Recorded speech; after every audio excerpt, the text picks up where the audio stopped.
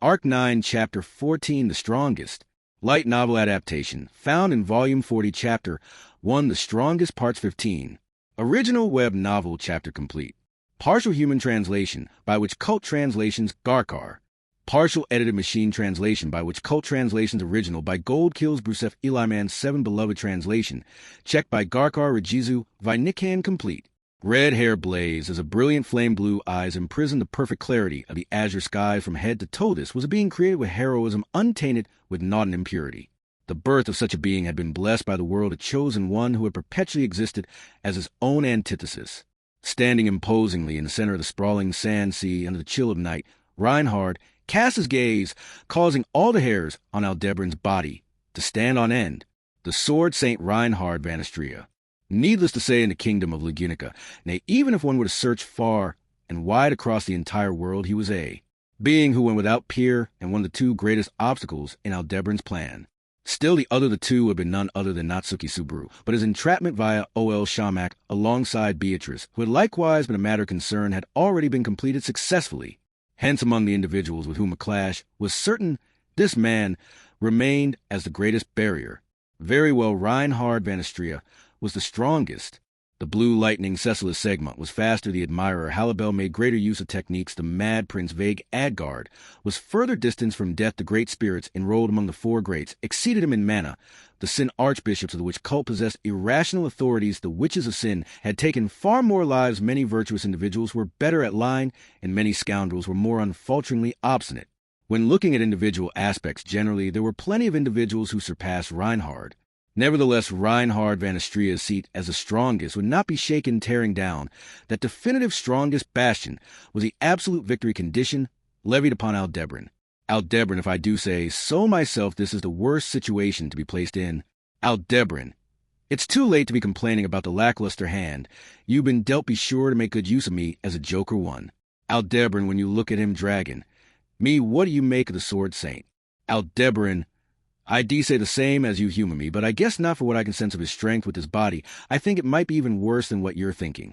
From behind Aldebran, that which narrowed its golden eyes as it gazed upon Reinhard, was a supreme life form that spoke in a manner lacking the dignity of its station, the divine dragon Volcanica, nay, the empty dragon husk, into which the memories of Aldebran had been installed, the divine dragon Aldebran. Sharing the same fundamental knowledge, thoughts, ideas, and even objectives in the present situation, Aldebran was a dependable lifeline for the near helpless Aldebran. Aldebran had also asserted that it ought to be utilized as a joker, effectively showing restraint had never been in his intentions, but with that he resolved his heart to squeeze the utmost usage out of it. And as Aldebran finished reascertaining the cards in his hand, Reinhard, from the lineage of sword saints, Reinhard van Astrea, Aldebran, as his skin tingled with gooseflesh, Aldebran narrowed his eyes within his helmet. To announce one's name and title before an opponent in a standoff was common courtesy amongst fighters in this world. As astonishing as it may seem was a courtesy that even the Sin archbishops abided by. For some it was to uphold their pride, for some it was out of respect to their opponent, for some it served to immerse themselves in a superiority complex, and for some it invigorated their cowardly selves. It was something that people levied upon themselves for a variety of reasons. And the reason as to why the sword Saint Reinhard was conforming to that courtesy was plain from the look in his eyes. In this situation, Reinhard was paying respect to Aldebran, albeit he would have supposedly learned what Aldebran had done in the Tower from Flam. He nonetheless had done so. Such was Reinhard's virtue, which simultaneously was the source of the unbridgeable gap between him and others. The way in which Aldebran interpreted it was not something he would specifically reveal, but Aldebran, an archbishop of the witch cult, representing Pride, Stride, Valakia. Reinhard, HK. Aldebran, now, wouldn't it be amusing if I said something like that? He made the decision to merely trample upon his opponent's respect and insult. Aldebran Borg. The response was one akin to sticking out his tongue to an outstretched hand, causing Reinhard's eyes to widen, then simultaneously with a clumsy roar of white light surged towards the sword saint as he stood unflinching. Unaccustomed to piloting the freshly hijacked dragon husk, it was a terribly misshapen attack. However, the power of the dragon's breath unleashed from that almighty body was very much authentic. If the breath unleashed upon Garfield and Ezzo on the highest floor of the Pleiades watchtower, right after overriding its memories, were a sneeze, then this blast was charged with definite intent for destruction. To demonstrate the difference in accumulated destructive force, a surging wave of white energy engulfed Reinhard one that would alter the form of the deserted sand sea for the rest of all eternity. He did not think it could kill him, but if done without the intent to kill, there would not even be a fight.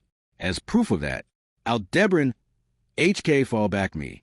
Aldebaran woo, after the entirety of its breath was expelled white smoke drifting out of the enormous crater it had created in the sand, see Aldebaran suddenly reached out its talons and hooked Aldebaran, flinging him to the side without restraint.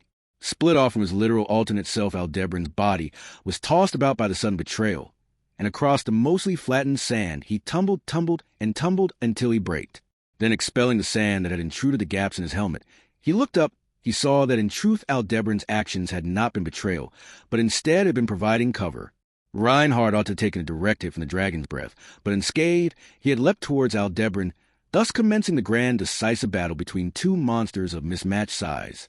Aldebaran, you didn't even get a burn. I'm not saying that ain't praiseworthy, but what's the principle behind that? Reinhard, I borrowed the power of the dragon's sword. Even if the day of this world's ruin were come, this sword would not be destroyed. That is how it was forged to be, and so I parried. Aldebaran, though from that answer ultimately what incredible isn't the sword, but you, that still doesn't explain how you didn't get burned. Reinhard, that would be the effect of the divine protection of sunburn. Whilst giving an apathetic reply, Reinhard spun around in the air and unleashed a kick, clashing head-on with the dragon claw, tearing through the sky. A sound akin to fireworks or cannon fire going off in close distance boomed in an explosion. Each and every blow delivered a destructive power that even warriors who had undergone the most assiduous of training would be unable to withstand, but to the horror of many, those were standard attacks for the Sword Saint and the dragon both. That was to say, this combat continued without pause or pull Aldebaran Shitga. Both combatants strung out chains of rapid attacks, giving rise to an unbelievable symphony of explosions, and with each strike the resultant shock waves blew away the sand of the sand sea and made an attempt to tear Aldebaran away from the ground that he clung to. The clash between two of the strongest living beings in the realm, for one spectating from several dozen meters away as it unfolded, guaranteed no place was secure. However, Aldebaran could not opt for leaving the battlefield due to his own pathetic self. There was a limit to the updates of his matrix. Currently, if he were to get too far away from the position at which the matrix had been defined, the territory would come crumbling down, and Aldebaran would end up losing the few advantages he possessed against Reinhard. That must be avoided at all costs. Reinhard, powerful, however, is far too different from before. Meanwhile, as Aldebaran clung to battlefield, Reinhard moved back a great deal to open some distance after having traded a great many blows against the dragon, and muttered so. Placing a hand upon the hilt of the dragon, the sword Saint was not even a little short on breath, and as he displayed his serious countenance, Aldebaran groaned in awe without a hint of exhaustion. In response, Reinhard shook his head to the side with a nothing. Reinhard, the other day, when I was proceeding towards the watchtower together with Flam Azadono and the rest, I ended up quarreling with you with the divine Dragon Volcanica due to a misunderstanding, but compared to then, your movements and intentions are far too different. As Reinhard pointed that out, Aldebaran maintained silence. However, his judgment had been accurate in reality. That which Reinhard had previously fought against was the real divine Dragon Volcanica, though it would have been in a dragon husk state bereft of its contents after producing a dragonkin. When compared between now and then, it would have undoubtedly seemed that he had undergone a complete change in personality. And having guessed the correct answer upon verifying his insight, Reinhard continued. Reinhard, the current you, is weaker than the last time. Why is that? Aldebaran, arg. Reinhard, Aldebaran, no. It's only natural for you to say that. It's just as you say, I can't get full use out of this body. So I guess I'm kind of weak, and were that the case, there wouldn't be even a single thing strange about it whatsoever. Only. At Reinhard's unmalicious misgivings, Aldebaran broke off his words there then with the profile of a dragon that differed far too much from that of a human. He gave a sneering grin that could nonetheless be understood as such. Aldebaran, now I'm kind of wanting to show you a thing or two. Directly following that declaration, Aldebaran spread its wings, giving rise to a gale as it soared. Closing the distance on Reinhard in an instant, it swung down its arms, each akin to great trees, aiming to crush him flat.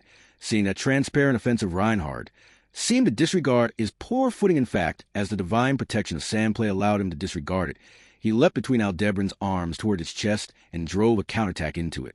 Aldebaran Gok, spreading his long legs, one to the heavens and the other to earth, Reinhard delivered a kick, landing a direct hit on the dragon, where a human solar plexus would have been located, tossing the gargantuan creature straight upwards. Instead of flying through the air with its wings, Aldebaran had been forcibly launched upwards, and chasing it, Reinhard leapt up and caught up to the skybound dragon. He pulled ahead, then stepping upon the soaring dragon with the tips of his toes, he forcibly halted the upward momentum. Reinhard, apologies, but this is as far as it goes. Reinhard appeared to be standing upon the back of Aldebaran midair, and the hand he held aloft, brandishing naught as he readied a karate chop, was sharper and more lethal a blade than any commonplace renowned sword. That brandish seemed as if it could likely sever even the divine dragon's dragon husk, but Aldebaran, I said, I'd show you a thing, or two play along a little while longer. Right before it could bask in the karate chop, Aldebaran muttered. So after being pushed around at Reinhard's while hearing the dragon's voice with a hint of scheming mixed in amidst the bitterness, Reinhard slightly frowned. Witnessing that from afar, gazing up at the supreme beings in the ether from down on the surface, Aldebaran spoke. Aldebaran Kikaru to a Reinhard HK. Given the distance, it was unthinkable that Reinhard could have heard Aldebaran's voice on the other hand. One might think that it would not be out of the ordinary for him to have heard it, but there would be no point in asking. After all the light of a star twinkling in the night sky was plummeting down, aiming directly for the Sword Saint, Al Shario. This spell, regarded as a specialty of a witch of Ur, was one accepted to be a forbidden technique. Shining down from beyond the sky, stars were perpetually burning masses of mana, and by utilizing the property of attraction between men of the same type, the unbelievable marvel of casting one to the earth could be realized. But naturally, to bring a star down upon a precise location required both delicate control over magic and an unfathomable quantity of mana. In exchange for the difficulty of realizing such a technique, the mana contained in the star's light could rival that held by a great spirit, and was even extolled as once felt aware dragons. In terms of destructive power, it easily surpassed even the ruinous breath of dragons, beings bestowed with the right to tear the world asunder with just their roar, and so it could therefore be proclaimed to be the pinnacle of destructive acts. Magic, it is a miraculous discipline with a hidden potential to make anything one imagines into reality. Were you unaware of the creation of a spell so powerful that it would cause one to scoff at something like a dragon's breath was inevitable once you consider the existence of those who wish to surpass it eventually? A spell even more powerful than the magic capable of plunging a star will be born.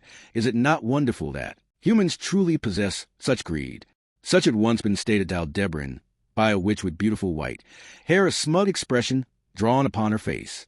It was still irritating to remember her smug face from back then, but he did believe that it was no lie or bluff after all. That smug face which had personally shown him the real thing. In other words, this was surpassed. Even the breath of a dragon stood as the zenith, or rather stood as the zenith of destruction at this point in history. Aldebaran, piece of shit. For any given pinnacle, there remained a possibility to surpass it by means of new ideas and the magic to bring them to life. Al Shario was no exception, gritting his teeth as he made the correction in his head in accordance with the witch's teachings. Aldebaran wished for the fruit born of that starlight. He would rather not admit it, but by studying under the witch Aldebaran had been bequeathed all sorts of knowledge. Amidst the wisdom bestowed unto him, knowledge about magic was present in no small amount. However, even if he were able to learn the theories and methodologies behind implementing magic, Aldebaran lacked the essential talent required. Even supposing a person knew how to heat water a bathtub could not be filled with a single cup's worth of water. In that case, why had the witch imparted knowledge of magic unto Aldebaran if he would be unable to utilize it? Did she merely wish to show off her knowledge to don that smug expression? Was it because even if he was unable to use it, there would be some obstacles possible to overcome with the knowledge of magic, and so she had wished to make her pupil's path a little smoother? Either one of those would be nothing more than byproduct of the witch's main objective in doing so. The real reason for which the witch had crammed Aldebaran full of magical knowledge, that would be, Aldebaran Al Shario launched up into the midst of the sky. The dragon voiced the incantation to cast a star down towards the nighttime sand sea. Whilst holding immense power, the divine dragon Volcanica was left vacant after its soul had been excised. Aldebaran now housed its memories within that dragon husk, finally completed as an existence capable of fulfilling the requirements to make shine the long-unused treasures the witch had granted him. To rephrase, it was with precisely this motive that the witch had filled Aldebaran with knowledge. The specific combination of Aldebaran's knowledge and the acquisition of the dragon's dragon husk by Aldebaran, these were the means by which he would surmount the greatest wall at the extremity of the bricks, laid to an extent that one might take as the realm of a billion. Reinhard, looking up at the sky from atop the dragon's back, even Reinhard's eyes went wide. The starlight cascading down from the heavens was as mighty as that unleashed by Sphinx in the midst of the final battle in the Valachian Empire, a battle which has shown premonitions of the world's end. After fearlessly employing all sorts of dirty moves, Sphinx had finally been able to perform this forbidden technique, though Aldebaran now trembled at seeing his extraordinary dragon perform it without any external support. He kept a watchful eye on Reinhard's movements in the sky. that Al-Shario could not be defended against, he would not take such an optimistic viewpoint. In fact, the Blue Lightning, who was considered to be on par with the Sword Saint, had achieved a feat of supremacy unbounded by slaying a falling star with a single slice of his katana during the decisive battle for the imperial capital. That star had been cut down to the combined effect of Cecila's swordsmanship and the Dream Sword's power. He did not think that Reinhard, unable to draw the dragon sword, as he could replicate such a feat. But even if it was grounds for being careless, that was no reason to underestimate him. Therefore, Aldebaran, before Reinhard could do anything in response to the starlight, Aldebaran roared, and made a half-turn midair, rotating to face Reinhard, who had his back to it, and struck him with its wing. Reinhard promptly received this blow with his elbow and knee, but the dragon's aim was not to cut him with its wing, but rather to blow Reinhard away with the impact towards a star. Aldebaran, Haran. As had been the case at first contact, Reinhard possessed the means by which to dash through the sky, know to use the clouds as footholds by means of the divine protection of clouds. He possessed before he could regain his balance. Aldebaran's roar mowed down the clouds of vicinity and launched Reinhard further into the sky. With not a foothold with not an escape route, Reinhard would defenselessly collide with the airborne starlight. With conditions substantially worse than what they had been for Star's Lair during the decisive battle for the imperial capital, even Reinhard would have no means of dealing with the incoming blow of this star. Reinhard, I have received it. At that moment, Reinhard stretched out his leg, as a last resort his toe making contact with the star, and the consequent explosive energy swallowed the Sword Saint, setting off a startling explosion was what should have happened. However, the explosion that was supposed to occur never came about, and instead, Reinhard walked along the side of the star. Aldebaran what? Aldebaran the hell. When the collapse of the heavens had ought to force him to choose between the twin options of oblivion or evasion, came both were sidestepped thus the astonished voices of Aldebaran, and Aldebaran echoed across the sand sea. To the bewilderment of both, Reinhard walked up the side of the star, and after arriving at the top, Reinhard divine protection of ball balancing. Aldebaran ball balancing. Aldebaran, you're treating it as a fireball, Upon receiving his answer, he became speechless at the beam of destruction being treated as a fireball. However, that speechlessness was soon painted over by a rising sense of dread. If one believed that the divine protection of ball balancing was what it sounded like, then a ball balancer, as Circus, did not merely stand atop a ball, but controlled at will. Aldebaran shit. Reinhard's feet appeared to lightly tap the star's surface. In the next moment, the trajectory of the star dropped by Al-Shario changed and veered towards the caster Aldebaran, causing the fierce starlight to rapidly approach it. Witnessing it, the dragon spat a curse, meeting the attack with its almighty breath. Aldebaran, a moment later, dazzling crimson and white light consumed the sky, creating the illusion that the night had come to an end. Originally, the scene was supposed to be that of Reinhard being struck by a star, but with this event's occurrence being actively perverted, the night sky being set ablaze was a conclusion simple as false as the story was not drawing to a close yet. The shattered star burst into innumerable glittering fragments, carpet bombing the sand sea. Aldebaran Guhug. Naturally, Aldebaran, who was on the ground, had also been blown away, his entire body accumulating several burns as he collapsed onto the sand. Soon he heard a rumbling that did not resemble that of a falling star from not too far away, and with difficulty he turned his neck to look towards a place. It came from where he saw Aldebaran with a broken wing, and another that had been severed, having powerlessly fallen to the ground. And then, Reinhard, it is regrettable that it had to come to this, towards the collapsed Aldebaran's side, Reinhard walked. Leaving aside the half-dead dragon and Aldebaran, he had been swallowed by the cataclysmic light of a star, yet did not seem to bear any signs of such. He had heard that the Sin Archbishop of Greed had killed Reinhard once, but how had that been done? Alas, Reinhard, bearing a look of shame, believed that the fight had already come to an end, and perhaps sadly Aldebaran had no method with which to overturn this. Indeed, Reinhard had judged correctly for the 8,466th time. It was his victory. But Aldebaran next. At that moment behind Reinhard, Aldebaran raised its head from where it had unceremoniously fallen to ground and unleashed a fearsome dragon's breath towards him.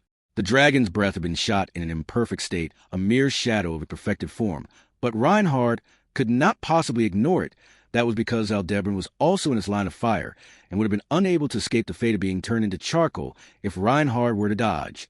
Reinhard, I cannot approve of this way of doing things. Turning around, as drew his yet sheathed dragon sword, Reinhard slashed the breath away, heeding Reinhardt's voice overflowed with righteous indignation, his heart filled with anger at this murder-suicide attempt due to the fact that Aldebaran had unleashed an attack that would swallow up its ally Aldebaran. How so? Truly kind of him next time he would incorporate that into his strategy. With this decision, Aldebaran unwrapped the drug package in his mouth and gulped down the poison contained within. Reinhardt. Having noticed that something was wrong, Reinhardt turned around, his face stiffening. Within his vision, Aldebaran was twitching and convulsing on the ground, drowning in bloody froth as his consciousness went beyond. That will be as far as you go. A dignified voice cut through the cold, frozen sky, and a beam of light pierced the airborne dragon obliquely.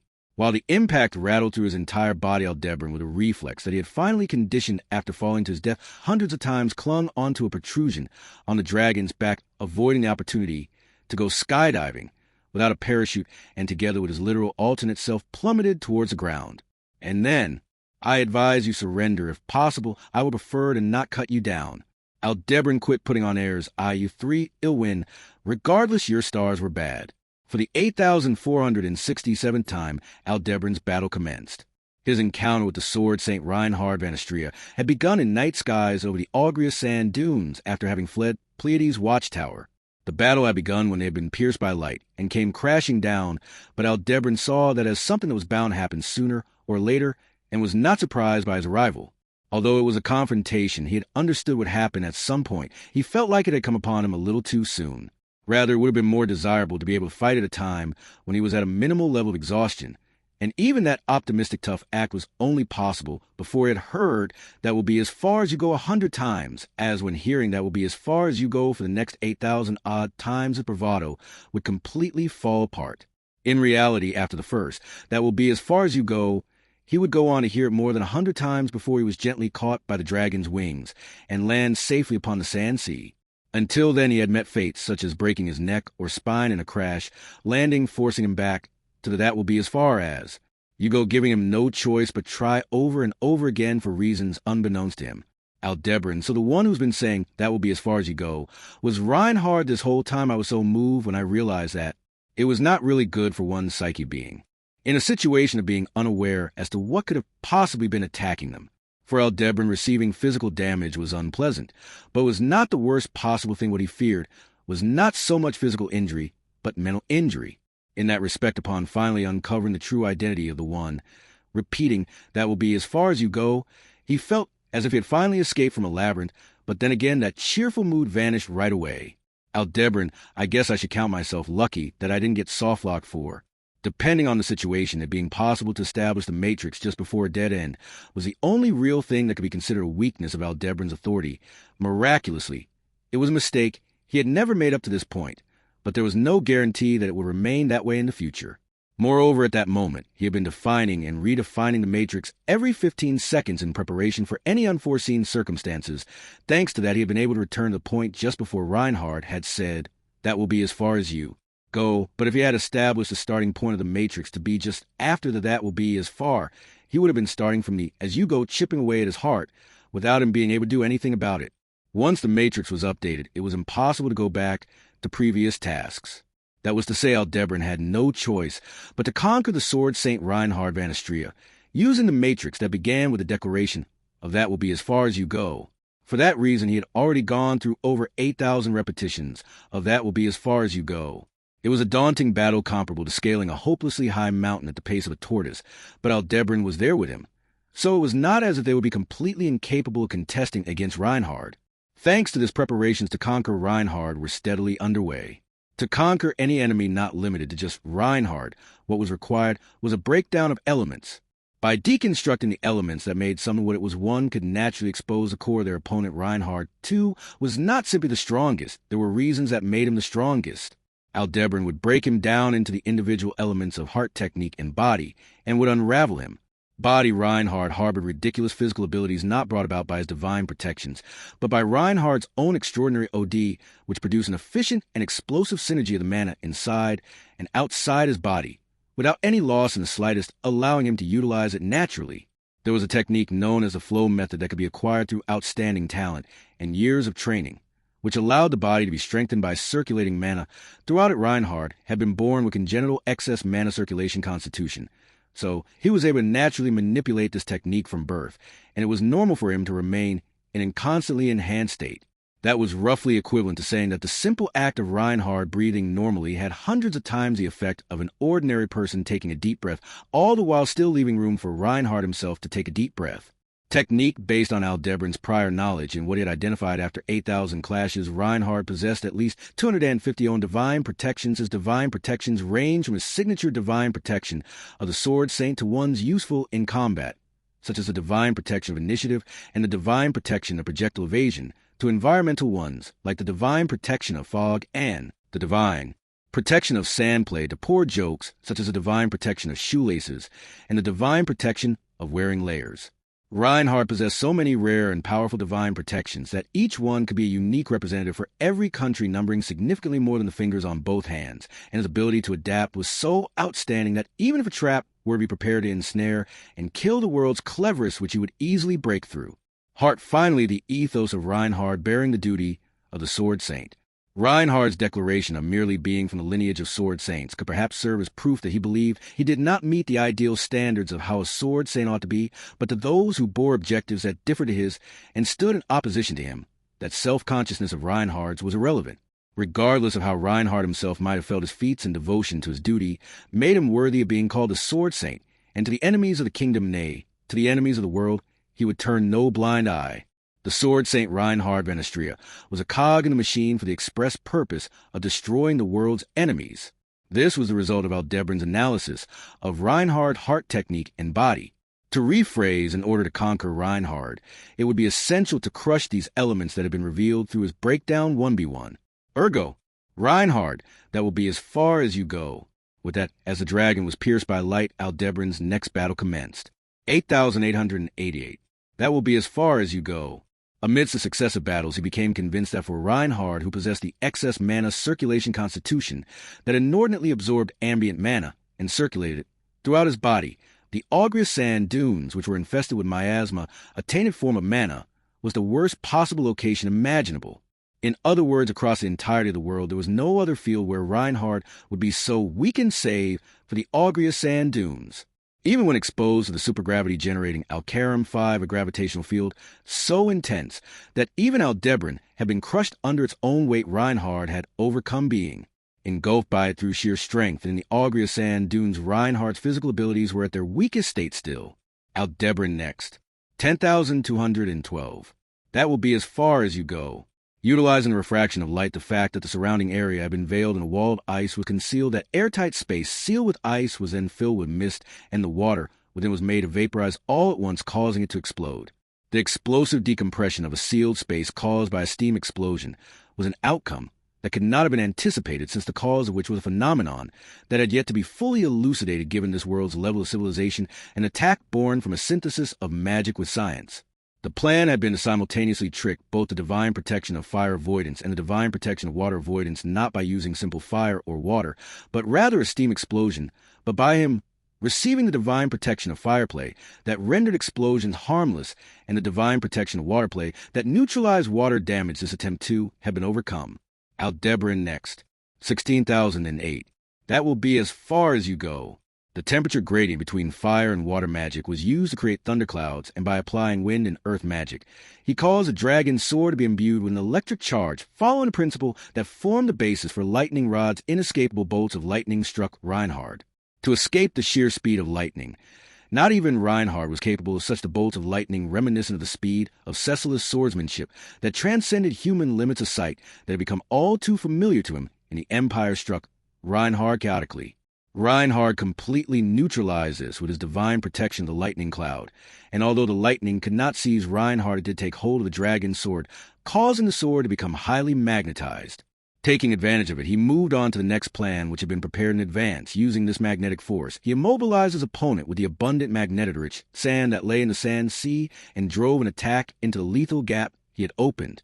However, this too was circumvented by the divine protection of sand play and the divine protection of mud slippage ending in failure.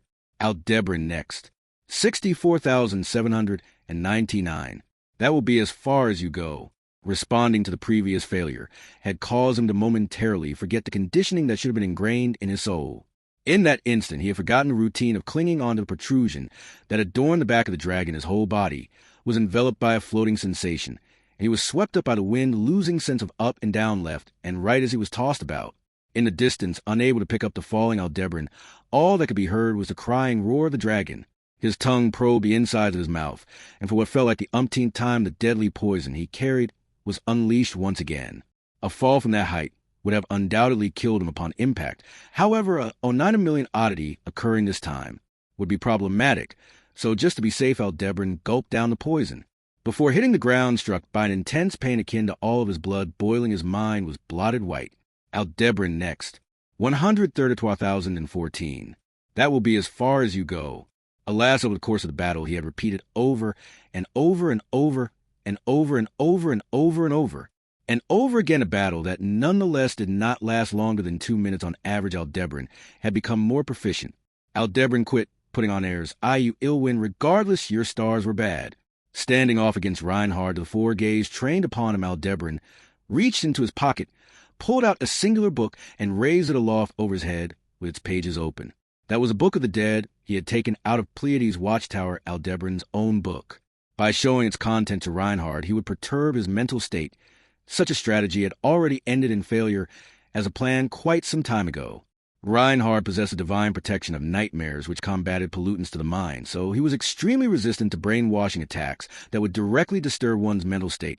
Still, it likely could not completely nullify the effects on authority, but just by making it possible to disregard the majority of the influences, it was sufficiently effective. To put it briefly, Reinhard was not the person to whom Aldebaran was showing the Book of the Dead. It was the other Aldebaran on standby behind him. Aldebaran synchronization complete. Guessing his intent, Aldebaran had lowered its eyes down to look upon the pages of the yet soaked book of the dead. The contents of the book were drilled directly into its brain, and its memories were updated. The Book of the Dead he had brought with him had recorded all the one-sided fierce battles against Reinhard that Aldebaran had experienced. By showing that to Aldebaran could allow the partner who was left behind by the territory to draw level with him at any time. Both failure and success at present, there had yet to be a successful plan, but the plans that had ended in failure, just by knowing how they had been thwarted and what actions Aldebaran had taken in them, Aldebaran's own proficiency would increase remarkably. For that purpose, Aldebaran had made sure watch over every battle with his own eyes. Aldebaran, so long as I don't give up, there's nobody who can beat me. That was the absolute conviction with which Aldebaran had continued to struggle against defeats that reached beyond a count of 100,000. I won't waver, no matter what. It's with that resolve that I started this. Reinhard, from the lineage of sword saints, Reinhard van Istria. Alongside, that will be as far as you go, this was an introduction he had heard over 100,000 times. Taking it in, Aldebaran inhaled, paused, and continued. Aldebaran am a following star. A declaration that seemed to be spoken on a whim. Reinhard accepted it and advanced.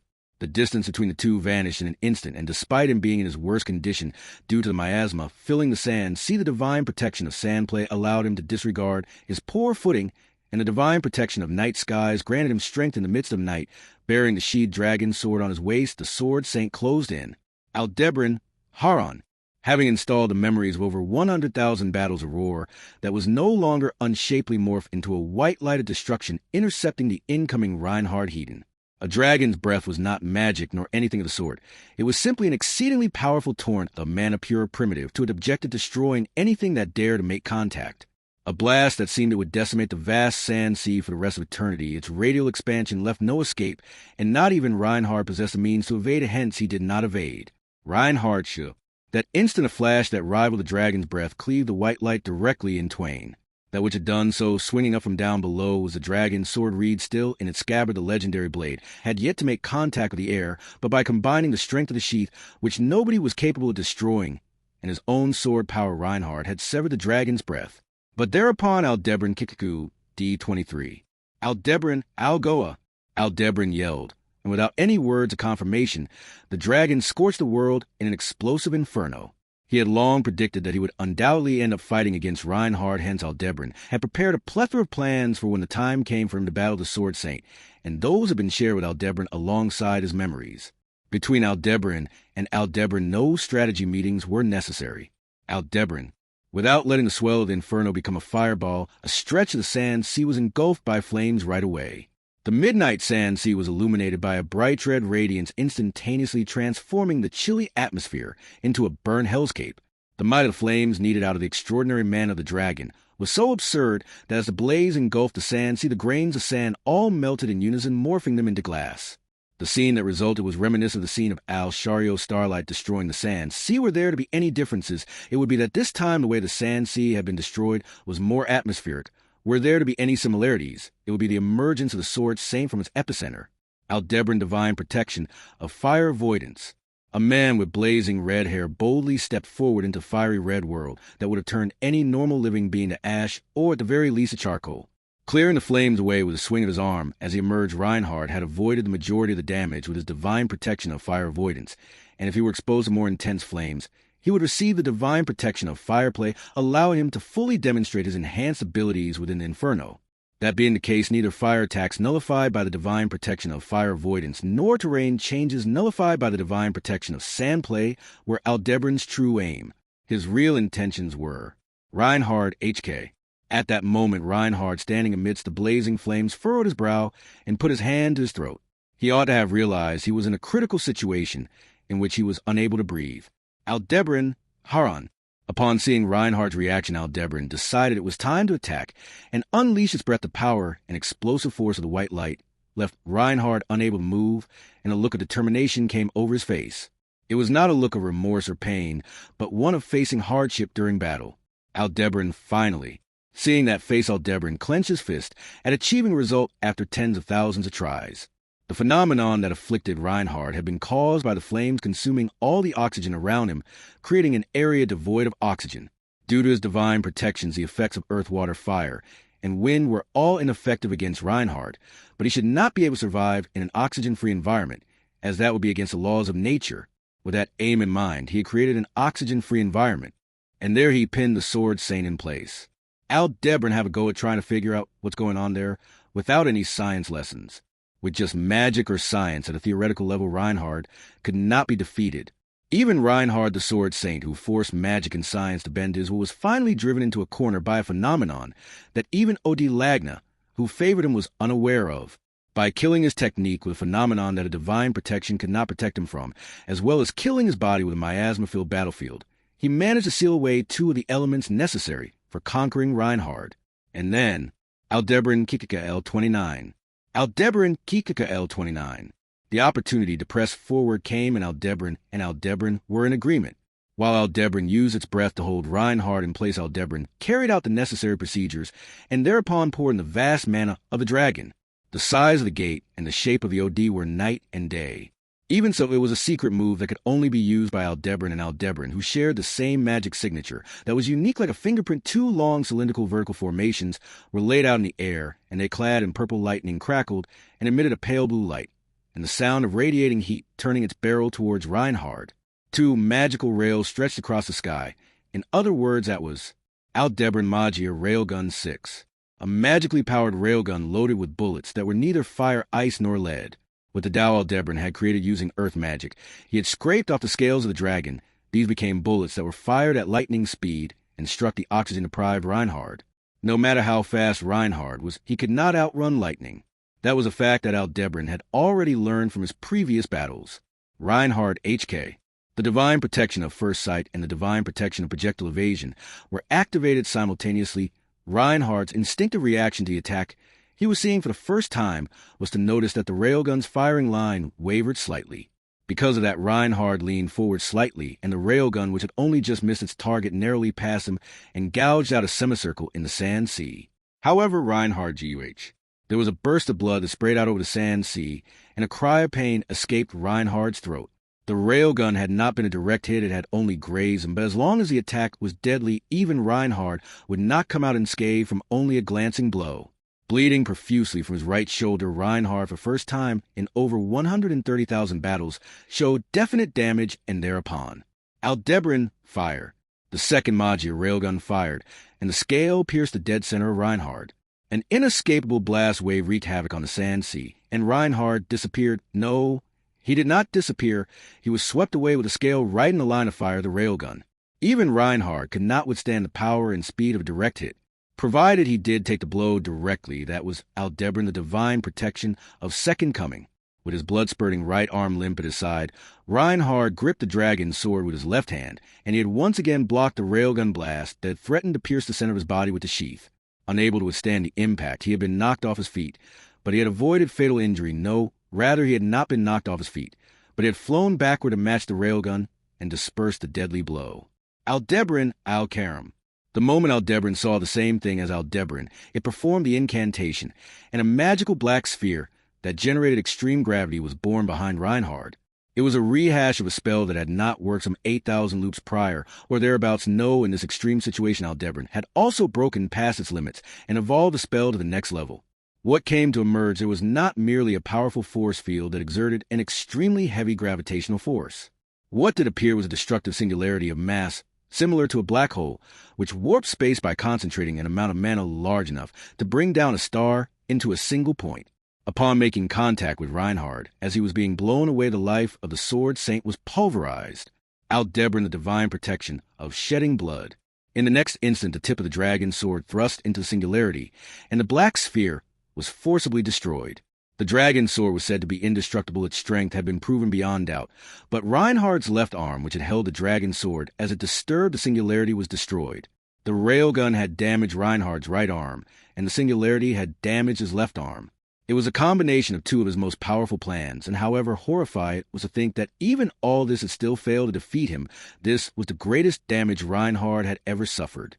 As it was, Aldebaran, the divine protection of projectile striking. The next moment, Reinhard, his toes planted on the sandy soil that had been raised by the railgun, and the singularity, with his bloodied arm still hanging limp, kicked up the fallen dragon's sword with his foot and sent it flying. Aldebaran Gok. Light pierced the center of Aldebaran's throat, and the dragon fell violently. The dust and turbulence resulting from the fall of the dragon caused Aldebaran to topple over helplessly. He inhaled the rising cloud of dust and choked. He coughed. And then, Reinhard, that will be as far as you go. Looking down at the collapsed Aldebaran on the ground, the bloodied Reinhard so announced. The Sword Saint, with his arms hanging limply at his side, stood by the dragon, sword sticking out from the ground, and after ascertaining that Aldebaran was unconscious, with his eyes rolled back, he looked at Aldebaran. After forcing him into such a corner, having done so much, it was a loss nonetheless. He aimed beyond the realm of a billion, and failing to reach it, he had betrayed the expectations of many just like back then. Robbing him of both arms and conquering his body had not been enough. Launching an attack that his divine protections could not defend against, and conquering his technique had not been enough. The Sword Saint Reinhard van Astria was far too strong, and so Aldebaran took a long, deep breath and... Aldebaran, your old man's been captured by an accomplice of mine. In order to conquer the heart of Reinhard van Astria, a trump card was played. Arc 9, Chapter 15, The Defeated. Light novel adaptation, found in Volume 40, Chapter 1, The Strongest, Part 68. Original web novel chapter complete. Arc 9, Chapter 15, The Defeated, partial human translation, by which Cult Translations, Garkar partial edited machine translation, by which Cult Translations, original by Gold Kills Fantaminum. Translation checked by Garkar, ReZero, GPMS complete. Your old man's been captured by an accomplice of mine. The moment he employed that trump card of his Aldebaran, felt his own defeat to a painful extent. 112,044, such was the number of attempts in the Matrix it had taken him to solve this one problem, the which had conditioned him into the habit of counting them up, and this marked the second occasion in his life the count had reached this number. And thus, much like what had happened that first time, once again had Aldebaran been defeated. The preparations laid out had been flawless. All possible stratagems had been put in place. He was possessed of limitless chances to fine-tune his plan so long as his heart did not shatter, and yet he lost. How frail his own heart must be. He was truly, oh so truly disgusted by it. His heart was frail. Far more than his lack of talent, far more than a lack of rewards for his efforts, far more than nobody loving him, that frail heart was the deadly poison that everlastingly made Aldebaran loathe himself so. By way of the repeated trial and error alongside the dragon, he had finally succeeded in having the Sword Saint spill blood. This successful experience, too, was overruled by means of the divine protection of bloodshed, a ridiculous divine protection that made him more powerful and more blood. He shed, yet the figure of Reinhard, both his arms having been rendered useless, served as the spoils of battle.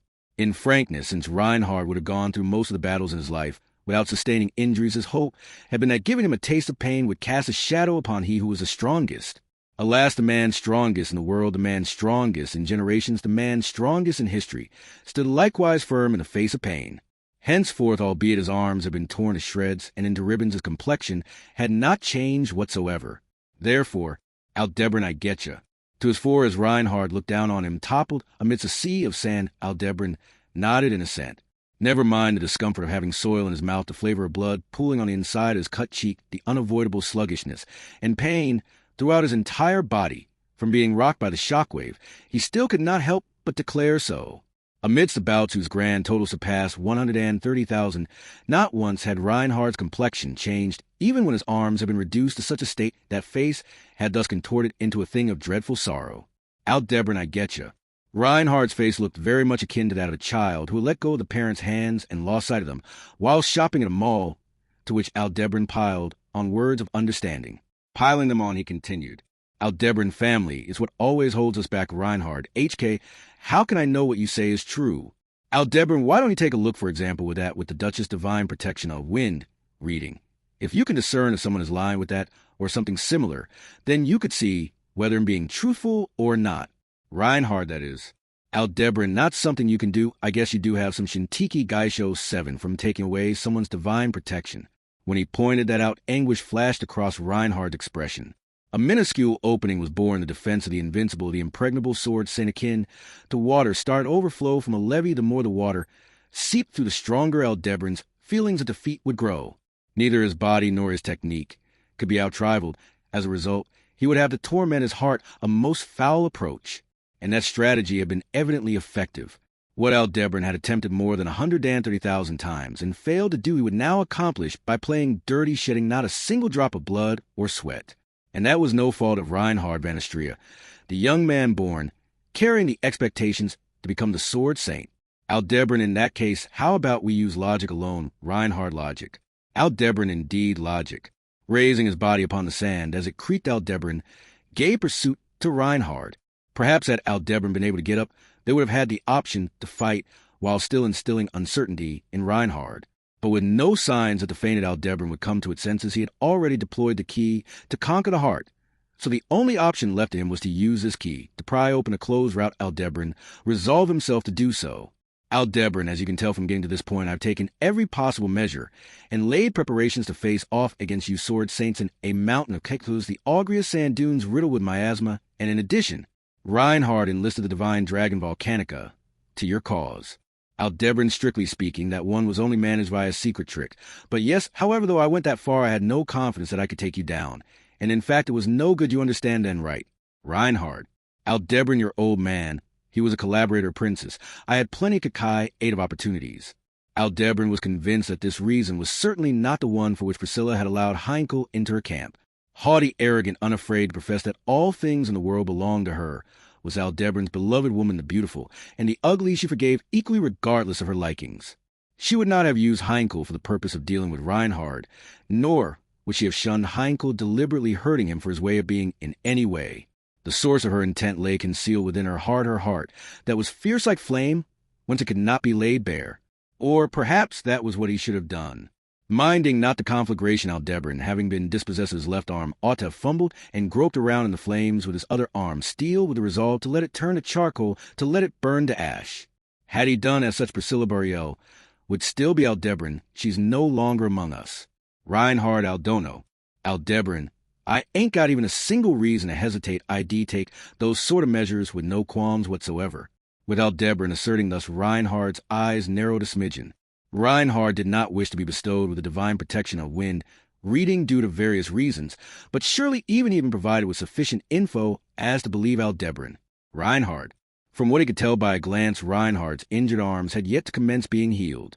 Blessed by the world and loved by fate, it was said that when Reinhard sustained wounds on his body, the spirits in his environs would flock to him, so that he may be healed. The Augrious sand dunes were riddled with miasma, however the natural enemy of spirits. Accordingly, Reinhard's little fangirls were unable to assemble. It was possible that since the dawn of history no one but Aldebaran had ever cornered Reinhard to this extent, so given such an unprecedented situation. Reinhard, what do you desire from me? As if wringing that out of himself, Reinhard took a seat at the hostage negotiation table. Hearing that, Aldebaran let out a long, long breath, relief that tormenting heart had indeed been worthwhile. Aldebaran, nothing outrageous. I ain't gonna give you an unreasonable demand like asking you to join me, like the divine dragon. Nor will I have you betray your master, or do anything I wouldn't like being done to me. Reinhard Inscrutable, I cannot believe that you use my father as a shield and try to say you have a conscience. Aldebaran, what a terrible, shameless person. I am having to deal with a guy like that. I kind of feel sorry for you. My request is Tanju 9. I only wish that you let us go on our way. Reinhard let you go.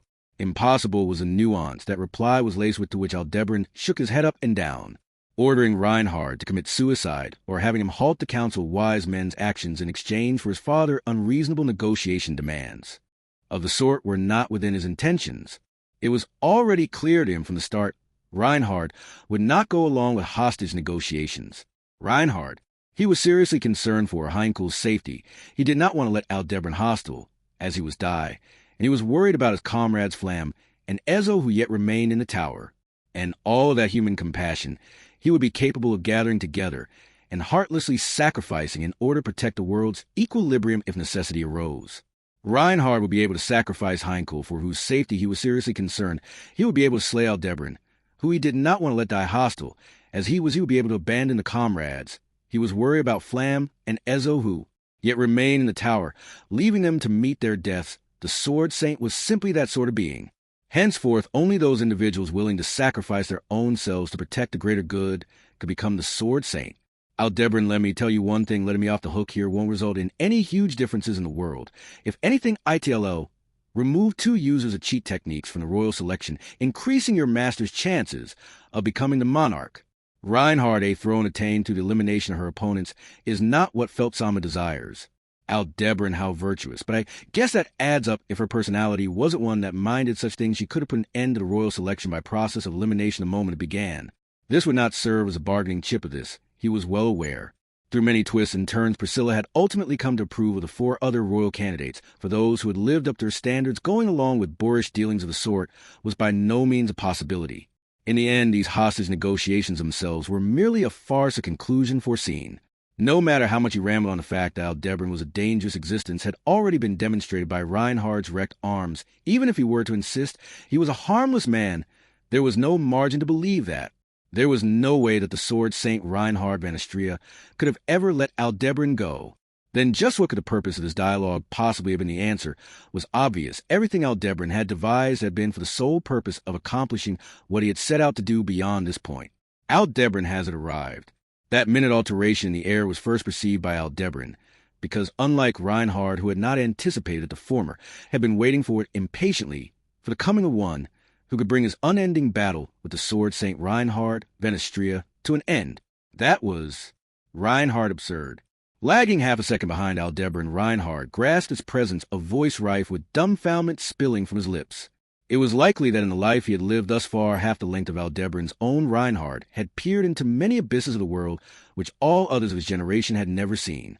Even when the divine dragon Volcanica, with whom a strong relationship of trust existed as per his link to the kingdom of Lagunica via a covenant, had turned into an adversary, he had handled it with serenity rather than discomposure. That Reinhard was now utterly speechless. No wonder this was the first time he had ever laid eyes on it.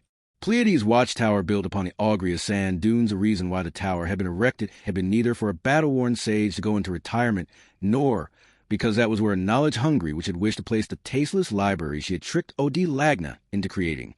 Reinhard, the Witch of Envy, it had been for guarding that which had been sealed. It was around the time that Aldebaran's 132,044th battle had begun. I've given first aid, but having said that, Petra finished bandaging up one of the 2 injured people and watched over them with concern. Petra had just finished treating the limp and unconscious Garfield.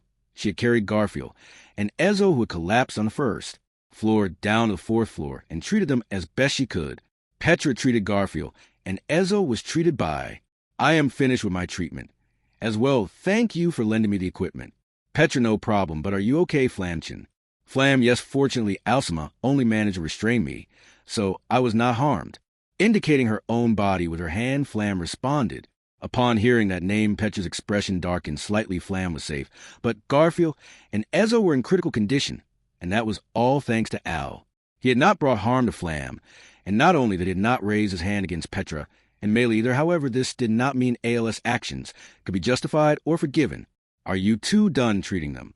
Petra clenched her fist in frustration. Silently, Melee had been the one to call out to her from behind. Having looked into the room, having declined to help the injured on the pretext of guarding the tower, Melee donned a small crimson scorpion on her head, and looking at Garfield and Ezo, who were wrapped in bandages. Melee, both Fango Nizen and Senseason are all bandaged up. Petra, both of them have terrible burns all over their bodies. It would have been better if one of us could use proper healing magic. Flam, I am sorry, but being around the young master has drained my motivation to learn magic. Melee, Petra-chan, don't get discouraged. I can't even apply bandages right, let alone use healing magic. When treating Elsa, I made it up as I went along. Even after hearing excuses that were no excuse and words of comfort that were no comfort, there was no relief for Petra's heart, while she also had a lack of aptitude for healing magic. As a form of water magic, the reason Petra had not acquired the necessary skills was undoubtedly due to her lack of resolve. Petra, if only Garfson would wake up. Even though he would be left to treat himself, Garfield was the one in the Amelia camp who could use healing magic the most proficiently. His strength was found in his toughness and durability, thanks to the fact that he would become lively just by standing on the ground due to his divine protection of earth spirits, and he could even use healing magic while doing so. So it would have been fair to say that neither Petra nor any of the other members of the camp had expected that Garfield would have been the first to become unable to fight incorrect. Garfield had not been the first to be incapacitated this time. Petra Subaru. With her clenched fist held against her chest, Petra's lips called out that name. Subaru and Beatrice were nowhere to be found within the tower. It seemed to be that Al had taken them out before moving on to Garfield. And the others, but where could they have gone? She did not want to think about it, but she imagined the possibility that all traces of them had been erased without leaving any dead bodies behind. Merely judging from how Helmutsen was acting, it doesn't seem like that's the case, does it? Petra, you are just trying to make me feel better. Melee, I'm not just trying to make you feel better. I would have lied to you if I was, but this isn't a lie, it's what I really think. Petra, Melee, I can borrow the power of the witch beasts, so it's a little different, but it's actually pretty hard to make a body completely disappear. So I think Helmutsen didn't kill Nizen and Beatrice John, but took them away some other way. With a finger on her lips, Melee speculated, to which Petra winced at the unsettling experience that backed her reasoning. Melee was right. The best-case scenario would be Subaru and Beatrice not being dead. If they had been taken somewhere, they could be rescued. Just what was Al thinking? Flam, whatever Alcima was thinking, his scheming will soon be foiled. Melee, oh, you sure are full of confidence. When Flam suddenly interjected, Melee closed one eye and tilted her head, playing with her long braid. Flam nodded back with a yes. Flam, I will not go into the details, but I informed my younger sister Gracies of what happened here. Gracies is with the young master now, so she will pass on the same information to him. Petra, the young master. Flam, the young master, is the sword saint Reinhard van Astria, in saying that Flam seemed proud of herself, puffing out her chest. Petra's eyes widened at the mention of the sword saint, but Melee, who had come over, reacted with a wow that felt as if tinged with both disdain and sympathy. Melee, if Sword Saint's answer is swooping, it looks like whatever Helmutsen had planned will be for nothing. I'm starting to feel sorry for Helmutsen. Petra, I don't know how you're able to say that, Mylikin. Melee, Sword Saints in clash with Divine Dragonchan, as if it was no big deal, right? Oh, but now Helmutsen has Divine Dragonchan by his side, so maybe I shouldn't feel sorry. Petra, I wouldn't feel bad at all if Alcin got beaten up. Rather, Petra could not help but think that he should have been beaten up. The fact that I had trampled on Petra's feelings was not so bad. Petra hardly knew Al, so the pain was not so great, even if her feelings towards him had been betrayed. The ones who had been truly hurt were the people who knew Al better than her.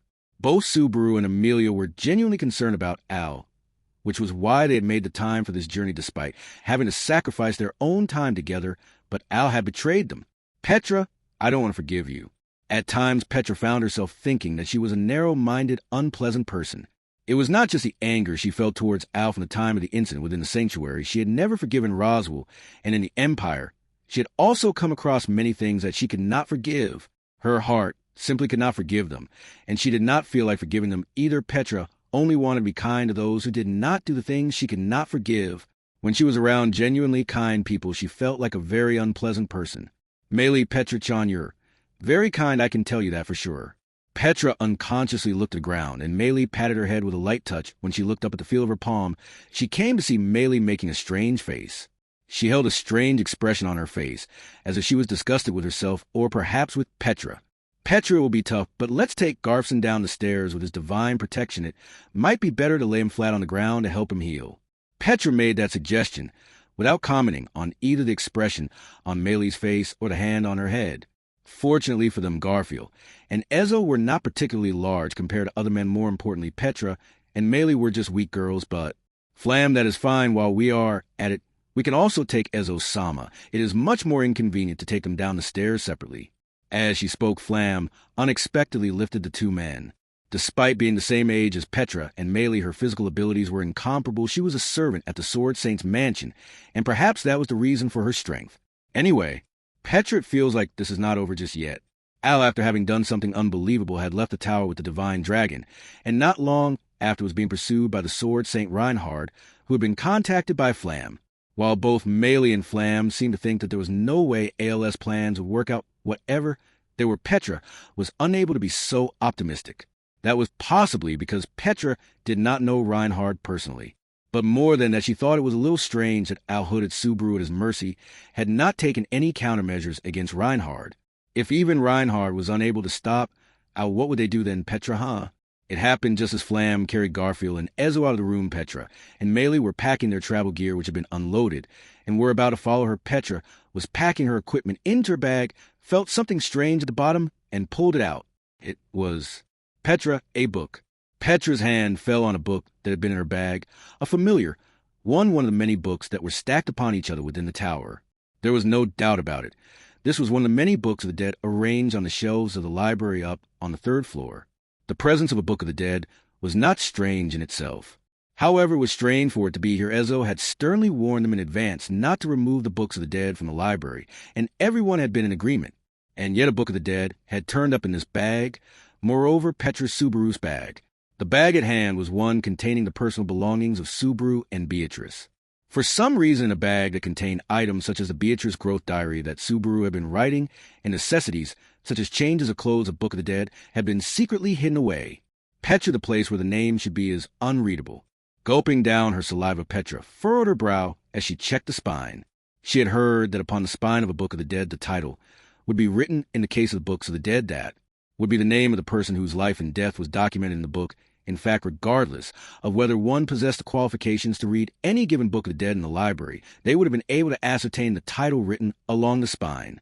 However, the title of this book was unreadable. It had been scratched off to ensure that doing so would be impossible. Petra racked her brain to imagine the name that had been scratched off the book and the significance of it having been hidden in the bag. The intent behind scratching out the title was obvious. In order to conceal whose Book of the Dead this was, and the reason for hiding it in this bag was probably to hide the presence of this Book of the Dead. And since this Book of the Dead had been hidden in Subaru's bag, Petra, a book that Subaru hid. Maylee, Petra-chan, am done with packing up the stuff. Over here, how about you? Petra Mylikin. Petra, who had stopped what she was doing, turned around. As she heard Maylee's voice at first, Maylee tilted her head at Petra's unusual behavior, but became startled upon noticing the book in her hands. Maylee, Petra-chan, what's with that book? Petra, I found it in Subaru's bag, just maybe with this Maylee with that book. Petra, there may be a Jogan 10 as to what is happening right now. With a firm grip on the book's binding, Petra concluded that it was not a completely wrong assumption. ALS' sudden reckless behavior in the tower, originally ALS' goal, had been to read the Book of the Dead of Priscilla Barrio, the deceased royal candidate. It was possible that it also had another goal in mind, but in any case his objective would have resided in the tower. What if his goal had been this Book of the Dead and Subaru had decided not to give it to Al, instead hiding it in his bag? What if that had been the cause of an irreparable rift between Subaru and Al? Petra, if I read this book, maybe I will be able to find out. Maylee, I don't think it's safe, so I wouldn't recommend it, Petra. Maylee, but I also understand your feelings, Petra-chan, that you don't want to just sit around and do nothing. With a worried look, Maylee stated, so to which Petra stuck out her tongue slightly with a sorry. No matter what Maylee said, Petra intended on going through with it. Subaru and Beatrice had told her over and over again that reading a Book of the Dead was incredibly dangerous. In any case, Ezo had boasted that the trick to reading a Book of the Dead was to close off one's mind and empty it, but Petra was not sure she could do that. However, Petra Leti was not the kind of girl who would allow herself to sit quietly and do nothing. And so, Petra Mylikin, if anything happens, I'm counting on you for later. Maylee asking me to do such a thing, Petra-chan, you really are such a poor judge of character. After that exchange, Petra took a deep breath and slowly began to turn the page of the book in her lap. Petra, with memories that were a taboo of this world, she thus came into contact. As to how soon that might have happened, Aldebaran had borne no confidence. Perhaps, if the girls were frielier of heart than Aldebaran had imagined, anguish in their crying as they failed to accept the events that had transpired, a situation in which this trap card had never been triggered would have arisen. Had that been the case, it was possible that Aldebaran would have ended up looping another 130,000 times, bound to lay the bricks up to the realm of 1,000,000,000 forever and on without end. However, Aldebaran, I merely thought that those little misses in particular would have pondered that much. The girls who had been left behind, Petra Maley and even Flam, all were owners of wisdom and experience beyond their years, blessed with rare talents by their circumstances. Aldebaran had predicted that once they finished rescuing Garfield and Ezo from the verge of death, rather than coming to a standstill, the girls would begin to act in a constructive fashion. And thus in their attempt to do so, the girls would find it inside of Natsuki Subaru's bag. They would find the Book of the Dead of profound significance in its concealment. With nothing to rely on, with not a sign leading the way, it must have seemed to the girls as the sole possibility that Natsuki Subaru had left behind. If they could reel in the thread of that possibility, they would surely arrive at a light that enabled them to escape a sealed-off dead end. The leeway to realize that this was a trap set by Aldebaran they possessed not. That Book of the Dead. Aldebaran belongs to Natsuki Subaru. Belonging to one who violated the natural laws of this world, 'twas a Book of the Dead that truly ought to be deigned a taboo. As to what might occur were somebody to read it, witnessing that sight firsthand would be far more intuitive and difficult to misrepresent compared to it being explained through language. That was Reinhard absurd. His blue eyes wide open, Reinhard once again uttered self-same words in dumbfoundment. However, no matter how much he attempted to deny that reality, it would not be rescinded if the sword Saint Reinhard was one blessed by the world, that was one whom the world cursed. Divine protections and curses were but two sides of the same coin, the power balance, not one in which either was stronger. Henceforth, Aldebaran the sword saint aside, nobody can stop that. Plunking himself down into a cross-legged position, he gazed over Reinhard's shoulder to the nighttime sand, see the sight illuminated only by faint starlight, contained a threat that unceasingly painted the world an even deeper shade of black. At the very eastern edge of the world, even further east, in the tower inhabited by the sage coming forth from the sealed shrine that caused all beings alike to turn away, laid a symbol of upheaval and of ruination. Ferociously surging forth like a tidal wave of black were the witch's magic hands, kneaded from her miasma. With the taboo violated, the witch of envy would intervene in the world. That was a colossal time bomb that Aldebaran had prepared for use against Reinhard. Reinhard HK, I must. Aldebaran, if you're going to say you need to take me down first, then I'm also going to fight back with all I've got to say this now. But if you don't go, the world's going to be destroyed. Not that it particularly mattered to me. Reinhard, what are you? Aldebaran, even if the world's destroyed, I won't perish that. Will keep ignoring me after all. For that reason, as well, Aldebaran himself could not have served as the switch for the bomb. Only a being of keen eye and intellect with bravery to break this deadlock could serve as this switch. Aldebaran Reinhard, I don't want to destroy the world. Rather, it's the opposite. Reinhard Ku. Aldebaran, I won't lay a hand on your old man go. Reinhard, Aldono, please do not believe everything is going to go smoothly for you. Gritting his teeth in frustration, he had likely utilized the most foul language he was capable of, nonetheless, leaving behind his overly refined chivalry. Reinhard kicked off the sand. Turning his back to Aldebaran, and Aldebaran Reinhard launched a ferocious onslaught, intercepting the magic hands of the Witch of Envy directly as they raced to swallow up Pleiades' watchtower. That instant Aldebaran experienced the illusion that sound, color, light, heat, and all things that ought to be present were eradicated from the world. Aldebaran, the white strike of the sword saint met the black oblivion of the witch, giving birth to a color that was neither black nor white. That was something that rivaled the cataclysmic Big Bang of starlight, of lightning bullets of flames that scorched even tide to ash yielded during the fight between the sword saint and the divine dragon just a moment prior. And now this Big Bang ceased not with just that one collision. It continued and continued and continued, over and over again and again, without end, without cease, knowing no end, as if to birth heat, as if to birth light, as if to birth color, as if to birth sound, as if to birth the world anew, as if to cleanly divide the world that was from the world that would be. They collided. A battle that could never reach its terminus between one who would never cease and one who would never perish. I got put to sleep. What happened? The stratagem had been fulfilled, successful in getting Reinhard to clash with the Witch of Envy. The legendary conflict between the Sword Saint and the Witch of Envy, despite unfolding in the vicinity of the tower several kilometers away, was so fearsome that its aftershocks could be felt at their location. Perhaps due to the sensation of those aftershocks, the fainted Aldebaran had woken up. Spread eagled atop the sand, Aldebaran was exposed to disgrace unbecoming of the strongest dragon, but narrowing its golden eyes at the shockwaves being propagated from over yonder. Aldebaran, seems like things went pretty damn well.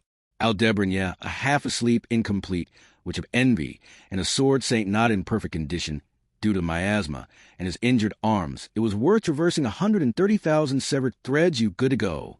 Aldebaran, aside from having a sore throat and being seriously low on mana for a mana-tank dragon husk, flying away from the sand sea shouldn't be a problem. Aldebaran, excellent. As for what happened while you were sleeping, I don't know. Be better to sync you up later for now. Let's go. The moment he attempted to stand up, something came flying in from afar with tremendous vigor, aiming at Aldebaran's legs, which Aldebaran promptly swept away with its tail. Deflected, what rolled upon the sand was merely a small pebble. Likely, it was something that Reinhard had fired at Aldebaran as he held back the magic hands of the Witch of Envy. Aldebaran! They're coming one after the other. It might keep going until my eyes can't keep up with them anymore. At the persistent onslaught of tiny pebbles, Aldebaran spread its wings to protect him, leaving Aldebaran to marvel at Reinhard's sense of duty. On top of understanding his role as a savior, he nonetheless devoted his everything into the aspects not encompassed in that role. The sword saint seemed avaricious, even more so than personification, Aldebaran knew, whilst thinking that it was surely due to the influence of someone close to Reinhard. Aldebaran, I told you, you ill win regardless, even if it means losing 100,000 times. Leaving behind words that would never reach Aldebaran, ascended to the sky, once again in the grasp of Aldebaran. Amidst the sand sea of night, the sword saint, holding back the obsession of the Witch of Envy darker than even night, seemed a martyr facing the great tidal wave all by his lonesome. But then again, were the world to be destroyed, this martyr would be the lone person left standing in the aftermath. Aldebaran. Right now, wouldn't it be possible to do a pincer maneuver alongside that and bring down the sword saint? Aldebaran. And what then if Reinhard were to die? Then the lid holding down hell would vanish. We need him to play the part of the lid. Aldebaran, I'm just saying. Aldebaran, it'd be troublesome if he happened to die. From the outset, he had not had even the slightest intention of letting Reinhard die. Only had they not utilized attacks powerful enough to kill, they would not have achieved the feat of injuring him. He had simply recognized that the sword saint was that high of a wall. Aldebaran, don't believe everything will go smoothly, huh? The towering wall, the martyr, who would be left behind in the world, the words he had spoken upon their parting came to mind. Was this perhaps the power of some other divine protection, supposing it? Was possible he had received something like the divine protection of vital spots or the divine protection of weak points and activated at that juncture? Verily, through an unlimited number of attempts, Aldebaran had the power to bring about the results he desired. But despite having such power, Aldebaran, so far in my life, nothing I've ever truly wanted to go well has ever gone well, not a single time. Despite making it through a struggle numbering 132,044, within a heart of one divorced from blessing and curse alike, that sense of defeat did not vanish. Arc 9, Chapter 16, The Complicit. Light novel adaptation, found in Volume 40, Chapter 2, The Complicit, Parts 14. Original web novel chapter complete. Arc 9, Chapter 16, The Complicit, partial human translation, by which Cult Translations, Garkar, partial edited machine translation, by which Cult Translation, original by Gold Kills Beloved. Translation checked by Garkar Vinicka and Regiza complete. The first feeling of that was something akin to having a nightmare whilst fully awake. BBHBHBBBBBBB. A sensation akin to rejecting understanding stemming not from the head but from the soul. A sensation that felt as if what lay before had been severed like a taut thread being cut wholly separated from their current self it was. And yet, while the body accepted it, the soul would not. The nightmare persisted. Something made its way into the body through the mouth that had opened for the purpose of raising a scream, and due to the contents of their body being gorged upon from within, there was an unbearable sense of loss, an impossible sense of finality, an impermissible sense of desecration. The feeling of one's own existence being devoured. Who could possibly endure that? Yellow bile spilled from the corners of their mouth as they convulsed on the cold, hard ground. That dimly lit space of place so incongruous to start a life was testament to the fact that a soul tattered in torment by a never-ending nightmare had already been through this many times before. Why? Such a question was birthed in their mind. Towards outrageousness, towards absurdity, towards unthinkable misfortune, towards reasonless malice, towards unforgivable threats, toward a vicious, cycle, unending a query of for what reason was posed. Why? For what reason must they be made to go through something like this? Had they committed anything evil to such an extent? Was the size of their sin so great as to warrant receiving this punishment? If this erring had been irreversible, then before accreting it to this extent and patching together retribution to the point of drowning in it, it would have been preferable had they been left to start atoning 11. And yet for what reason must it be so? Why? To that unceasing question, you are invited to the witch's tea party. A voice pregnant with such rapture, as of a blessing, as if a curse was spoken. Petra-chan. Petra suddenly lost her balance right before Meili, but the latter hastily supported the former. Having made up her mind, Petra had turned the pages of the black-bound book, the Book of the Dead, and after 5 seconds, she had succeeded in reading it. The atmosphere surrounding her revealed that she had succeeded in its reading. The books of the dead were magical books that allowed one to relive the history of a person who had died. However, there were conditions to reading, hence, it was not possible to read any book, and it was limited to those who had some connection with the person whom the book was about. One must not engage in such a distasteful pastime as endlessly peering into the history of total strangers. Of course, it was debatable whether it was a polite thing to look into the history of someone one was acquainted with. Either way, since Meili had searched for a book of the dead she wanted to see herself, she had no right to question the morality of the matter. What was important was that, judging from Petra's reaction, she fulfilled the requirements for reading that Book of the Dead, a book whose name had been scratched off that had been found in Natsuki Subaru's bag. And then, Meili, Petra-chan, wake up. This isn't good. She's not waking up. She gently tapped Petra's pale cheek, but the girl whose eyes were closed did not seem to be waking up. She had either fainted, was in a trance, or had fallen unconscious. Stirred by Meili's concern, the crimson scorpion on her head began to busily snap its pincers, as if trying to wake Petra up. Of course, it was to no avail. Anyone who read a Book of the Dead would have someone's entire life stuffed into their head. The mental strain must have been considerable. Flam mentioned that Ezo would apparently put in so much effort as to read. More than 10 books on his first reading, had foamed at the mouth, urinated, and passed out. Fortunately, Petra did not appear to be suffering in a way that would damage her maidenly dignity. Petra, HK. The unconscious girl's expression was one of agony or distress, with pain breathing that made it seem as if she were suffering from a high fever. Meili, Petra-chan, just whose memories did you see? At the Book of the Dead that had fallen from Petra's hand, and with her outstretched foot, she kicked the book on the floor away. Although the spine was facing away, it would be a problem if Meili were to accidentally see the contents and collapse. Like Petra, not many people shared the same commonality with Meili and Petra as to be affected by that Book of the Dead. Meili, it couldn't be Elsa's, could it? The only dead person in common between Meili and Petra was Elsa Granhirt, her face flashing in Meili's mind. Considering the purpose of this journey, it would not have been a surprise if Subaru, after he found Elsa's Book of the Dead, had hidden it in his bag so that it would not fall into Meili's hands. But however, Meili, whom I guess so, owned knives and wouldn't scratch off the spine to hide it from me. In response to the protest of the crimson scorpion, who swung its long tail from side to side, Meili quietly nodded. This was due to Meili's strong trust in Natsuki Subaru. He had told her that she did not have to forget about Elsa Granhirt. Had he found Elsa's book, he would have been worried and hesitant, but would in the end have informed her about the book. Even his hesitation would not be for himself, but out of concern for Meili and Elsa. So this must have been someone else's Book of the Dead. Meili. The crimson scorpion on Meili's head suddenly stiffened, to which she slowly raised her head. It changed its direction on top of Meili's head, the crimson scorpion's red compound eyes fixed on an empty space on the wall of the tower, sending a shiver down Meili's spine as she came to realize this fact. It was a kind of premonition, and not a good one at that. Sensing a slight change in the air, Meili and the crimson scorpion felt an unpleasant presence outside the tower in the distance beyond the sand dunes. Meili, this is it can't be.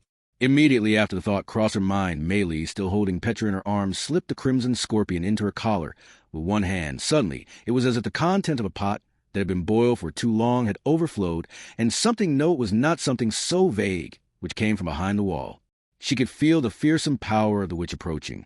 That thing from before which had been able to send Natsuki Subaru and Rem all the way to the Southern Empire was coming. Meili, this isn't funny. At that time, the divine dragon Volcanica at the top of the tower had fought off the witch's power. However, at this moment, the divine dragon had inexplicably left the tower with Al, and no one could do anything about it. She could not imagine that without the divine dragon, the outcome would be as cute as being sent somewhere else by the witch's power. In other words, Meili, is this the end? While heaving a sigh at the prospect of sudden and unexpected demise, Meili muttered so. With that sigh which seemed to acknowledge her hopeless reality, Meili felt lethargy akin to a burden leaving her shoulders still. Held in her embrace, she realized was Petra, Unconsciously, she was trying to protect Petra against the power of the witch. Meili Onaizen, you idiot. As to why Meili had spoken those abusive words, even she did not know. However, as if to block out her own weak voice, Meili covered Petra's body with her own. This flimsy shield of flesh would offer no kind of protection. She felt regret that she had not eaten more meat. Immediately after that, just before the witch's power reached the tower, something intervened. Meili, as it was, the events beyond the wall were unknown. However, light and sound cut through the thick walls of the tower, blowing Meili and Petra on the inside to the back of the room. Meili, with a scream, Meili's body was pressed against the wall and floor while still holding Petra. Fortunately, they happened to be close to the wall and lying on the floor. Were that not the case, they might have been knocked against the wall, incurring increased pain and injuries. Even so, their hair and clothes had been disheveled, and the room was in a terrible state with their luggage scattered around. However, by a miracle, it seemed that Meili and Petra had not suffered any serious injuries. Meili, what happened? Petra-sama, Milo-sama, are you safe? Blinking with bleary eyes, Meili sat up. Petra, limp in her arms, remained motionless with her eyes closed. Immediately after confirming their safety, Flam rushed into the room in a panic. Flam, who had carried Garfield and Ezo down to the lower floors before Meili and Petra had discovered the Book of the Dead, lowered the corners of her eyes slightly upon sighting them, then quickly becoming serious. Flam, that is a young master. He is holding it back. Meili, hold back? What does that mean? Flam, it is. Meili, it is the Witch of Envy, right? That name was mentioned, and Flam's face went distinctly pale. Despite being betrayed by Al and knowing that even the divine dragon had turned against him, she had not been this shaken up. Before seeing the evident fear in her eyes at the name, Meili apologized with him sorry. It was a natural reaction. Meili could only remain somewhat calm, because this was the second time. For most people, just the mere sensation of the existence of the Witch of Envy would be enough to make one's blood run cold and render them unable to move.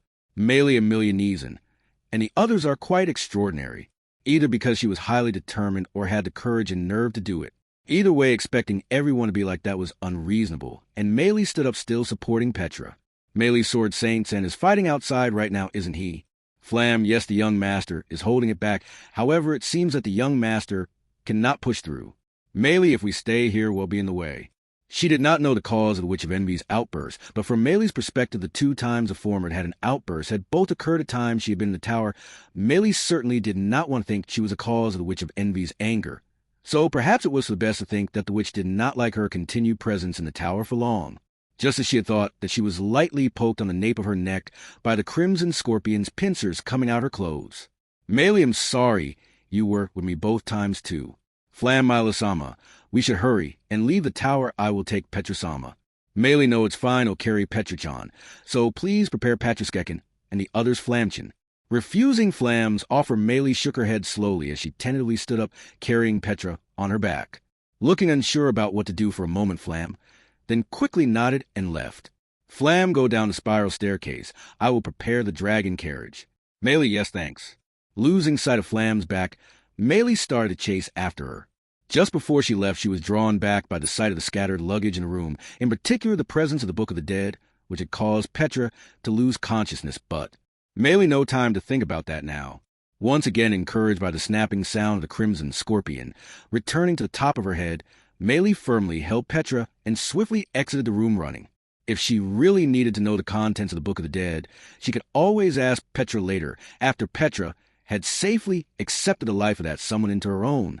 Thinking this, Meili started to run as hard as she could. Petra, now being carried by Meili, let a single tear fall from the corner of her closed eyes framed by her long eyelashes. And then, sorry, I am so sorry, Subaru. A weak, tearful apology spilled out as if it was tearing apart the girl's heart. The heart-trenching plea for forgiveness from the girl's nightmare was drowned out by the aftereffects of the impossible clash between the Sword Saint and the Witch of Envy, and fell on deaf ears. Milk cold, plunking himself down at a seat by the counter, Aldebaran gave his order to the owner of the establishment. In Muriel, of the town closest to the Augria Sand Dunes, this was the one and only tavern. This bar held an ambience reminiscent of the rundown taverns of a typical Western, and no other customers could be found within.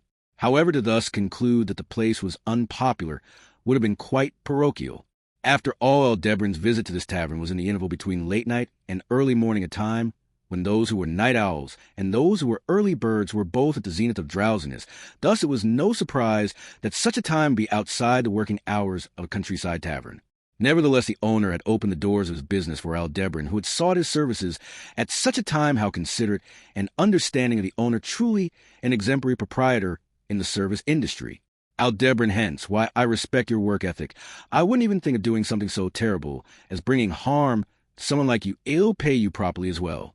Propping his elbow on the counter in a display of poor etiquette, Aldebaran shrugged at the bearded barkeep. The establishment seemed to be used as a residence as well, for the owner had been woken in the dead of night, still wearing his night clothes, but Aldebaran would not criticize him for opening shop in that attire. Rather, his complaint had to do with how the owner had been quite hesitant to get started on fulfilling his order for milk. However, even that. Oh, do I honestly, Adiello, sound like a threat regardless of what you say me? Aldebaran, well, no matter how you look at it, I guess that'd be so, huh? After all, wouldn't a one-armed man with a helmet over his face, suddenly barging in during the dead of night, be reason enough to hesitate in receiving him into one's living room? Aldebaran, and if I had to say what the biggest reason for that was. Speaking from outside the wall was a divine dragon, the being most revered in the kingdom of Lagunica, and rather than being easy to get along with, it had an air to it that was rather like a gangster, so there was no way around it. Of course, there was no way that Aldebaran could fit inside the tavern. So the dragon was made to wait in the street outside, somewhat cramped, though it was doubtful that would do anything to bring peace of mind to the shopkeeper. Thus a late-night visit by a suspicious man and the divine dragon. That would be the rough description of the unfortunate incident that the owner of this tavern had come to experience. Shopkeeper, your milk. The owner, who had taken his own sweet time to settle down, had finally brought out the milk in a wooden tankard, having received it with a domo arigato. 12, Al gestured toward the outside of the tavern with a nod. Aldebaran, while you're at it, be it water or milk, or something could you serve in the barrel to my pal, outside, anything, but alcohol, never know what might happen.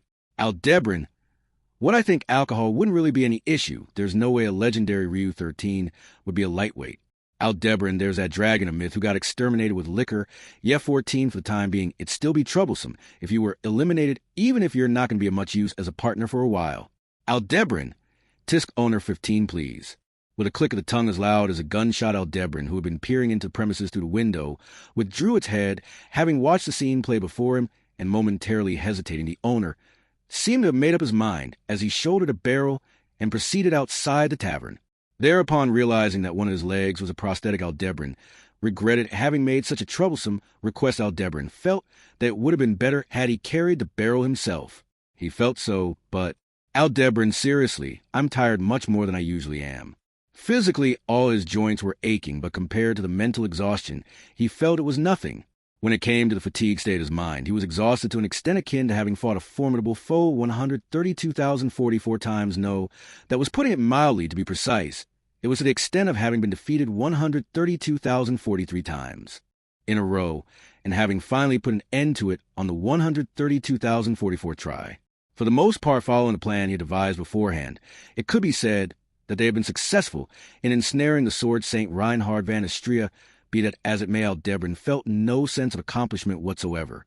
What he did feel was an intense sense of defeat and an overwhelming sense of powerlessness, slightly tinged with Aldebaran relief that we made it through, huh? Despite the fact that both of the two individuals who served the greatest obstacles to Aldebaran's objective had been magnificently immobilized by the fact that all he felt was a feeling of relief when to show how insignificant he was. Of course, the notion that he had magnificently cornered them appeared as naught, but an irony. At the very least, Aldebaran had already wounded everyone at the tower to shreds, including Reinhard, and that count would still rapidly and exponentially increase after this. That utmost critical situation was still underway. Aldebaran, the sword saint, against the Witch of Envy, in the battle of the century. Raising the jaw of his helmet to drink the milk from his tankard, Aldebaran muttered so. In the corner of his vision outside the window where the dragon had withdrawn its head, he could hear and see glimpses of it, the aftershocks of the fierce apocalyptic battle that was unfolding in the sand sea beyond. Flashes of white seemed to cleave to the night above the sea of sand again and again, and as sandstorms visible from afar were being kicked up, the battle roared out with one thunderous clap after another. No matter how unfamiliar one was with battle, no matter how dull their perception, people would instinctively know that this scene was the same as what would unfold on the day of the world's end. That was why, despite the hour this morning gray a time, neither night nor day, the residents of Miriela had gotten out of bed, went outside, and stared across the sand sea in a daze. Aldebaran, even as the sun rose to mark the beginning of a new day, that battle would not come to a cease. As long as they did not decide to give up somewhere along the way, the people would end up spectating that battle for eternity. However, he felt like, without some kind of impetus, the residents would just remain standing here. It was not as if they lacked a sense of crisis, or felt that it was unrelated to them. It was only that when awash in light of a caliber that far exceeded their capacity, people were invariably dazzled. And thus, once dazzled, they would be unable to walk away in fear of danger. Consequently, in many cases, the dazzled followed the voice and traces of the light that dazzled them. Blindly, as if moths to a flame, they would be drawn towards that blindingly dazzling light. That was why the reason to blame for the people standing motionlessly was. While he's seeing it up close, it really is a dragon, to be honest. I couldn't really tell for sure until I got up this close. The fierce atmosphere, reminiscent of the midst of war, was abruptly torn asunder by the shrill voice of a young woman. Cheerfully out of place, the voice brimming with youthful enthusiasm could be heard from outside the tavern as Aldebaran was getting drunk on milk. Hearing it, Aldebaran slid off a stool and turned to face the entrance.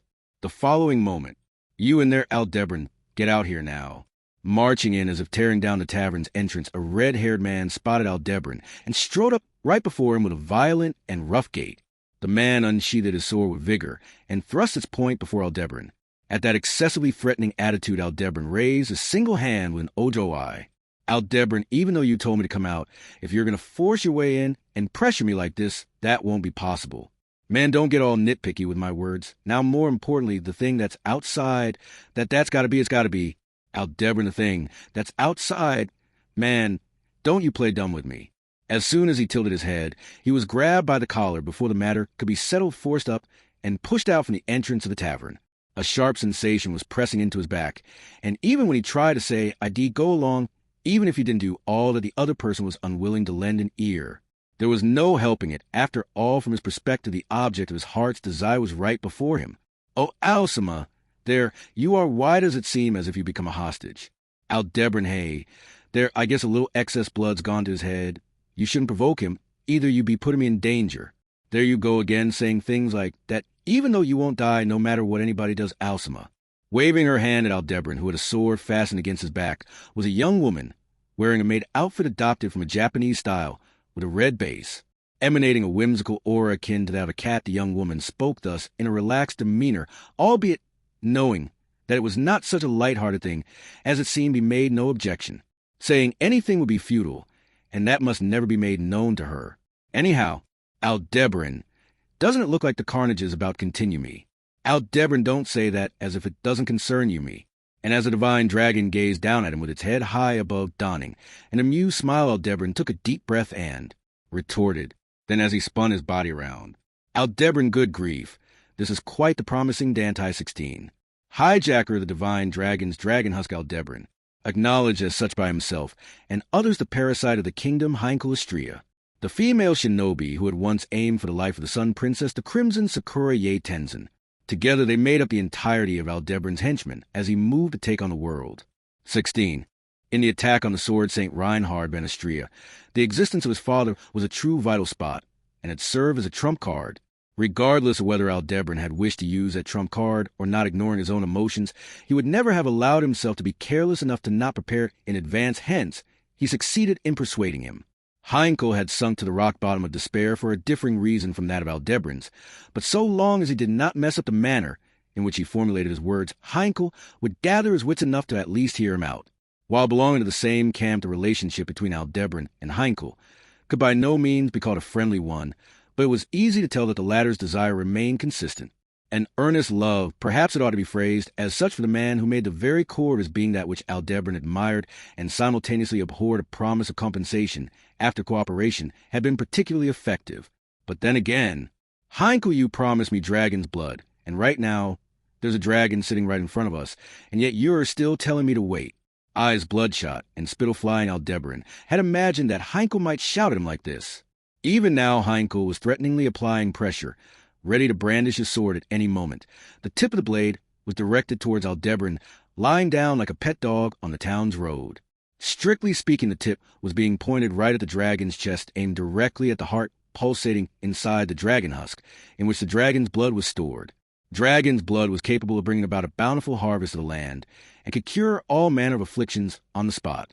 That was a legend passed down since times of yore in the kingdom of Lagunica, said to be one of the 3 treasures that the divine dragon had bestowed upon the kingdom at the juncture when the 3 great heroes drove away the Witch of Envy. It was the last drops of heart's blood spilled upon the final pulse of a mighty dragon's heart, and now that the vast majority of dragons had fled the surface, the means by which to procure the substance had been limited to taking up arms in a frontal assault. The potential to obtain that dragon's blood was now directly in front of him. That reality set the soul of Heinkel Istria ablaze, a man who had been chasing a miracle for over a decade. Heinkel, finally Luana, will finally Aldebaran, is that the name of your wife? Heinkel, that's right, my wife. She's been asleep for so long, but with a dragon's blood it should be possible for Luana to wake up. That's why I went along with your shit. Aldebaran, yeah, I'm aware of how you contributed, and ill acknowledge it. Tell you the truth, it was thanks to your insurance that I was able to subdue your son. Heinkel, if that's the case. Rather than a back-and-forth argument, perhaps a more accurate description would be to say that since Heinkel's feelings were so restless, no proper discussion could take place. As he secretly updated his matrix, Aldebaran was about to decide on his next words to see if he could say something to calm Heinkel down. Yay, I'm sorry for interrupting your chat, but there's something I'd like to ask about. Heinkel, what is it made right now? I'm having an important discussion with this guy. Yea, over there toward the sand dunes where there's sparking lights and crackling sounds, is that not maybe your son Heinkel-sama? Heinkel, with hair a color somewhere between pink and vermilion, swaying in a single bob, the young woman, yea, pointed over yonder to the sand sea where the battle raged on, unable to be tipped toward either side. It seemed that Heinkel had been solely focused on the divine dragon of his dreams, and now blinking his blue eyes upon witnessing that fierce bout. Heinkel, what's going on with that the ones fighting over there be? Aldebaran, as you can imagine, the Sword Saint and the Witch of Envy. Heinkel, HK, WWHY, how the hell did it even come to that? Eyes wide in astonishment, Heinkel scowled in the direction of the sand, see where his son clashed with the witch, then his shoulders seemed to tremble in fear, and... Heinkel, this isn't what I signed up for. You were supposed to use me to stop him.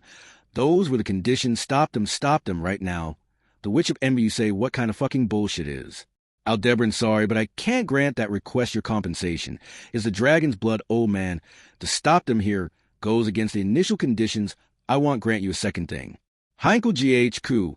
In that case, Aldebaran, in that case. Heinkel, however enraged, he was, his words continued not beyond that point, and Heinkel's eyes dashed about to a dizzying extent. Aldebaran could not view the weakness of Heinkel's was anything but pitiful. Aldebaran felt sorry for Heinkel, stuck with a family beyond his own stature. He, too, was a clay doll that fate fancied toying with. Oblivious to Aldebaran's heart of hearts, Heinkel raised and lowered the tip of his sword many times over. Yea, Heinkel-sama, and no, I really don't want to get entangled in y'all's personal affairs. So could you maybe stop moping around and throwing a hissy fit like that? Unable to just stand there and watch, Ye ended up showering him with a terribly chilly voice. Those words caused Aldebaran to place a hand on his forehead and Heinkel to widen his eyes and glare at her, meeting his gaze head on. Ye smiled as she inclined her head, and unlike the smile on her mouth, her unsmiling eyes fixed their gaze upon Heinkel. Yea, once you decide to do something, it's too late to then complain and waver about it after the fact. If the things you desire are in 2 places, isn't it obvious that you can't reach out a hand when you're already reaching one out the other way? You aren't a kid. Heinkel HK, but hell, always just be a brat no matter what age he is.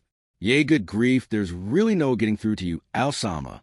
Heinkel had lost all composure, and fed up with him, Yea turned to Aldebaran, understanding the meaning behind that narrowed gaze. Aldebaran shook his head sideways. Yea did not know how to show restraint. Murder was the only method this woman was ever taught. Hence, Aldebaran counting on you, me. Aldebaran, sure thing. The following moment, Aldebaran swung its forearm downwards, slamming into Heinkel as he glared at Ye and knocking him to the ground. With a wow, Ye's eyes widened as she basked in tremendous updraft, and before her eyes a picture was painted of Heinkel buried face down in the ground. Aldebaran, sorry, old man, but I can't give you dragon's blood, yet for the time being it'd be troublesome if the divine dragon's heart were to stop beating.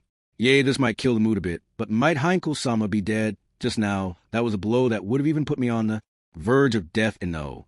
Aldebaran, he won't die restraint, though I may not have shown any. He won't die. For a long time now I've thought that the old man here was unduly sturdy, but I see now. Yea, I haven't properly confirmed it, or anything, but this divine dragon Sama, who speaks an awful lot like Alsama here, how exactly did you manage to pull that off? Aldebaran, it'll tell you later, time is of the essence. Giving such a response to Yea as she sought explanation, Aldebaran squatted down beside where Heinkel had been buried, and was about to return the latter's sword to its sheath. It happened then. Aldebaran, when his outstretched arm was seized by the wrist, Aldebaran's breath caught, and the perpetrator of that act, having taken an unrestrained hit from the dragon, was Heinkel.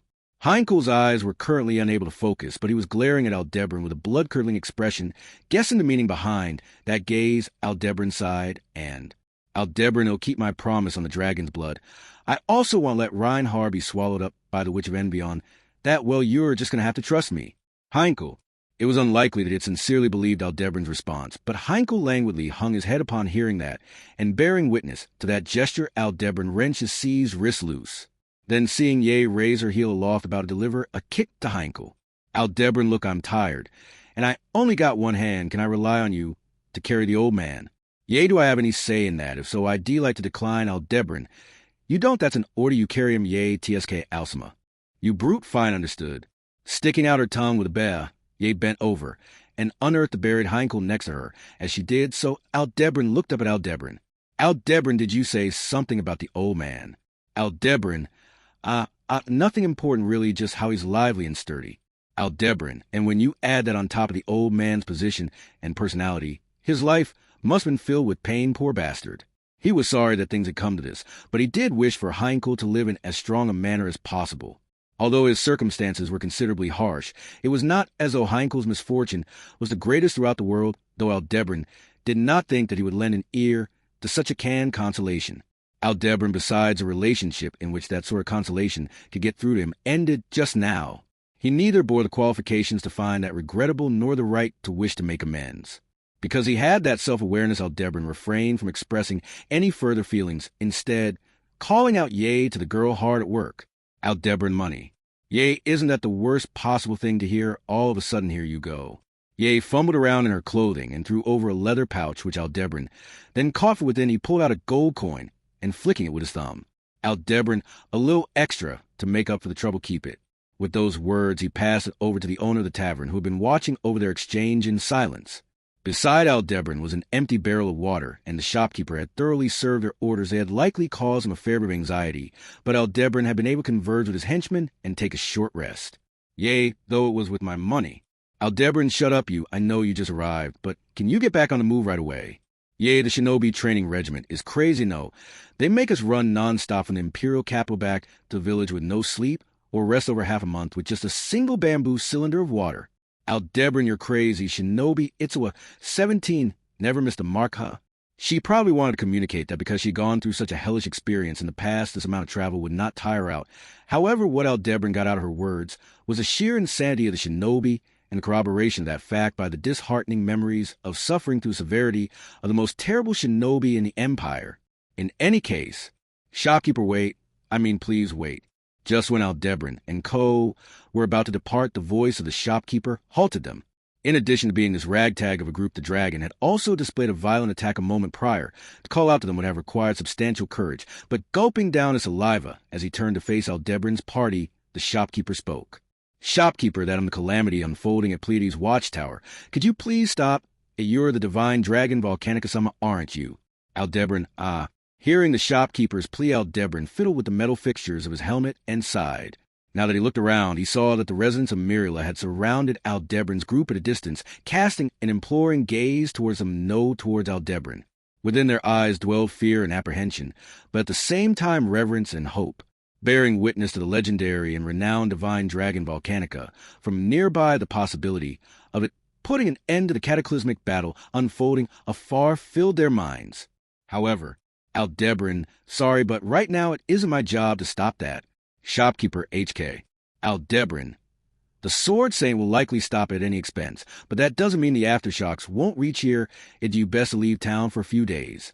Shopkeeper, a few days, that would be how long exactly?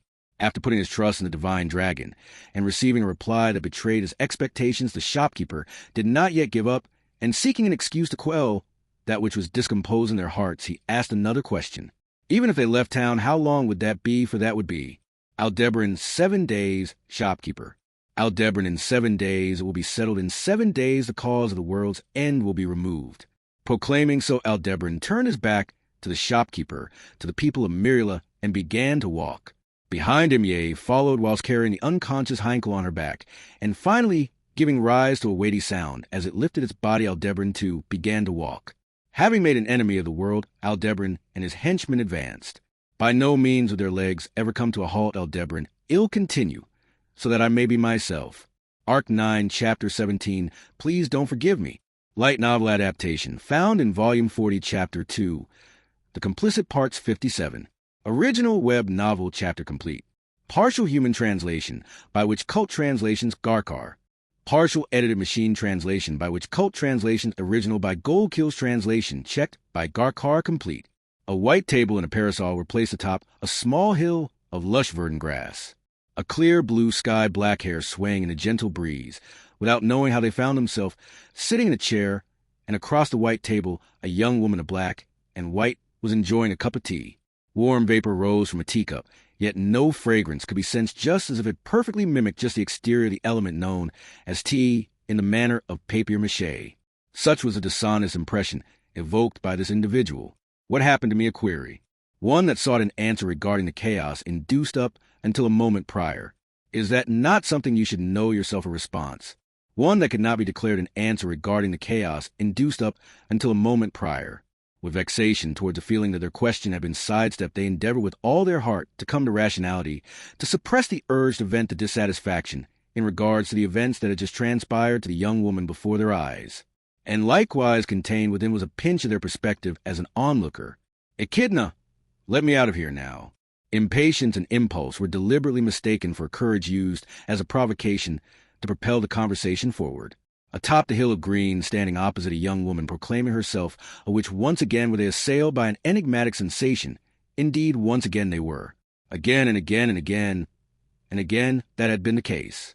Always without fail, no matter the situation, each and every event had been a sequence of the inexplicable and the absurd-faced. With all that they clenched their teeth earnestly, they raised their visage and continued to struggle onward. They had continued to struggle on giving of themselves. Why not try it and see? Please stop. Please, I'm begging you, stop. Don't let them say what comes next. Don't let them say it. Taking action to procure the results one desires is deserving of my respect. I am not going to veer from that opinion. In fact, I believe it is precisely such actions that make life worth living. Please stop. Please stop. I'm begging you, please stop. Stop, stop, stop, stop, stop, stop, stop, stop, stop, stop, stop, stop, stop, stop, stop, stop. Stop. Echidna, I can return by death. Please. Please don't suffer. Please don't cry. Please don't get hurt. Please don't be afraid. Please don't laugh. Please don't forgive. For your inquiry of why. You are qualified and the doors of this tea party are open to you, and by drinking the tea offered by which you are accepted as an honored guest as the host of this tea party, I am obliged to welcome you. Now you may ask away. Please, please, please, please, please, please, please, I'm begging you. I'm begging you, please stop. After all, to agonize a mind in search of an answer is the greatest of bliss to me. I'm begging you, so please, you must not help this person. The troublesome thing about mental exhaustion was that, unlike physical fatigue, it was not visible to the eye. Of course, there were clear indicators such as an inability to think straight, unavoidably heightened irritability, and circles darker than a bottomless swamp appearing underneath the eyes. However, those indicators were physical changes, so ultimately there was not that great of a difference. From physical fatigue, at least that was what Aldebaran had concluded. Mental exhaustion in its truest sense could not be soothed by touch, nor could be healed by magic. That was the sort of thing it was. And what was required in order to recover that worn-out mind was neither words nor relationships. To put it bluntly, what was needed was time. Only time would grant kindness enough to iron out a mind whittled down to a rugged state. That was why Aldebaran re-expand territory, matrix redefinition. In a whisper, after finally settling down, Aldebaran updated his matrix. It was his first time updating the matrix in roughly 6 hours. The ability to prolong his own bodily experience of time as much as he desired without the consequence of real time progressing was the greatest merit of Aldebaran's authority. Within the bounds of his established territory, he could swallow poison to repeat a fixed period of time as often as he wanted, generating the time needed to smoothen out his mind for his battle against Reinhard. Too, he had taken full advantage of this merit to fine-tune the plans he had prepared in advance in order to draw him into them. Aldebaran, though, he did circumvent practically all of them.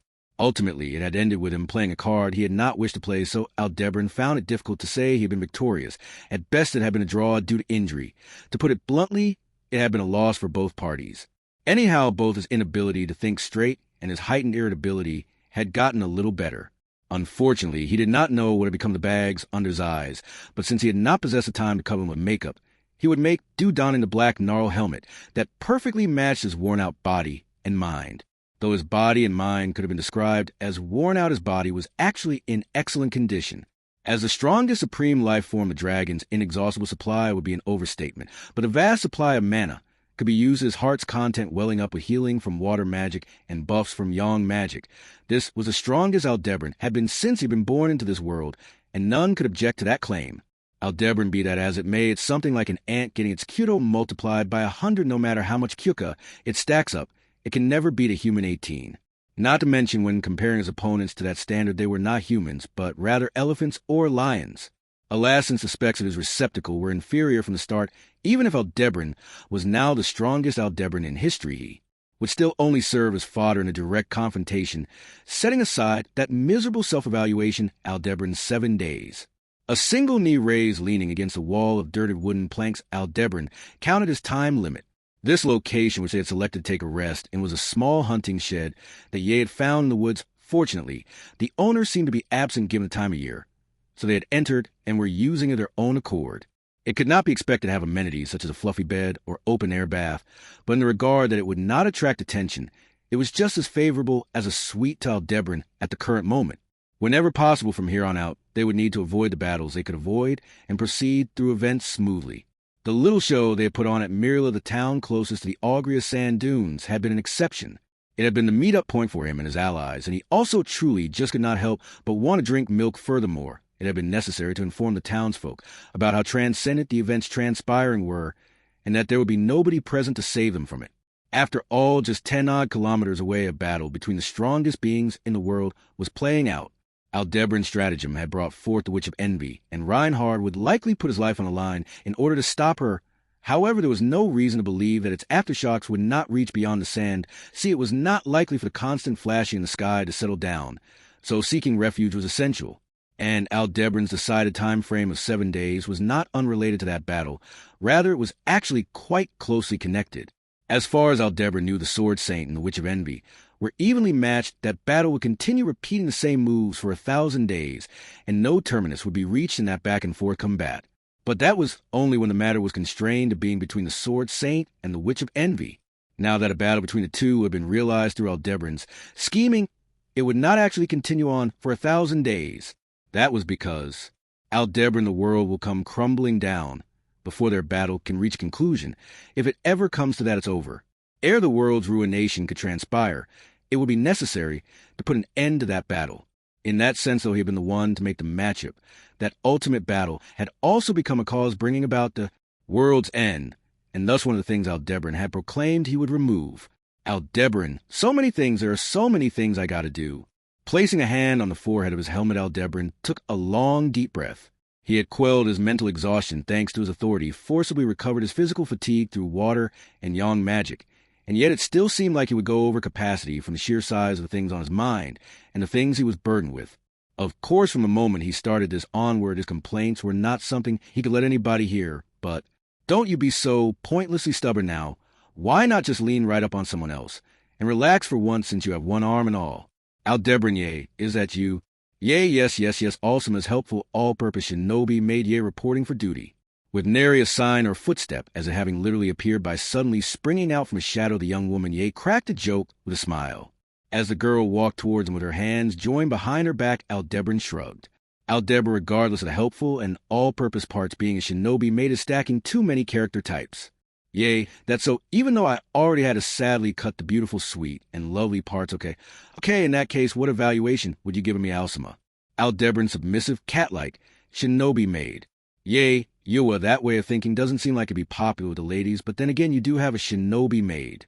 Receiving a rather genuine look of scorn, Aldebaran clicked his tongue with "Shut up, you." He was in the middle of confronting a challenge that required him to earnestly rack his brain.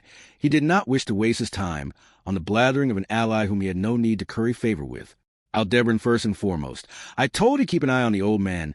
Didn't I also to check the paths that lead out of these woods, maintain vigilance over the vicinity of this hut, and prepare our food? Yeah, don't you think it's like that super black thing you say, that's how you say exploitation. In Alsama's language, right? Right now, this whole thing's super black 19. Aldebaran, you're a helpful all-purpose shinobi made ya put in the work, so as to not tarnish that name. Yea, seriously, Alsama, you're like an Oni and a beast combined into a brute 20. Sticking out her tongue with a bah, yea, talk back without trying to hide her discontent.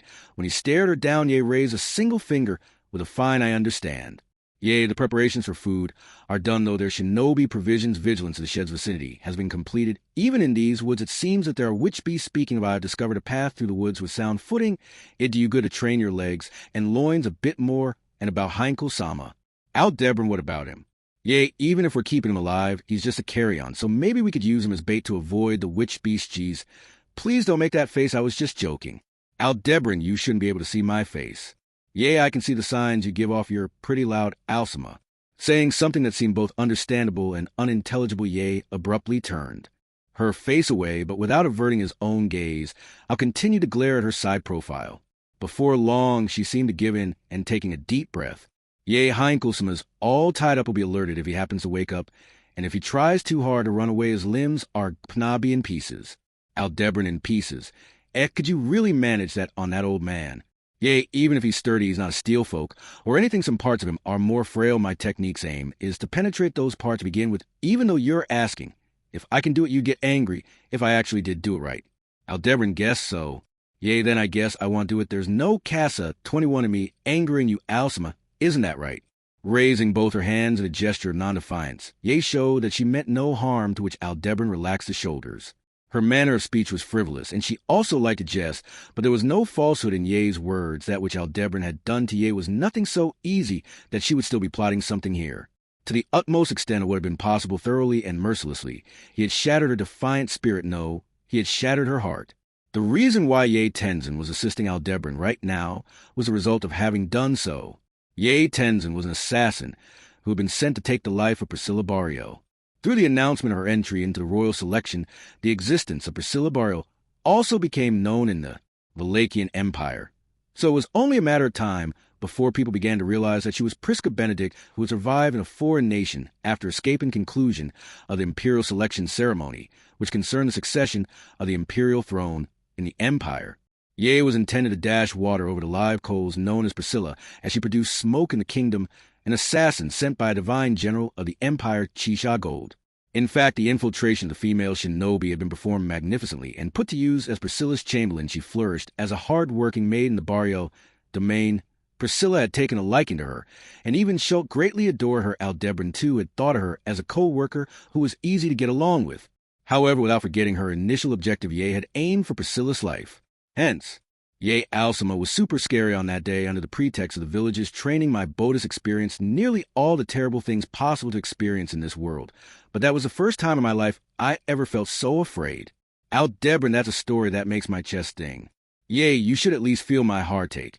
If you felt the way I have ever since that day when I was made the loyal servant of such a scary Alsama, you should be able to bear it just fine. I kept away from a madam and Schulchen subservient to anything you tell me to do, Alsama, even letting you do whatever you please with my body. Aldebaran, I never laid a finger on you, though. Hugging her own slender shoulders, Ye flirted in an attempt to draw sympathy, but Aldebaran rebutted. That statement had gone too far in damaging his reputation, and of course, having been voiced in the absence of any other ears, it was probably some form of pestering or discouragement towards Aldebaran. But Ye gave a flirtatious glance towards Aldebaran as he harbored that impression. Yea, sooner or later, why don't you try touching me without mentioning anything about where you've laid your fingers? You must be awfully fatigued. So, Alsama, I don't mind comforting you in your weakened state, and no. Aldebaran, yea, ho, does this silence perhaps suggest that you are considering it as an option? In that case, I'm going to go get the bed ready before you change your mind. Aldebaran, you got it wrong. I was just pondering over what I should say to shut you up beside you. Yea, what is it? Aldebaran, you yourself said that there would be no meaning in having such a relationship with me, yeah. Pointing his finger at Ye as she produced a bewitching atmosphere, Aldebaran questioned her true intent. Unfortunately, no matter how coquettishly she phrased her invitation, Aldebaran would never go along with it. Aldebaran had spent over 10 years as a gladiator on Gladiator Island, where societal order was at its worst. He was tired of hearing those kinds of sales pitches. Besides, this was not the first time that Ye had tried to seduce Aldebaran, Like this hence, neither was it his first time rejecting her, but as he had caressed her own body in a disappointed manner. Yea, this is also a shinobi weapon, so it's hurtful for it to be dismissed so bluntly. Aldebaran, don't cling to weapons that don't work. Mistaking a means for the end can be a slippery slope. Yea, well, that's quite the reasonable advice. After all, if I could have gotten you to love me, Alcima, then my tomorrow would have been secured forever, but that hope fell apart when the madam died. Aldebaran, yea, that angry look on your face, I can see it and know. As she slightly inclined her head, Ye's words were a sharp blade that wounded Aldebaran's heart. It could not have been without malice. Ye was brimming with intent to wound Aldebaran, and Aldebaran had resigned himself to receive that blade. Neither of them had declared it, but Aldebaran had been intent on protecting Priscilla's life, and Ye had also believed that the madam that Priscilla's life would be secure. Now that the unspoken understanding had been broken, this torment from Ye was a natural punishment. Yea, I won't say that you went back on your word. After all, I never ascertained it through your words. Only since Alcima loved the madam, I thought you would have naturally protected her till the end. Touching her lips, Ye spun words that tore Aldebaran to shreds. In silence, as he tasted the sharpness of that blade, Aldebaran would listen to her next words that was definite retribution he ought to receive. Yea, please don't misunderstand. Alcima am not reproaching you for not having protected the madam, and no. Aldebaran, yea, I quite like the madam, though I did try to kill her. Because of an order, she was classy, intelligent, beautiful, and surprisingly kind. But as she ended up dying, then there's nothing to be done about that. Those who die don't come back, though for some reason it seems like they were brought back in the Empire. Even though he had not shared the details of the events in the Empire until then, Ye brought up the topic of the great disaster, which she must have heard about somewhere, but rather than where she had gotten her hands on that information, Aldebaran's attention was turned to Ye's manner of progressing the conversation, leaving her true intentions unreadable. If Ye had no intent of reproaching Aldebaran, then just what did she intend to accomplish by discussing Priscilla's death and verbally attacking Aldebaran like this? Yea, my words are simply words, and no, Alcima, you're getting hurt by them of your own accord. All I'm doing is holding you accountable. Aldebaran, holding me accountable. Yea, didn't you ask about it yourself, about what my objective was in trying to comfort you? Alcima, well, perhaps your phrasing was a little more crude. Aldebaran, yea, before it was in order to have Alcima love me and thus protect me, but I now understand that it's not an absolute, so my objective has changed from back then. As she spoke, Ye slowly walked right up before Aldebaran and folded her knees, then on eye level with Aldebaran as he sat on the dirty floor. Yea, my goal and my proposal to comfort you now, Alcima, is not a seduction, it's insurance, so to speak. Aldebaran, insurance. Yea, Alcima, it's already begun now, hasn't it? You betrayed those who have treated you well. You've even unleashed the witch of envy to ground the sword. Saint, this can't be stopped, and it'd be a problem to have it stopped. So I can't afford to have you fail, that's why. Pausing her words there, Ye gently reached out a white finger and touched Aldebaran's neck. As the fingertip of a short nail tickled his neck, Ye brought her lips to his ears, so as to whisper, Yea, please accomplish what you set out to do, Alcima. If it's for that purpose, then whether it's my body, my talents, my techniques, or anything else, please make use of them. I will serve to comfort you, be it to rest your mind or vent your anger. Her breathing was feverish, and with no falsehood in the voice that dedicated the entirety of her being, Yea flashed the high canines that could be seen in her mouth, and continued, that was. Yea, then after you've accomplished what you'd set out to do, please die once, and for all, Alcima. If you don't die, I don't think I'll ever feel safe for the rest of my entire life. Saying that in the most horrifyingly coquettish tone. Until then, Ye smiled. That was a reason why Ye Tenzin was assisting Aldebaran, even if it meant making an enemy of the world. Thus Aldebaran himself could also assent to that conclusion. It was something he had known since the beginning. If Aldebaran ever accomplished his goal, all of his actions up until that point would not be forgiven, nor would they be exonerated, much less would they be deemed acceptable or be understood.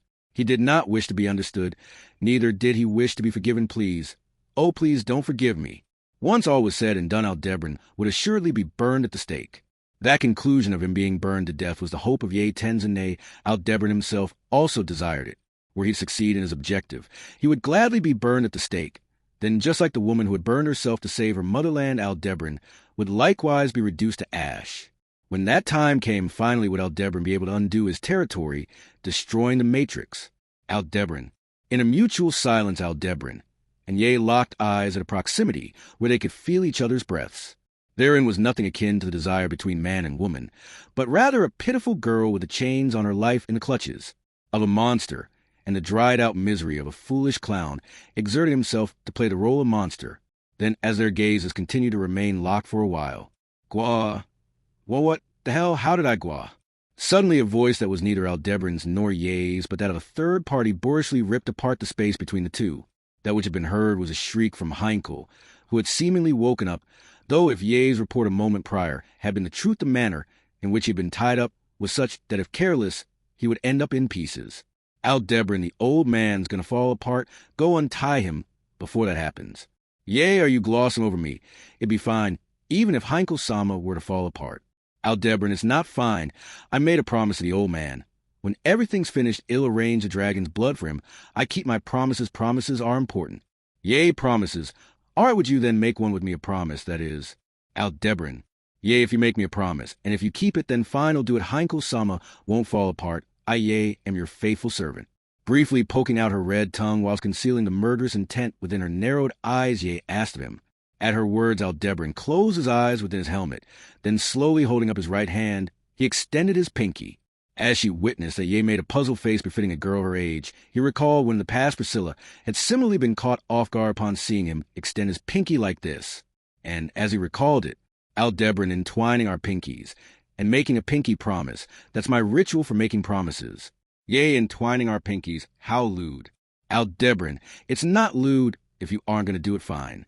Yea, I will have a look-see. Yea-can's pinky and Awesomeness pinky are entwined. Her phrasing had been lascivious, but Aldebran did not mention anything about it. Then with their pinkies entwined, they rocked their hands up and down. Aldebran finger cutting 10,000 fists. If you lie, you have to swallow 1,000 needles. There's a pinky promise. With that he concluded the pinky promise of his own demise.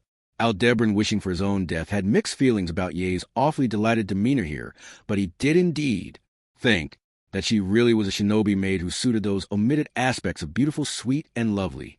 Heinkel, somebody do something, G.U.H. Gagwa. Still the pathetic cries of pain of the neglected Heinkel echoed loudly throughout the woods. Piece of shit, you'll regret this, maid. Please don't use such dirty language, Heinkel-sama. As you can see, we're isolated and short-handed, so we can't afford to waste personnel to keep watch over you, Heinkel-sama. Heinkel, then it would have been fine to just lay me on my side. The nerve you must have to pointlessly tie me up. I just thought that seeing a little blood might calm you down. Isn't it just the cutesy survival tactics of this delicate Yea to ensure that this camp isn't destroyed? Heinkel, why you little? A red line streaked the back of his neck as Heinkel rubbed where the blood had run down. He unconsciously reached down for the sword at his waist, indignant at Ye's talkative demeanor. But when Aldebran spied a dangerous glint in Ye's eye at the same time, he had no choice but to intervene in their interaction. With a wait, Aldebran, Yea, don't instigate, old man. This is how Ye's like, that's all. Heinkel, I don't care by the time I showed up this woman wasn't at the mansion anymore. Yea, yippity yep, Heinkel-sama, and I narrowly mismeet each other at the mansion to think that the replacement of this beautiful and competent Yachin was Heinkel-sama. It must have been quite a Shingai 22 to Shulchin, right? Aldebran, surprisingly Shulchin, got along really well with the old man. Yea, that's really surprising, even though that's not at all the case with your own son. Heinkel, you little Aldebran, Yea. Once again, Yea began to deliberately grate on Heinkel's nerves, and so Aldebran directed a stern gaze her way, but her only response was apologies and a bow with her hands clasped. The two had met for the first time when he approached Heinkel with his plans and had him leave the fortified city in advance to converge with Yea 23, but their chemistry was worse than he ever could have imagined. Regardless of Heinkel not liking Yea, it seemed that Yea was also not considerably fond of Heinkel. To be honest, Yea was unfriendly with Heinkel to an extent uncharacteristic of even herself. Aldebran, sorry, old man, but from here on out, both you and Yea are going to have indispensable roles. I want to tell you to get along, so at least play your part well. So Aldebran gave up on trying to reform Ye's attitude and requested Heinkel to compromise. He was sorry to Heinkel, but so long as he desired a dragon's blood, he could not go against Aldebran's plans or views obediently. He would be put to use. And contrary to Aldebran's expectation that there would be some natural backlash, Heinkel briefly muttered understood. Heinkel, more importantly, were you telling the truth that in 7 days things will be settled?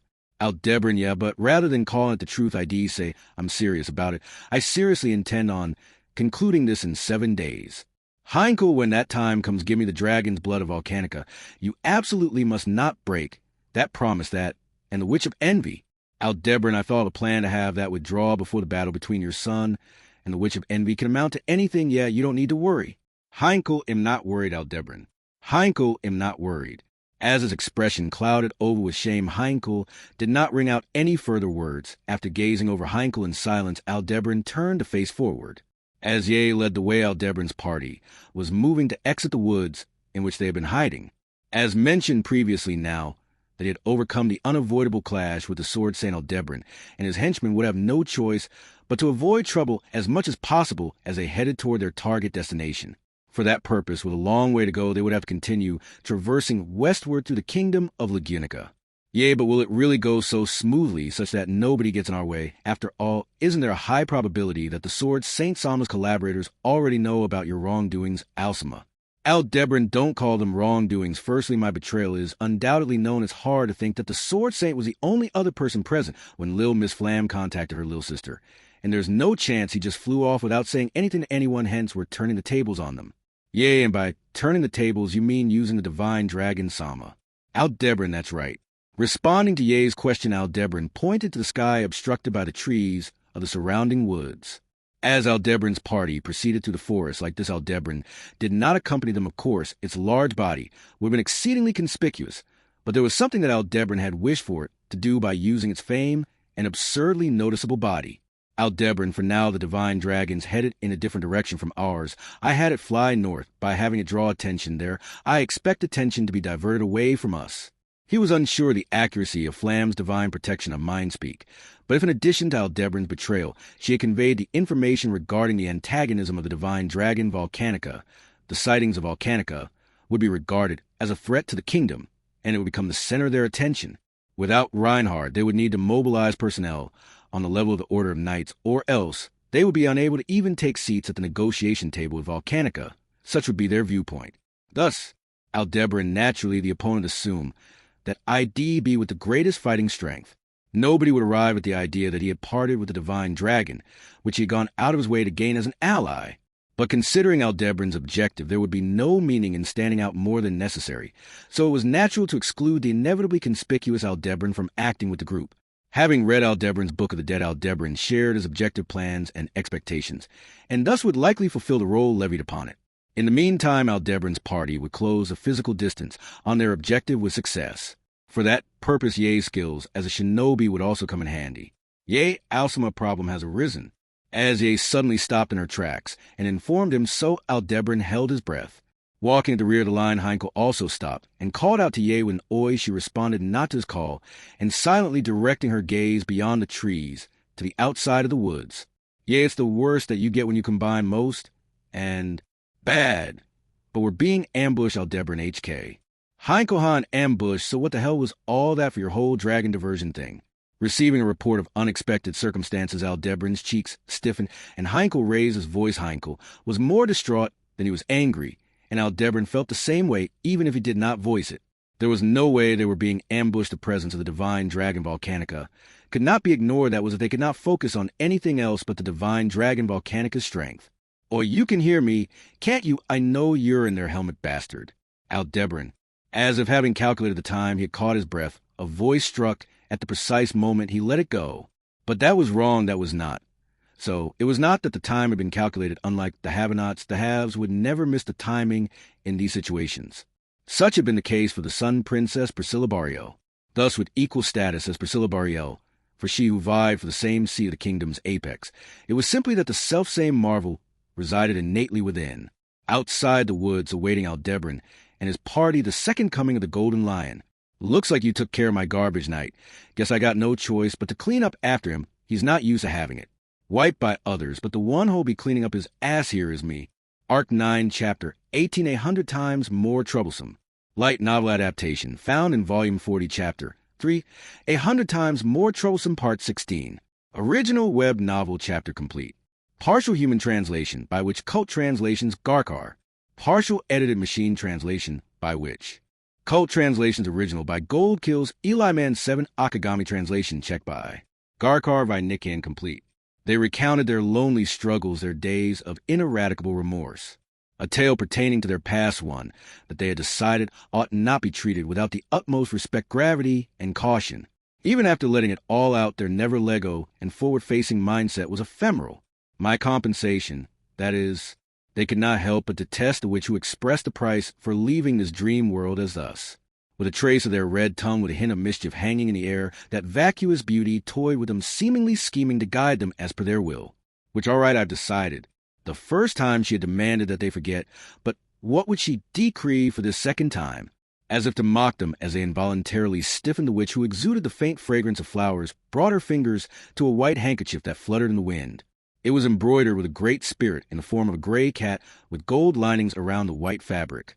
The handkerchief Petra gave me when I left for the sanctuary. To scream out stop until their throat tore itself apart they wished. To scream out stop until their throat tore itself apart, no throat to do so could be found.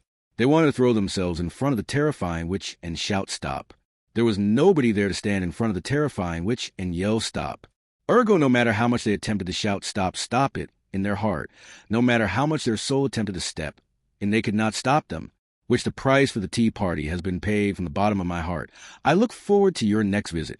The value of the payment was expressed, and a slight sense of relief and happiness grew.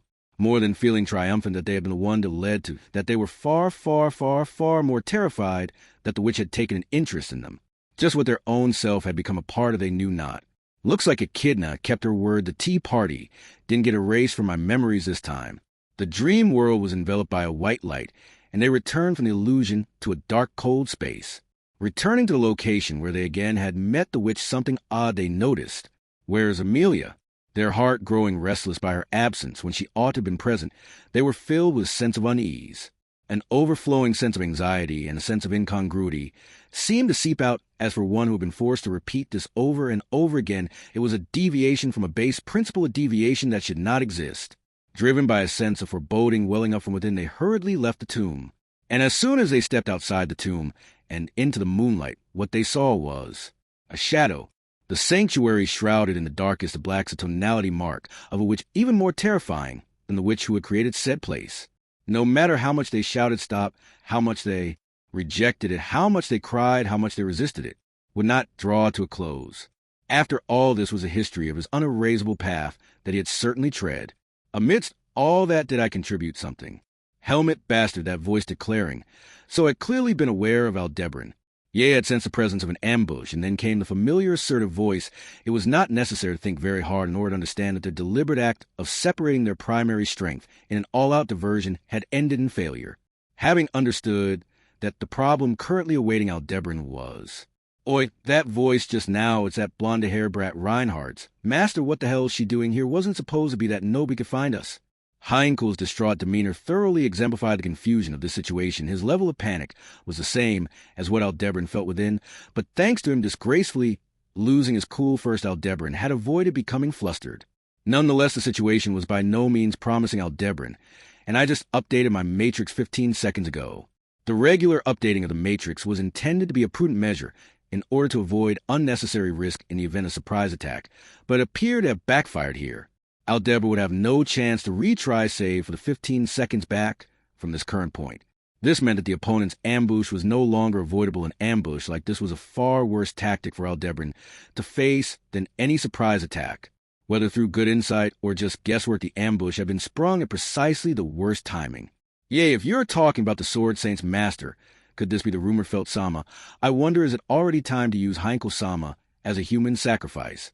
Heinkel HK, if you're trying to get through this by using me as a hostage, he'll get you nowhere. Those guys want nothing more than to have Reinhardt succeed the headship of House Istria.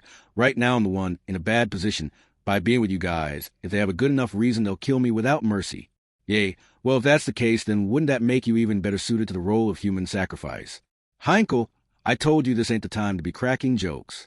Likely she had not been joking, Heinkel yelled back at her, with a dumbfounded look in his eyes, while Ye asked what should we do as she shrugged at Aldebaran. Unlike the two shaken middle-aged men, Ye was calmly reacting to the situation which lay before them. Perhaps being a result of her shinobi training, her well-honed mental strength was admirable for Aldebaran. It seemed to be a state of mind he could never reach, no matter how many millions of times he died. Aldebaran, in any case, there's no point in us sending forth the old man. If what was waiting for them outside the forest truly was felt in her allies, then per Heinkel's grievous acknowledgment, it would be ineffective to use him as a hostage. In fact, if it came to pass that this opportunity was seized to take his life, it would have made quite the punchline, for here rests a beloved and respected Heinkel Istria, to be writ upon his grave. And the reason why naught but pessimistic pictures came to mind was because he lacked the materials to paint an optimistic Picture. Aldebaran, ye, old man, wait, here'll go have a look first. Heinkel WH, are you out of your mind? This woman's a shinobi. Isn't she? If anyone's going out there first, shouldn't it be her you tell him to? Yea, Alsima, that's the best course of action, correct Aldebaran, yeah. He gave that answer as he inclined his chin, and yea, readily withdrew, saying Roger that Heinkel, his face still red with frustration, tried to continue pressing the issue, but, yea, don't be so persistent, Heinkel-sama. You don't need to worry so much who else, but Alsima could come up with an idea like using the Divine Dragon Volcanica, and actually pull it off. There's no way he doesn't have a plan. Heinkel, well, I guess so.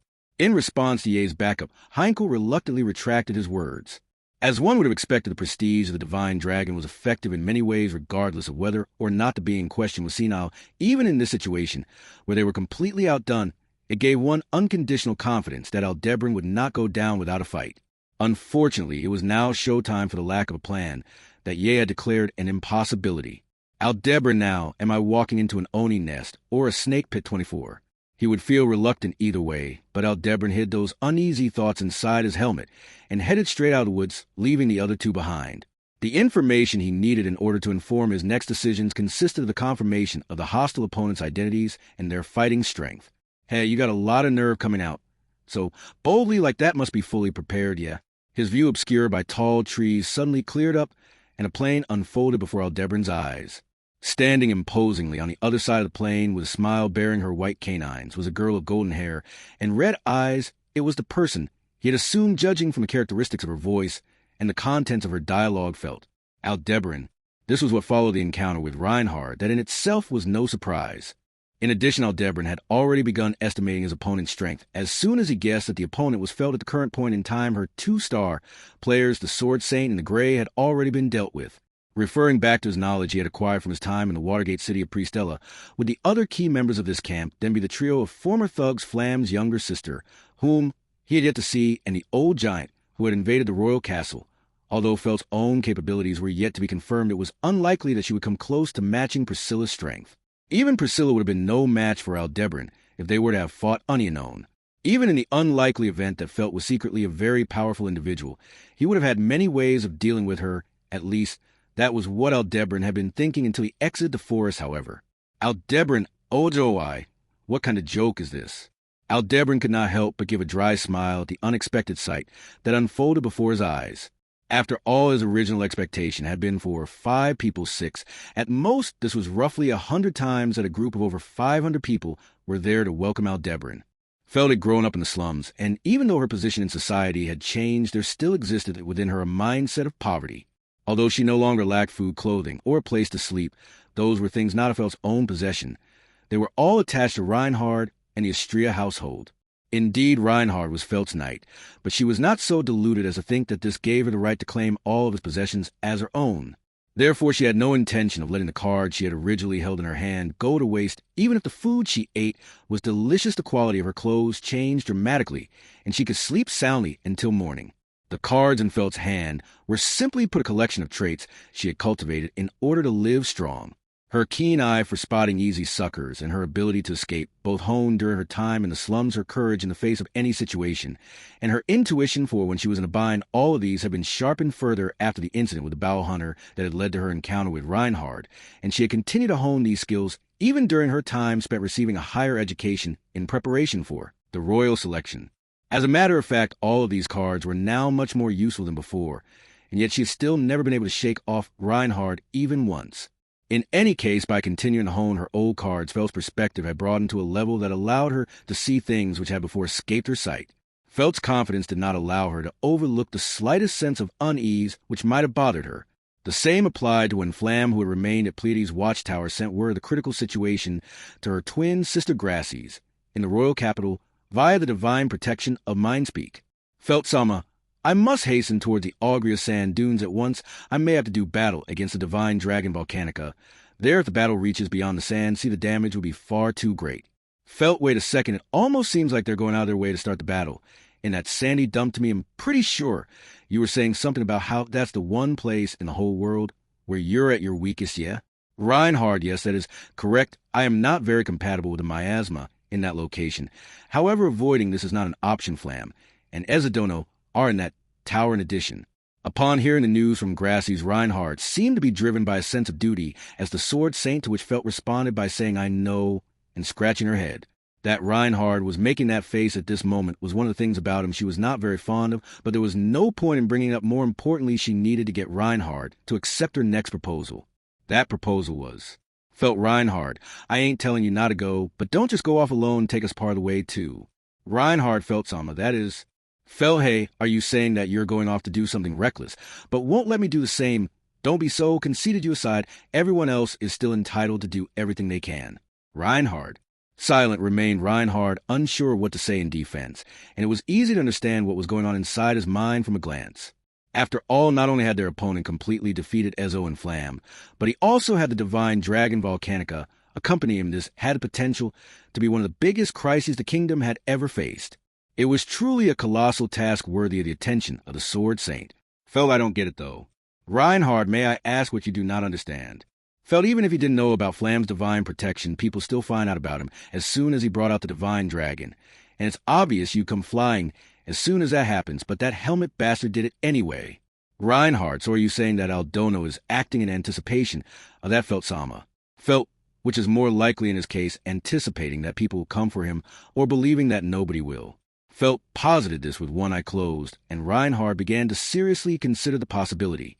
He must have had some sort of measure in place to deal with Reinhardt. In fact, it was quite possible that bringing the divine dragon to the side was a part of it. With the poor conditions of being in the Augrious sand dunes and the presence of the divine dragon, was it still possible for Reinhardt to overcome this? Reinhardt, even if that is the case, even so, I must go. Even if the enemy has taken effective countermeasures, I am the only one who can overcome them. Felt, Reinhardt, don't dodge. Upon giving this order to Reinhardt, the eyes of the red-haired knight, who was kneeling so as to speak to her, widened in surprise, when, as instructed, he did not move, and Felt placed both of her hands on his cheeks. Reinhardt's eyes were fixed on her, sullying his beautiful appearance, which was a cause of much excitement in the streets. Felt, moron, I told you I ain't stopping. Just jump on the opponent's invitation, unleash your ridiculous strength, and go wild. It'll pick up the rest from there. Reinhardt, Bringing her face closer, she said this from a distance, where their noses nearly touched, and just as she was watching his sky-blue eyes shimmer, with surprise the door to the room was violently slammed open. Standing there was a group of familiar faces gasping for breath. Felt, you come back just in time. How'd it go? Ha, this is just insane. Why don't we just use one of our own sturdy dragon carriages that we don't care about breaking milady? You idiot, that ground dragon. I thought we couldn't take Romy with us. The hell's going on Grassy's? Didn't give me any details either. Dragon carriage procurement complete. The trio squeezed through the cramped entrance shoulder to shoulder with a sleepy-eyed Grassy's following behind them. Reinhardt looked around at the crowd of people who had just arrived, and again his eyes widened in amazement. Felt snorted at the sight of that childish expression, one that did not fit his age. Felt, hey, put a little more life into your face. Reinhardt, Felt, some of this is. Felt, don't get ahead of yourself, and start thinking you can do everything on your own. Reinhardt, you can't even hold the hands of all three of them at the same time on your own, and no. She said that while shrugging her shoulders at him, and Reinhardt blinked, his eyes fixated on her. Then he took a deep breath, and quietly letting the emotion in his eyes slowly begin to settle. Reinhardt, yes, I am the Sword Saint, who cannot even hold the hands of all three of them at the same time on my own. Finally, he nodded down in the face of Reinhardt, not just that of the Sword Saint. After that, it was a race against time, as Felt worked Reinhardt as hard as possible. Carrying the dragon carriage that Grassy's and the others had found, Reinhardt went from the royal capital to the Augrious sand dunes in a single flight, sending them to the Astria domain en route. Reinhardt, I am leaving now. Felt, Sama. Felt, go make a show of it, and beat him down 100 times over. Truthfully, even with Reinhardt's divine protection of wind evasion, she had not wanted to experience that emergency trip again, but it had undoubtedly been worthwhile to make the detour. The helmet bastards' counters against Reinhardt, their viciousness, had far exceeded her wildest imaginations. The manifestation of the Witch of Envy in the sand dunes, which she knew was still keeping Reinhardt at a standstill, had occurred shortly after his departure. I think the Witch of Envy, even in my prime, I wouldn't consider it such a method. I didn't know this helmet bastard, but was he really that crazy? Stroking his bald head with his large palm, Ramji sighed heavily at the distant report. Ramji, who had joined them at the estate, was one of the two main strategists of the faction, along with Ezo, who was no longer present. However, upon hearing Ramji's report, Felt shook her head in disagreement. Felt, for what I saw, that helmet bastard wasn't that crazy. His appearance and way of speaking were different, sure, but honestly, He was no worse than that cat-ear guy from Crush Nietzsche Inside, or the black-haired Niken from Emilia Nietzsche Inside. Towards Al, who had caused the situation and turned into an enemy, Felt did not have a particularly good or bad impression. However, like the other knights, she had believed him to possess a strong sense of loyalty to his master despite his frivolous attitude. That was why, Felt when his princess died, maybe he ended up falling into despair. The death of Priscilla Bariel caught in the internal struggle of the Valachian Empire. The unbelievable news delivered to the royal castle of Lagunica naturally had reached Felt's ears as of her presence in the royal capital. To be honest, she had been unable to understand it right away in the moment, and even now she did not feel it in any real sense. That was how full of life Priscilla had been, so far removed from anything related to death. Felt there's no such thing as an immortal human as bystanders we can swallow it like that, but that helmet bastard wasn't like that. But what's his plan if that's the case according to the report from Flam? He said Tabi Kamen the Divine Dragon. But is he planning on dragging the world into a grand suicide? Felt I don't think that's impossible, but to throw everything away, dragging the world with him to mourn Priscilla's death, Felt thought it was unlikely to be such an outburst in that direction. If ALS' goal was such an obvious destruction, which then the biggest obstacle to that would undoubtedly be Reinhard. Yet the helmet bastard didn't team up with the Witch of Envy to kill Reinhard. So at least that means world destruction ain't his goal for now. Feldo, what's this Rakens? Just because Sensei isn't here, you're trying to be the voice of reason. Rakens, don't mock me honestly. If you ask me, I just want to escape and run the Witch of Envy showing up. This is beyond what we can handle. Exaggeratedly flicking his long tongue, Rakens snapped at Felt. Beside him were Gaston and Camberley, who both anxiously agreed with Rakens, saying, yeah. Camberley, yeah. That's right, miss. Even if Reinhard stopped the Witch of Envy, the Divine Dragon's still running wild, right? That's beyond what we can handle. Gaston Felt understands that much right we return to the domain to evacuate the citizens on the off chance that. Felt, yeah, well need to deal with that one too. Gaston, see, like I said, wait, did you say that one too? For a moment, Gaston's eyes twinkled with relief at Felt's response. Seeing his reaction, Felt laughed and nodded, saying, oh, I did. Felt we have to think about the worst case scenario, but we can't make a huge fuss after all you guys are freaking out just because it's a witch. Camberley, of course we are, and you're freaking out too, miss. Ain't you? It's a witch. Felt your girlfriend gets called something similar, doesn't she? Camberley Toto gets called Wicked Temptress, but she's cute in front of me, so it's fine. Rakin stopped fooling around the conversations, getting off track. Interrupting the spitting match between Felt and Camberley, Rakins sharply glared at them as he said, okay, and placed his hand on the map spread out on the tabletop of the thumb. Rakins, we won't get anywhere unless we decide on a course of action. Felt, what's your plan? Camberley, if it's by majority vote, there's no doubt the answer's to run, but we all intend to follow your lead. Seeing Ramji's serious tone, Felt briefly held her breath. Looking around, Rakins had a skeptical look. Gaston's face was grim, and Camberley's legs trembled like a newborn deer, all waiting for Felt's response without arguing. Seriously, when did these guys become so reliable? Felt, that's been me all along. I really hated it when something bad happened, and people just sat around waiting for someone else to fix it. Ram sighed, such a fiery way of thinking. I wonder who she got that from. Felt, who knows, asked my foster parent, have him think about it. After saying that to her foster parent, who slowly shook his head, Felt stuck her tongue out playfully. Then she turned around with enthusiasm, looking at the group, waiting for her words. And then she declared, Felt, all right, you guys, time to get off your asses. This is someone who made a fool of my Reinhard. No need to hold back on him. So let's crush him. Resolved to fight, Felt and her faction had moved swiftly. Far away at the eastern edge of the world of battle between Reinhard and the Witch of Envy raged on. And Al, the one who had given rise to such a predicament, had left the battlefield, departing the sand sea with Divine Dragon in tow. They had been able to accurately grasp the opponent's movements until that point. The problem was, there had been eyewitness reports that the Divine Dragons going north take that at face value, and you had assumed the helmet bastards gotta be accompanying it. That's to say their destination being the north, but Felt, if that's at face value, you're saying there's a thought pattern that branches another way. Far as I've heard, the helmet bastards' plans were so meticulous that they included countermeasures for even Reinhard. So then why go out his way to stand out at the in town by the exit of the sand dunes? Felt that be to reinforce the impression that he's got a dragon with him, yeah. Indeed, had wanted to give us that impression. After all, ain't the Divine Dragon flying at a height such that people can see it headed north with naked eyes? Though he had prefaced that it might have branched another way, Ramji's conjecture was certainly unexpected. Nearly all affairs had a simple way to interpret them alongside a more twisted way to interpret them, and in the majority of cases, the simplest interpretation would result in the right answer. However, a faint unease had restrained Felt's feelings in this case. Felt deliberately making a show of the dragon going north, but why? Rom naturally its ta conceal his true aims ought to be showing the dragon flying round the card. He played ta distract us. So with the north and east excluded, I presume his destination should lie ta the west or south. Felt the princess died in the empire, the divine dragon opened fire on the empire, would kick off a conflict with that country that's filled with complex relations. Nah, that probably ain't it. If that guess was correct, it would certainly have yielded a great deal of strife between the kingdom and the empire. However, that would have been in striking contradiction to the sovereign letter regarding the future of diplomatic relations between the Valachian Empire and the kingdom of Lagunicus sent back at the time of the news of Priscilla's death. Of course, there was also the possibility that not wanting to get the kingdom involved, it was a simple act of retaliation towards the empire. Felt if that were the case, there wouldn't be much difference to a suicide bombing that drags the entire world down with him. That would mean. Mean what? Felt my guts telling me, Westo, I can't tell if it's straight west-northwest or southwest. If the dragon's a diversion, we can eliminate the possibility of northwest. That narrows it down ta 2 points. All that's left is ta. Felt, yeah, all that's left is 2. Gambling everything on their interpretation, Felt lined up all of her camp's military strength upon the plain.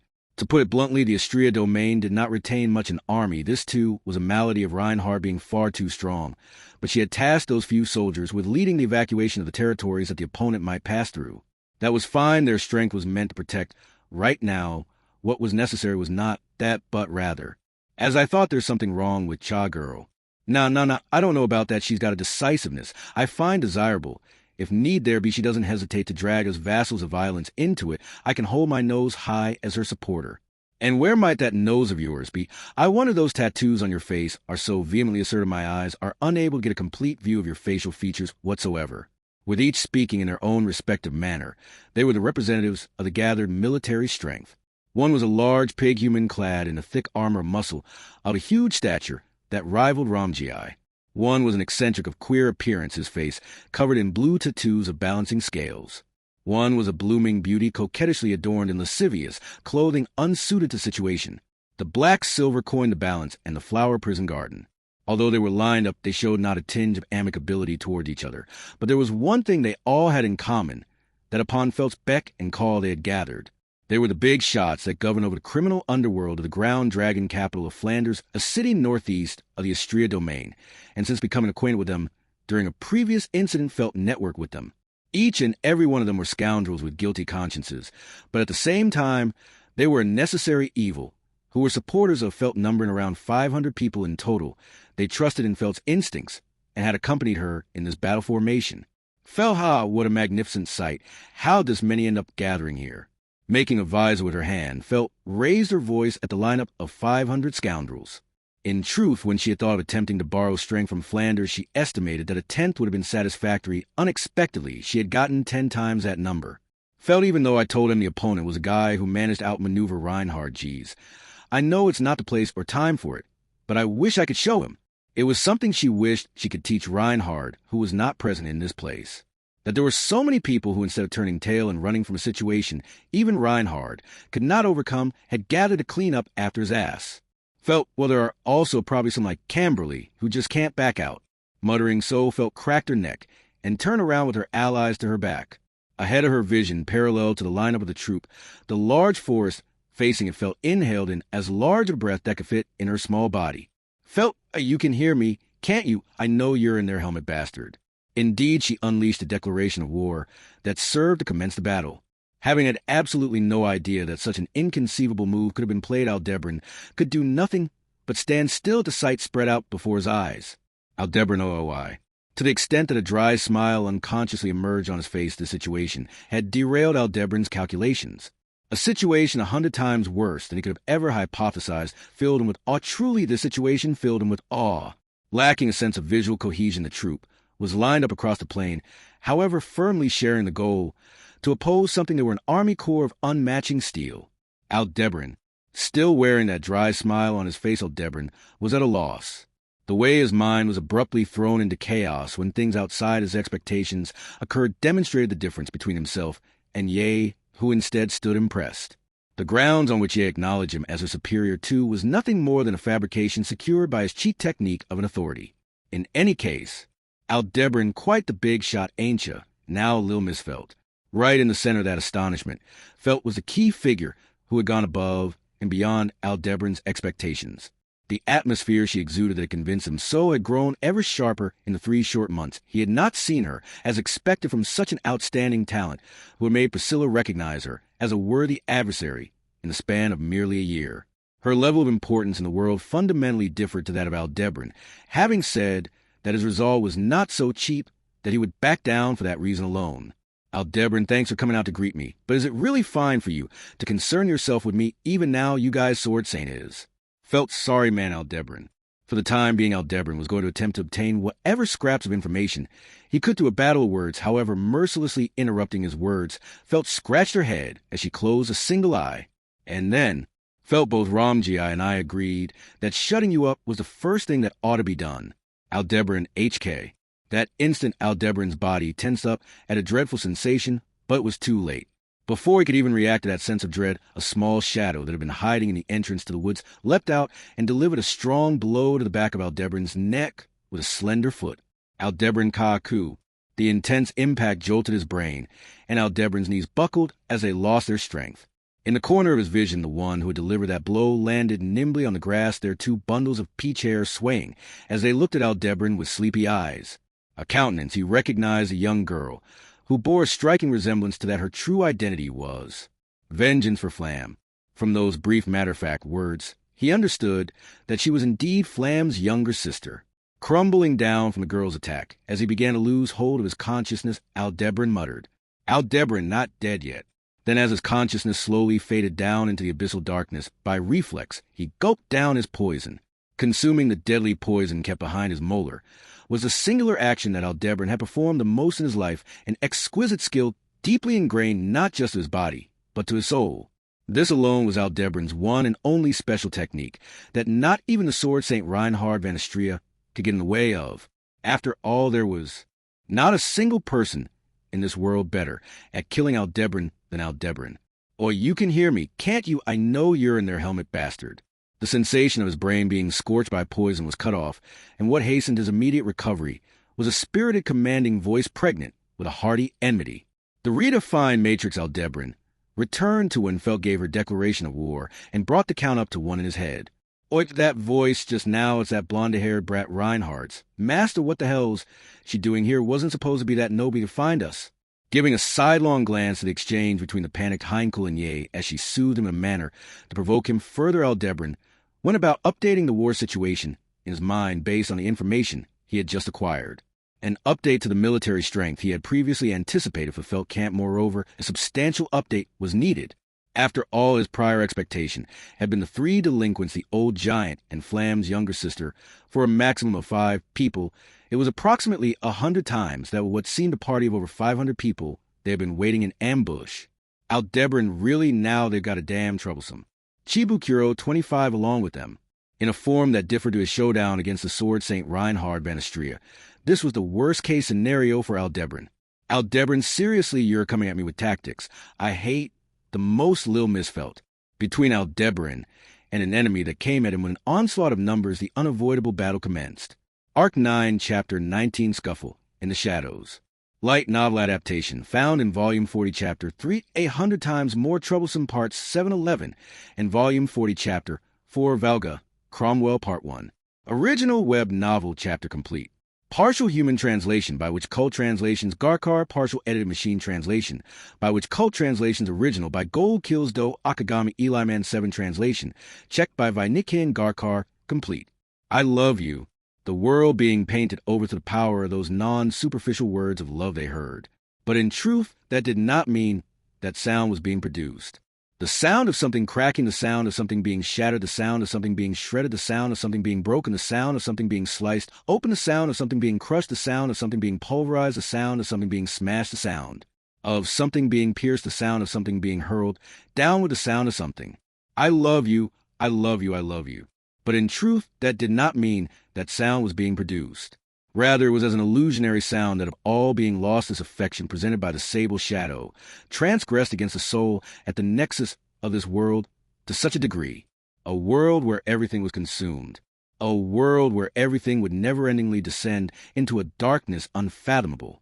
There amidst the deep, seemingly boundless darkness, a soul realized that everything both important and unimportant had been dissolved. And yet, was it because they were weak that they did not wish to admit it? No, it was because they were kind. Was it because they were weak that they could not give up? No, it was because they were kind. Was it because they were weak that they could not refuse love? No, it was because they were kind. I love you, I love you, I love you, I love you. To those whispers of love, they raised their voice, rejecting it with everything they had. But they very much understood, that even rejecting it with everything they had would not be able to turn it away completely. I love you, I love you, I love you, I love you, I love you, I love you, I love you, I love you. There a glimpse of a possibility was caught. With the first, second, and third places in that person's heart having been taken, entirely a glimpse would still be attainable nonetheless. For the cowardly, for the despicable love that sought to take advantage of this, they felt no sympathy. The consequence of such conceit was inevitably, I love you, love me.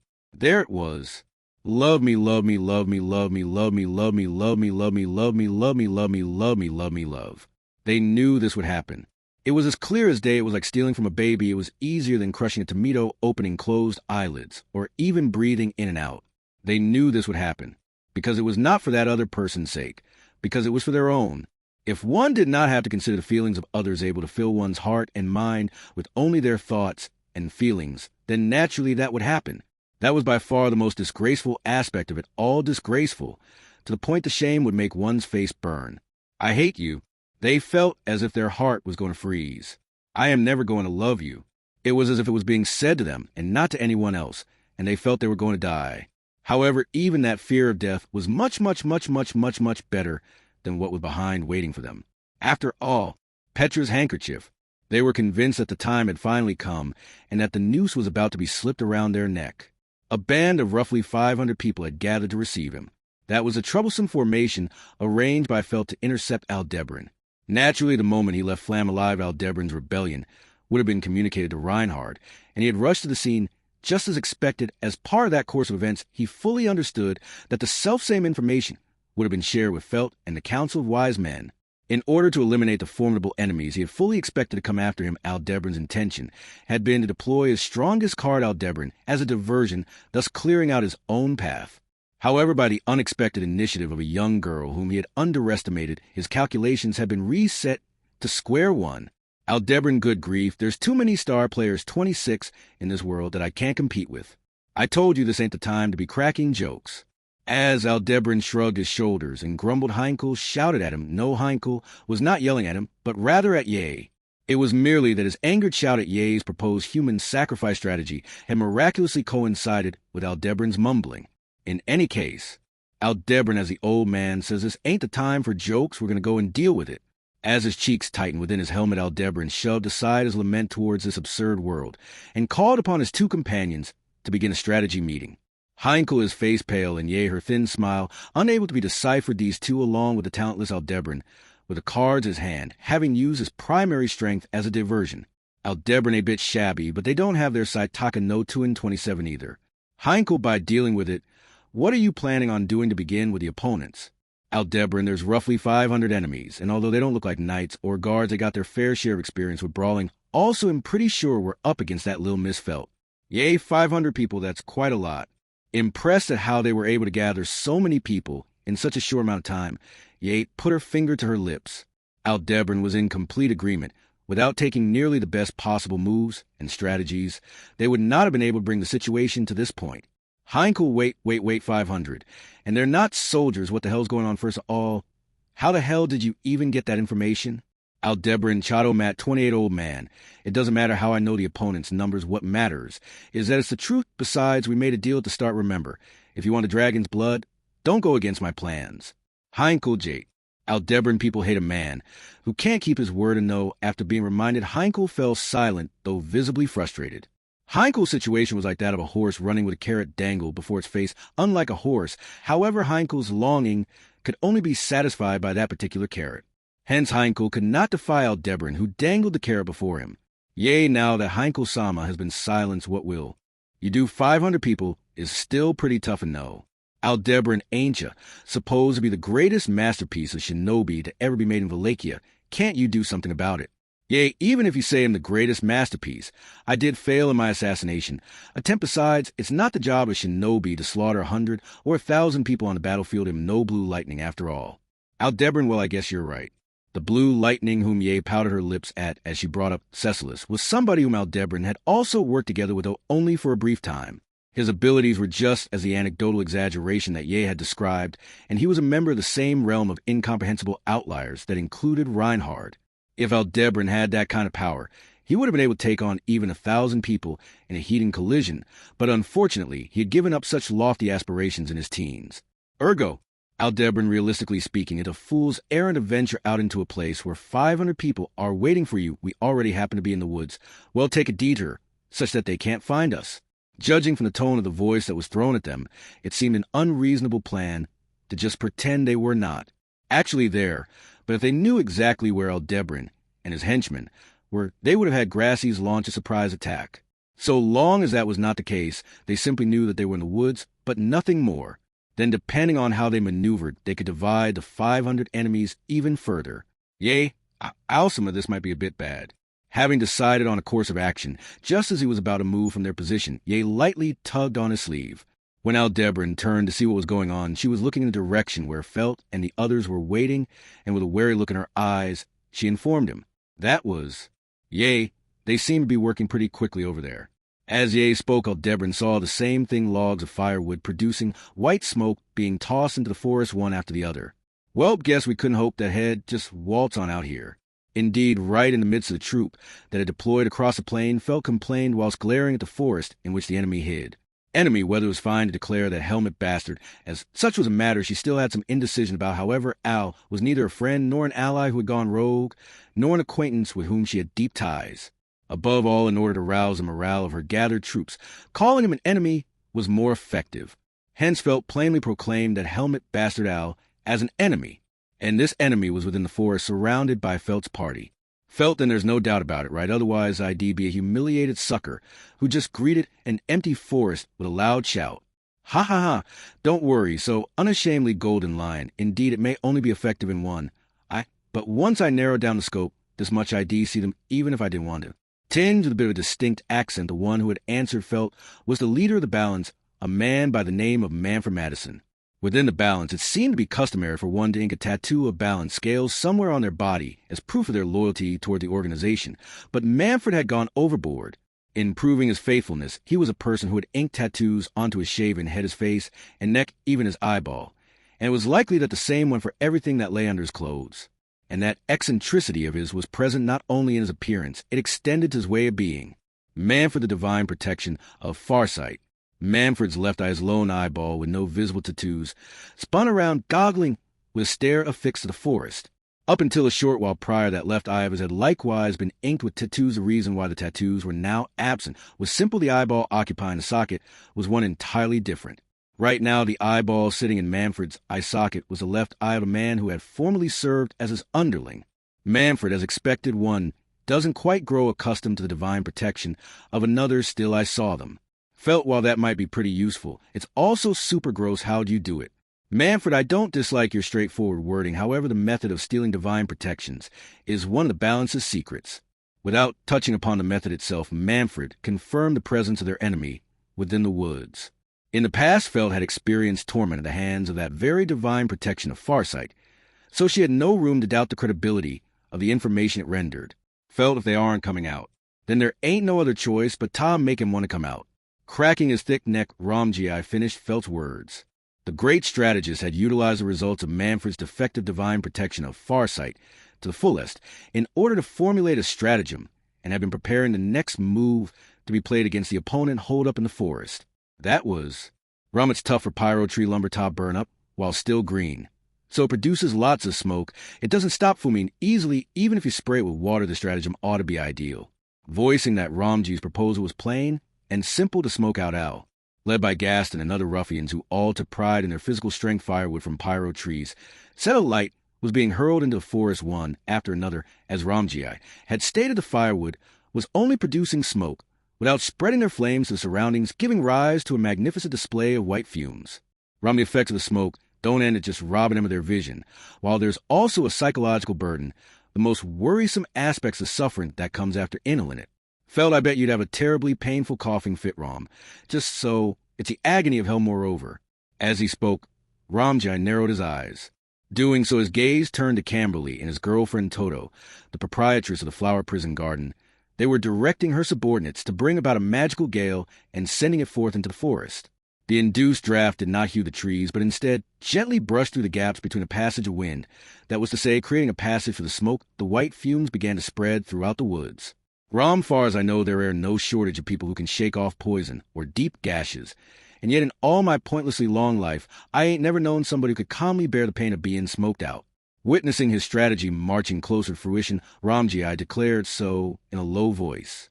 While that rang pleasantly within Felt's ears, she once again got a keen sense that her foster parent was preeminent with absurdly dangerous knowledge. What Ramji had done in his past, Felt did not know. Only she understood that it was not something that could be spoken of proudly, and that Ramji himself was ashamed of that past. That was why, until Ramji decided to speak of it willingly, Felt would not pry. Without prying, this was all she would say. Felt, how'd you like that? My Ramji's quite the formidable one, you know. Smoke. The firewood thrown in, as he bore witness to it, giving rise to white smoke slowly encroaching to the forest, Aldebaran was astounded at his opponent's unpleasant response. Being surrounded by a large number of people was already the worst, but this just stacked a whole new level of worse on top of that. Heinkel, those shitheads, they live fire, they're trying to burn us to death. Yea, please calm down. An incendiary attack would leave them unable to confirm the corpses, and it'd be quite possible for them to get caught up in it, as well when you combine foolish and strategy, you get a bad plan. Heinkel, our opponent, might have just enacted that bad plan. She's a brat from the slums, you know. Their kind doesn't bother to think ahead. Yea, geez, Alcima. Aldebaran got it, old man. Just shut up for a sec. With what little composure he had left smoked away by the fumes, Heinkel panicked, leaving Aldebaran to forcibly silence him with reprimand. Due to his desire for the dragon's blood, Heinkel could not disobey Aldebaran, be that as it made the turmoil that came with being driven into a corner. Probably could not be treated the same way as complaints or objections. Aldebaran, I agree with ye. This is an incendiary attack. More likely they're aiming to attack us with smoke. Unfortunately, I've got no way to endure smoke assault. Yea, how about you? Yea, you're asking if I can endure the smoke. No dice. I may have anti-torture measures and a built-up resistance to poison, but no amount of training can stop a person from becoming teary-eyed and coughing when inhaling smoke. And no. Aldebaran sounds about right, and so no choice but to run from the smoke. In order to avoid being smoked to death, they could reach no other conclusion. The only problem was that was exactly what the opponent wanted them to do naturally. It was human instinct to flee from any danger before one's eyes, be it fire or smoke. And thus the artificial wind that had come blowing their way alongside the smoke was an untouchable hunter aiming to smoke Aldebaran's party out. Aldebaran, I underestimated them, thinking that even with 500, they wouldn't be able to surround the whole forest. Smoke for flushing them out, and a draft to guide that smoke. With just that then, whether it be a small force such as Aldebaran's, or even a military host of certain size, it would be possible to force them to a desired position. In doing so, Felt they completely surrounded a forest that could not be fully encircled by 500 people. Aldebaran, or rather was it the Chibukuro of the group piece of shit, they've really got us here. Clicking his tongue bitterly, Aldebaran pictured a map of the world in his head. His destination was still far, far to the west from here, having already used up 1 day for rest, and traversal of the time limit had shrunk from 7 days to 6. He could not afford to get tripped up more than necessary against Felt here, dealing with a drawn-out battle. Yea, Alcima. Aldebaran, HK, yea, point us the way the wind's flowing, old man, follow ye's directions, and charge straight ahead, chop down any trees that stand in the way. Heinkel got it. Yea, I can't hear you, Heinkel, I got it. Overwhelmed by Aldebaran's quick instructions, Heinkel cried out in desperation. Then, in accordance with Ye's directions, Heinkel quite literally cleared a path forward, with his unsheathed sword following after his sturdy back. Aldebaran plunged into deep deliberation. After moving a great distance, it would become necessary to re-establish his territory. However, updating his matrix would mean losing the option to return before the smoke gambit was enacted. At the very least, when Aldebaran had willingly exited the forest, Felt had not gone forth with the strategy of smoking them out of course. In that case, it would have ended up being a heating collision with 500 people. Aldebaran, which path would be better? Ultimately, Aldebaran's victory was guaranteed. He had restrained the sword Saint Reinhard van Astria and had neutralized Natsuki Subaru. Not a single person in this world would be able to defeat Aldebaran. Thus Aldebran's victory was an absolute. So what did he seek outside of victory? To accomplish that objective outside of victory, which path would have the highest potential? Yea, Alsama Heinkel-sama will die if you let him go by himself and no.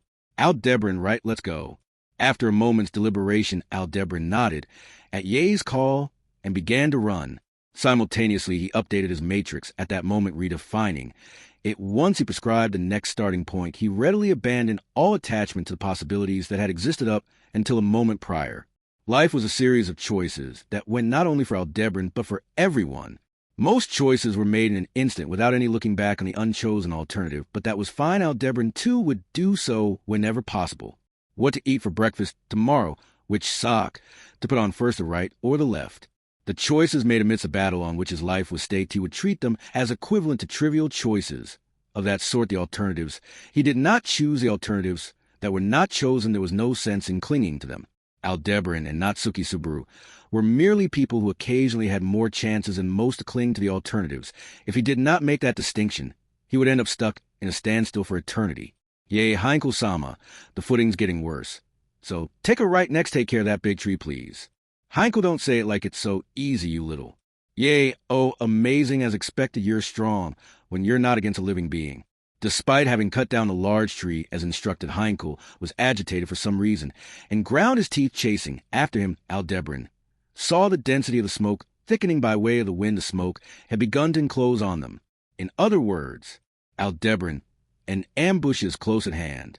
Commanding the ambush unit, Rakins was positioning his battle formation at an exit of the forest. In all honesty, he was filled with the urge to scream that he had been assigned a duty far beyond his capabilities. In the first place, the mere fact that Rakins' life had somehow intersected with things such as a sword saint, the divine dragon, the witch of envy, and so on felt like a nightmare to him. Rakins, God fucking damn it, where the hell did my life take such a messed up turn?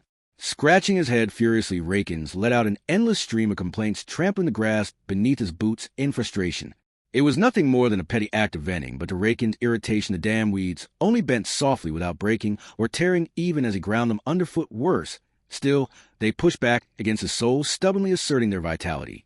They were the very embodiment of weeds, shameless, persistent, unyielding. Among them, Rakins could not help but picture a few familiar faces, prompting a heavy sigh. Before he knew it, he had walked a great distance from where he had started. Yet no matter where the wind scattered their seeds to take root, weeds remained weeds. Their blades might take on a slightly different hue, their stems might grow a little thicker, but a weed would never become a tree or a flower. Rakins fuck sake. So no matter where I end up, I can only ever live the way I know how, huh? Rakins had not been told that by anyone in particular, though he felt like everyone had told him the same thing. And so he clicked his tongue. However, unlike his voice from just before, there was no trace of gloom or resentment in that sound. All that remained was a burden of a troublesome task forced upon him, and the resolve to see it through. And with that, just when a certain kind of defiance within him had finally settled. Oi, there's movement.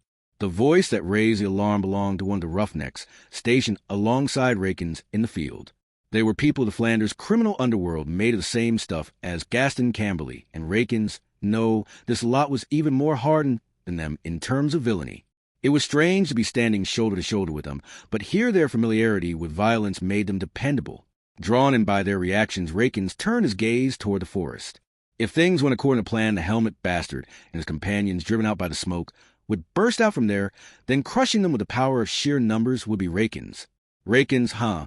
The following moment, it was not the helmet bastard that sprang from the forest, it was a cannonball.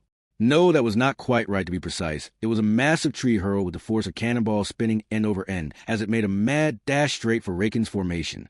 Rakins. The trunk was thicker than Gaston's torso, and it was over 10 meters long. This unfriendly tree cannonball was barreling straight for the heart of their formation. Beholding the sight of that, the ruffians shouted, scrambling to flee in a panic. However, Rakins Elgoa. Boom, a thunderous explosion rang through the sky, and a bright red flower of fire bloomed against the blue. The incoming tree shattered into countless pieces, and the force of the cannonball that by all rights should have torn a huge hole in their formation was now reduced to something that only hurt a little from the scattered fragments. And with his finger pointed skyward, Rakins had made that happen. Rakins, you fucks, this ain't the time to be pissing yourselves at times like these, the ones horse-scared lose. You've all heard that. 100 times right. Shouting at the bunch who had flinched in the wake of that attack, Rakins drew the knife at his waist. He aimed the blade at the forest and turned his head to look around, asking, "Got that?" Frankly, due to his earlier frustration, the Roughnecks had been underestimating Rakins, who was in charge of managing this location, and that reflected in their attitude. It was time to wipe that impression away. Rakins, you can probably tell if you saw that just now, but we're the ones who got lucky. The helmet bastards coming out of there any moment. Now we ain't got any time to be letting our guard down. It happened just before he could finish his sentence.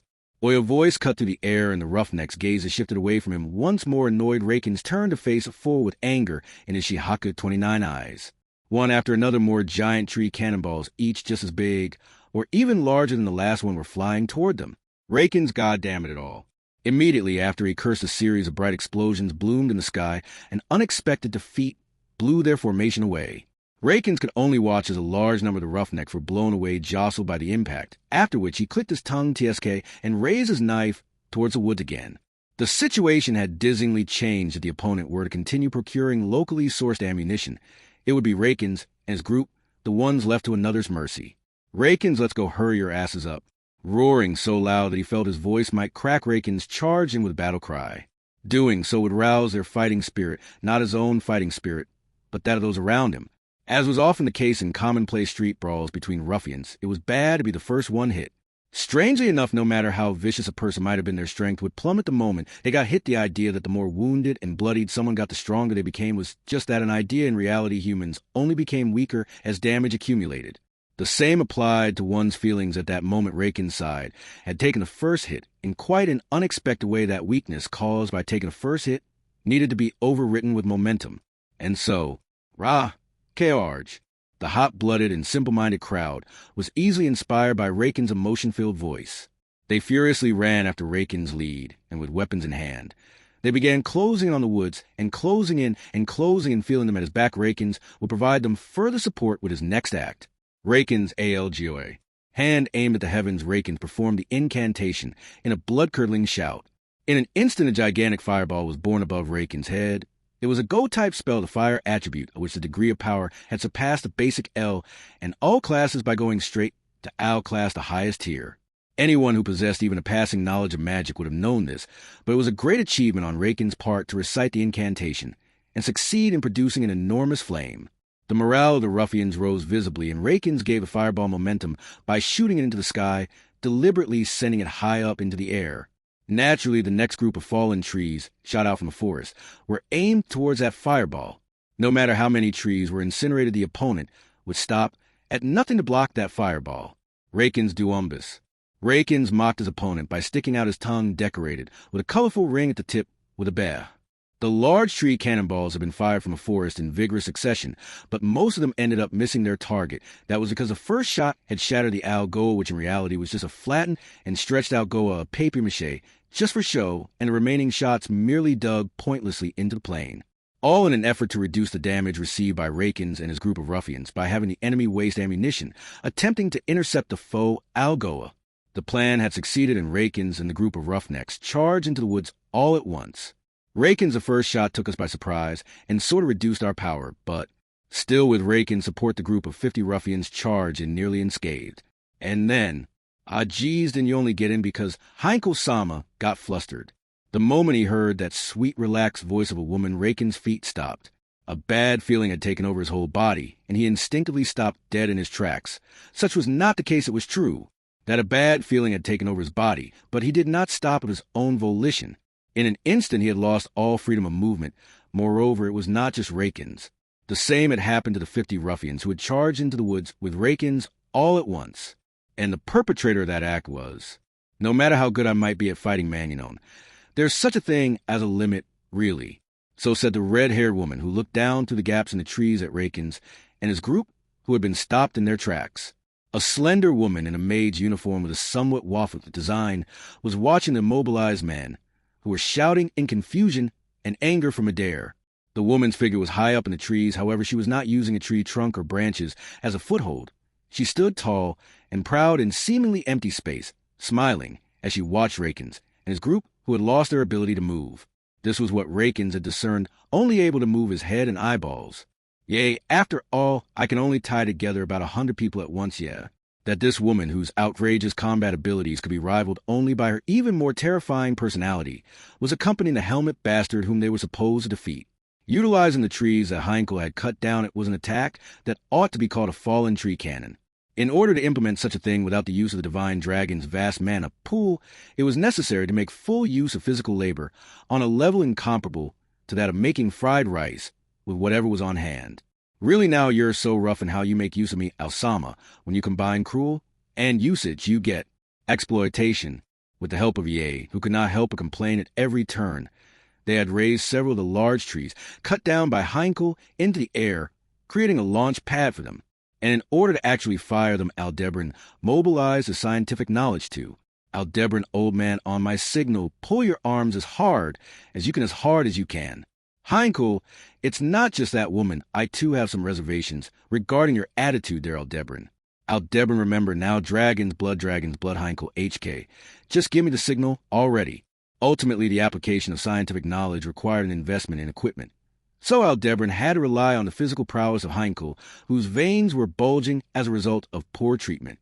Chased off by the smoke, they continued moving to the forest in a way that kept them falling further into their opponent's trap. Elite troops would naturally be lying in wait outside, ready to clash with Aldebaran's group. That was an issue that needed to be reduced to an extent. Aldebaran, old man. At the signal, Heinkel grit his teeth and exerted his arms.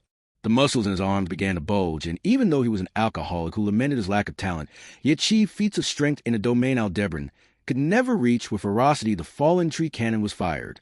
First would be a test fire, followed by hitting them with a second and a third. If the opponents thus got out of the way, it would be most satisfactory. Otherwise, Aldebaran, pull them tight. Those brave men would be crushed right in the nose, or so they had expected. However, Ye Heinkel-sama got so scared by that fireball, were you a beast? The moment the gargantuan fireball appeared in the sky, so large that it could be seen even from outside the forest, an extremely shaken Heinkel had fired the fallen tree cannon without waiting for Aldebaran's signal. As a consequence, they had failed to destroy the majority of the enemy, resulting in them storming the forest. Thus Ye had been pestering Heinkel. There was no avoiding that, after all. She was the one who had cleaned up the mess resulting from the latter's mistake. The enemy force of about 50 men who charged and was halted by Ye's skill alone by a weapon that had been strung up all across the surrounding area, stretching out from all 10 of Ye's fingers. That was. Are these threads? Breathing heavily, the man seemed to realize the truth of what had bound his movements. He was a thug Aldebaran recognized, if he remembered correctly, a former thug currently working for Felt Rakins. At Rakin's words, Ye exclaimed with an "oh" as she floated in the air. Yea, how perceptive, of course, this isn't just any old sewing thread, no. This is what's known as a shinobi technique, though I've never seen anyone else who can use it except me. As Ye spoke, she looked down on the men from high in the air. Although she appeared to be floating without relying on anything else in reality, she did have a firm foothold. Ye's specialty was a steel thread technique, which she had used to string threads up all throughout the forest. Aldebaran, a thread user. So to speak, amidst the numerous kinds of Tenketsuju 30 weapons, it's one that sits near the top of my ranking. Yea, wow, how rare did you just praise me, Alsama. Is tomorrow the day spears come raining down? Aldebaran, don't worry, I was about to say that just because I like the weapon, the user's a whole different matter. Yea stuck her tongue out at that reply. So, without touching on her attitude, Aldebaran looked down upon the enemy below. Having borrowed the power of Ye's threads to climb atop the trees, he looked down on them. Even when one strained their eyes, Ye's steel threads were nigh impossible to perceive. Tightly strung up, they entangled Rakins and the other adversaries in a manner akin to a spider web, completely restraining them. The ability to freely bundle together and skillfully handle all sorts of things was Ye's true value. They had not only used the steel threads to restrain the enemy, but had also been able to come up with a device, such as their fallen tree cannon from earlier, where they had tied and raised up to cut down large trees, in such a way that they would be sent flying in a spin when a thread was pulled, coiling many threads around Heinkel's arms, and having him pull him around like a workhorse was just another job for him as a cog in their contraption. In any case, relative to the impactfulness of the fallen tree cannon's appearance, the damages it caused had been minimal. Ultimately, they had ended up passing by most of the enemy, but in reality, if that many people had come freely swinging at him, without Ye, Aldebaran would have been in for some exhausting proceedings. Aldebaran, when the fight's not unknown 31, the level of difficulty immediately explodes upwards for me. As he had done at Pleiades' Watchtower, Aldebaran could handle the tag team of Garfield and Ezo in plain combat. But if there had been one more person there, it would have been a completely different story. The fact of his victory would not have wavered, but there was easily the possibility that his number of attempts would have changed by an entire degree of magnitude. In that battle, too, he had done as much as he could to prevent a Tunon provoking Garfield, and guiding him such that it would be an Unknown in that space. An Unknown Aldebaran could find a path to victory even against Reinhard. However, more the number of opponents increased, the more astronomical a number of attempts he would need in order to find a path to victory. Hence, Aldebaran was grateful for the presence of Ye, who was much more adept at fighting a large number of people than he was. And the value of Ye's techniques could also be found elsewhere. Heinkel, what are you going to do with these guys? Are you planning to kill them all? Before he could explain that value, Heinkel voiced a question.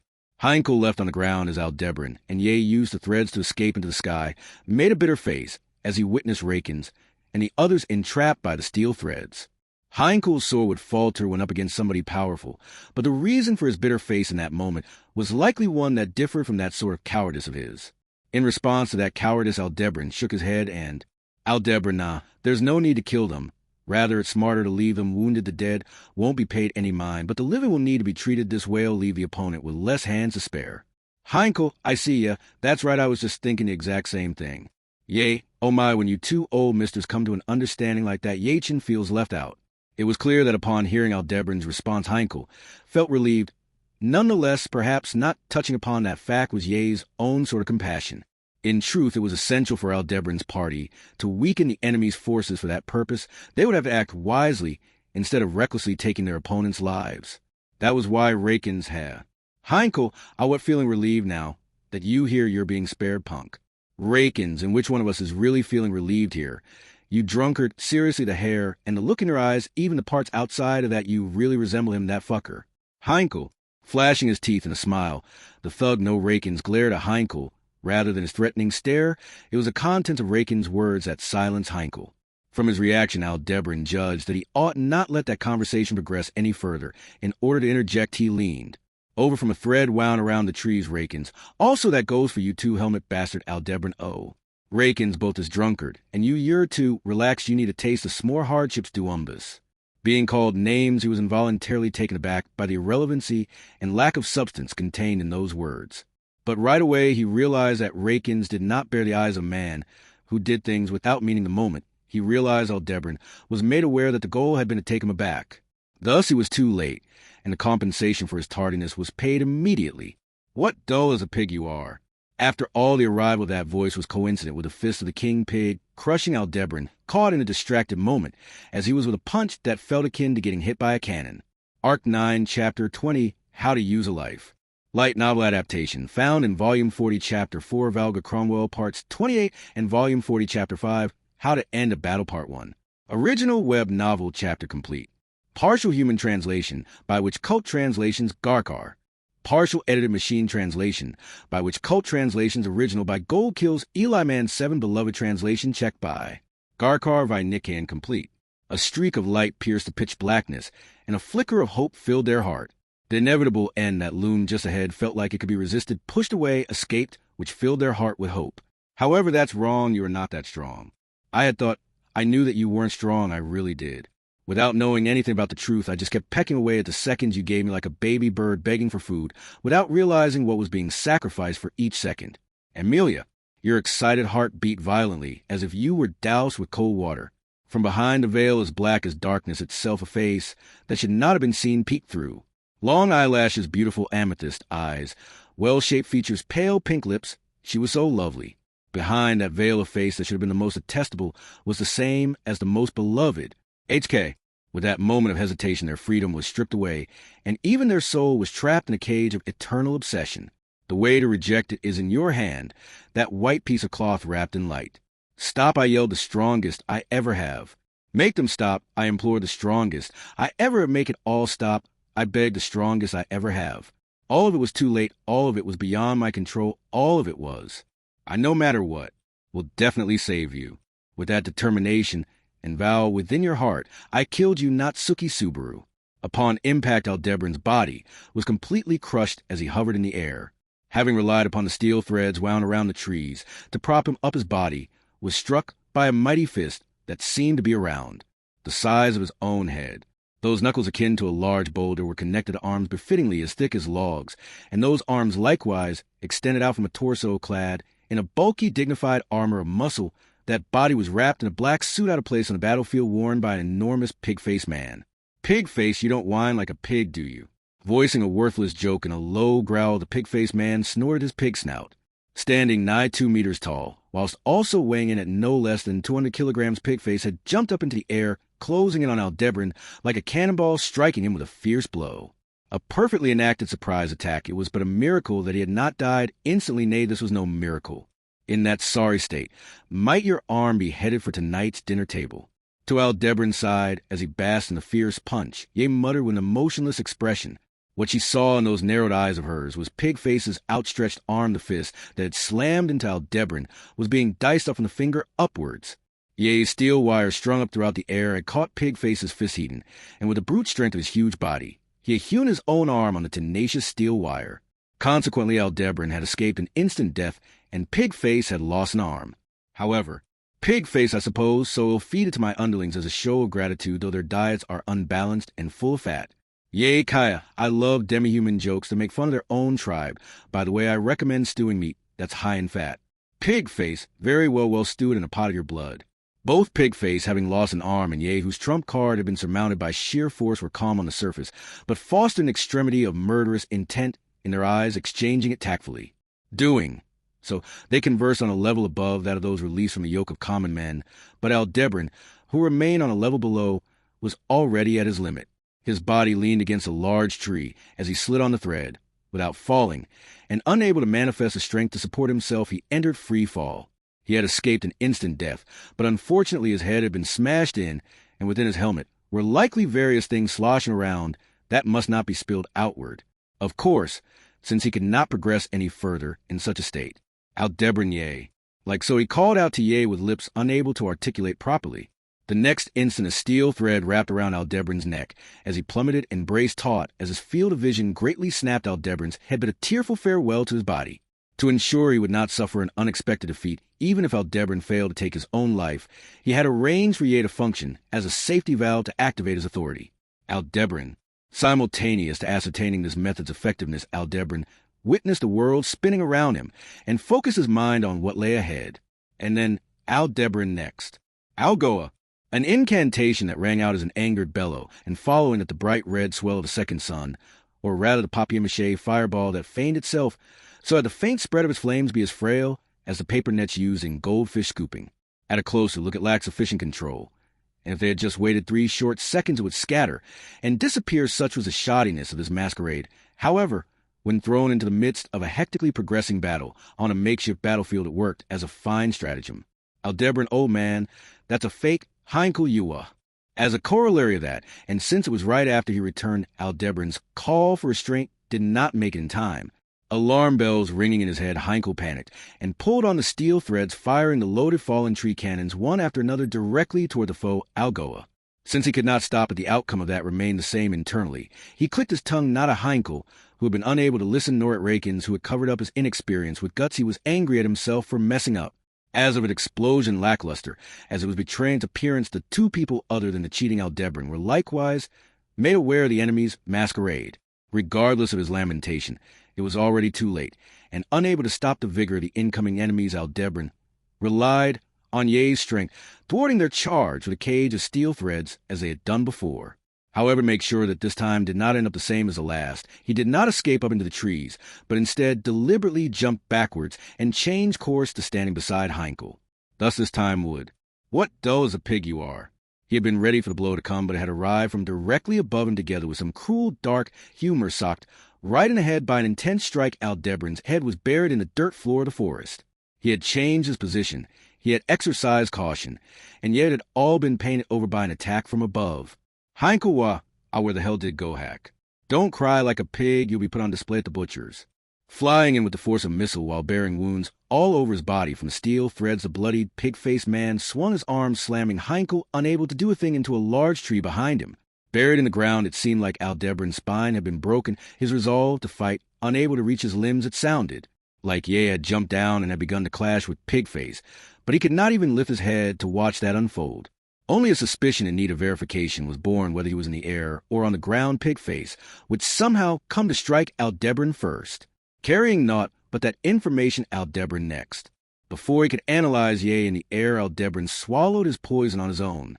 A fierce, sweltering heat lethally scorched Aldebaran to gnaw from his throat and organs.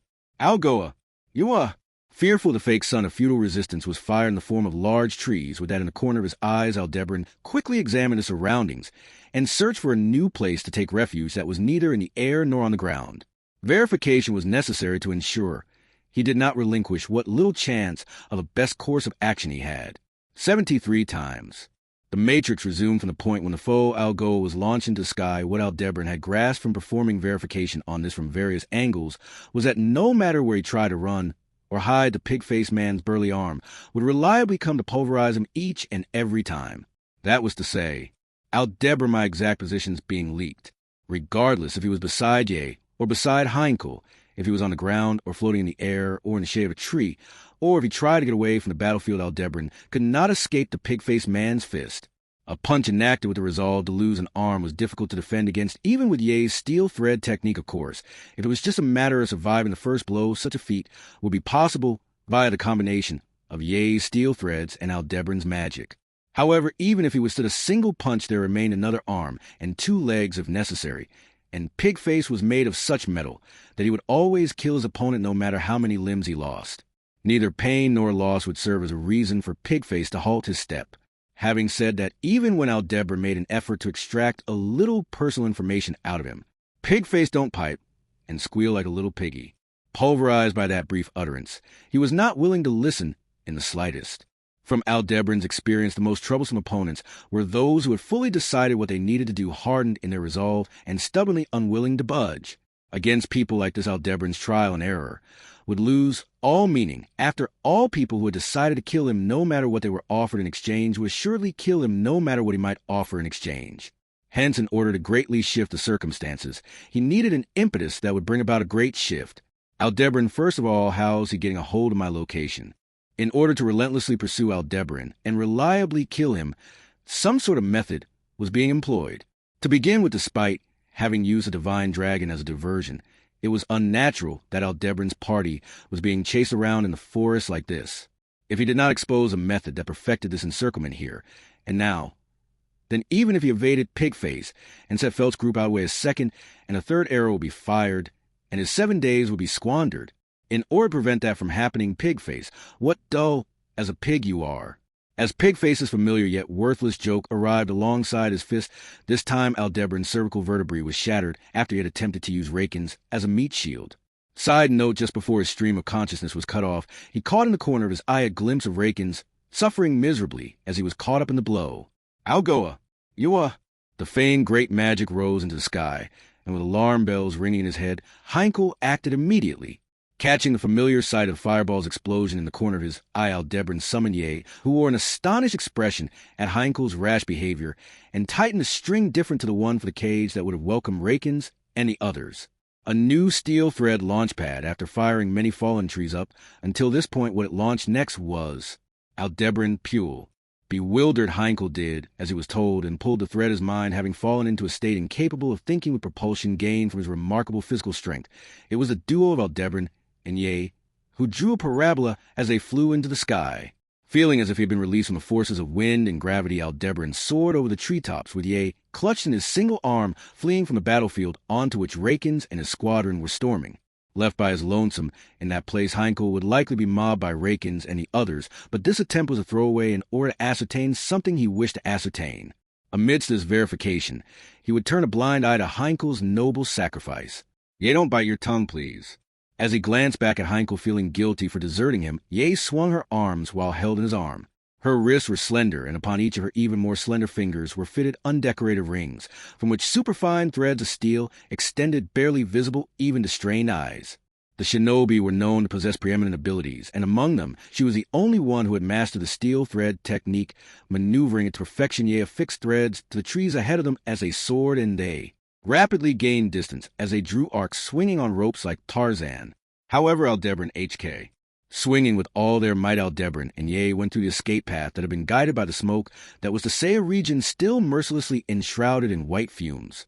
Forcing their way through with steel threads, Aldebaran and Ye went against the current of the white smoke that had chased them out flying to ascertain one final thing after a series of verifications. Only even if they crossed distance at a speed incomparable to that of running on the ground, the only chance they had to breathe was at the highest point of their swing, the moment in which they broke past above the treetops outside the smoke. Moreover, the more they progressed, the more difficult that became, and as the smoke grew taller and more dense, the agony that gave no quarter began to encroach on his lungs, his eyeballs, his every membrane. If they recklessly swung around like this, setting aside the superhuman that was Ye Aldebaran, equipped with naught but mediocre specs, would be done in by the smoke immediately. Hence, he would have to carefully determine their destination, or else. Aldebaran northwest. Bringing his mouth up to Ye's ear as she extended steel threads and swung, he directed her so. His target was northwest, no doubt about it. After all, he had already checked all the other directions. Unable to draw out the right answer until the very end of the end, luck had truly abandoned him in all regards. Not once in his whole life had he ever thought himself blessed by fortune. Aldebaran, though, there was just one time. The fact that he had happened upon her was undoubtedly Aldebaran's one and only fortune. Even now they had lost her, he did not think that meeting her had been a mistake. Aldebaran HK. Enduring the strong emotion surging up in his chest, he firmly clenched his teeth, and in that moment the situation changed. Tearing through the white smoke in their swing the moment they broke out above the trees, throwing stones came flying from outside the smoke at ferocious pace, aimed at the airborne Aldebaran and Ye. Simple stones, as a barrage of them closed in with ridiculous strength, Aldebaran promptly created a wall of earth, overcoming the first wave by sheer force. But the stones would likely only continue to come, so before that could happen, he would split off. Ye Alsima. Ye's shrill voice reverberated in his helmet, and feeling his eardrums going to Aldebaran, lost his connection to midair and was thrown high up into the sky. At the highest point of their swing, he was sent flying even higher up by Ye. Aldebaran OHHHHH. Bellowing, he covered his front side with an earthen wall, as he soared charging to meet the stone's heating. Having lost its stability, he could not make the earthen wall thick or weighty, so it was brittle. It would not protect him any more than a blanket would against the oncoming stones. But even so, Aldebaran had escaped the white smoke and had once again exited the forest.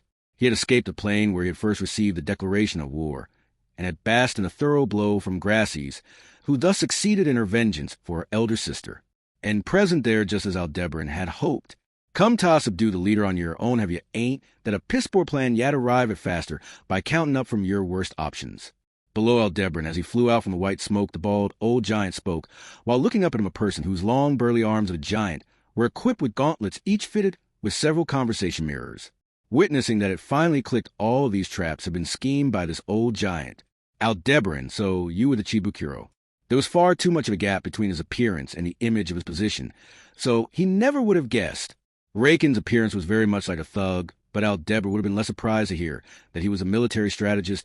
Normally, giants were in charge of the front lines, where they could best leverage their physical attributes for one to work, as the brain. This also went for Ezo, but for that to have been the case for both a dwarf and a giant was too much. As his head flooded with such useless bad-mouthing, Aldebaran realized. Aldebaran Lil Misfelt was nowhere to be found on the plain. This, too, was a serious blow to Aldebaran. Naturally, putting an end to this battle by completely wiping out 500 enemies was by no means realistic, hence, as an objective that was possible to achieve, capturing Felt had always been present in Aldebaran's mind. That possibility had been completely blocked by the opposition. It was a matter of course, but the most obvious victory condition for him would also have been the most obvious defeat condition for the opposition. Loath to say, it made sense for Felt to fall back. Aldebaran shit. Aldebaran's victory would not waver, that was settled. Therefore, all that remained was to search for the key to victory, and yet, you don't be looking off to the side, now Aldebaran HK. The moment he updated his victory condition in his head, an impact pierced him from directly above that head of his. The audible voice was thick, but the words cast at him were not the familiar joke of Pigface, for what he could see was a thug with the large Bill Gaston, who had jumped up to Aldebaran's flank above even the white smoke, and had joined his hands together to swing down and deliver a crushing blow. Aldebaran Seri Usli. At the attack of an opponent who had unmistakably mastered the flow method, Aldebaran cried out in pain. The flow method could not be mastered by any ordinary training, and was the barrier that determined whether one could become a first-rate warrior at the addition of threat, who could wield that technique. Aldebaran revised his evaluation of the opponent whose strength he had underestimated. As he revised it, that strike knocked him into the ground, Aldebaran Gagua. Immediately failing to brace himself, his clumsy impact to the ground fractured his right elbow in agony over the pointless pain induced by the broken bone piercing through his flesh and skin. Aldebaran grazed his helmet across the ground. It hurts, but I've seen what I wanted to see. Aldebaran, from here on out, it'll be a battle of wits between you and me, HK. Grinding his teeth to the extent that they cracked with a sensation of magnifying anguish as the smoke permeated his lungs, he opened the package of poison with his tongue in a motion he was well accustomed to. The smoke was far too thick, and it was quite possible that he might almost cough out the poison. By no means did he think that old giant had aimed that far, but the fact that he was having so many unfavorable draws was a problem.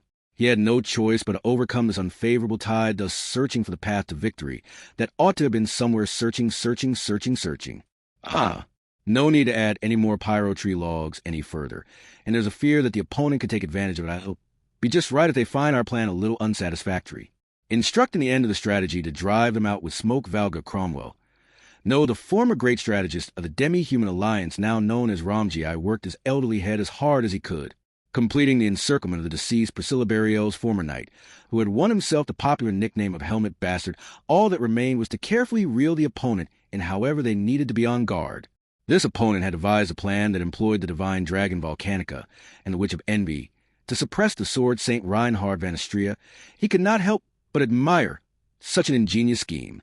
But then again, the presence of such a dangerous and cunning enemy was exactly what Ramji had hoped for. Many giants were of an exceedingly belligerent and rough nature, and their instincts sought battles of boiling blood and throbbing flesh. It was not for any such foolish reason. What he desired was a peril that shook the kingdom and the prestige of removing its presence. For Felt to win and advance in the royal selection, she was in need of renown gained in the absence of the Sword Saint.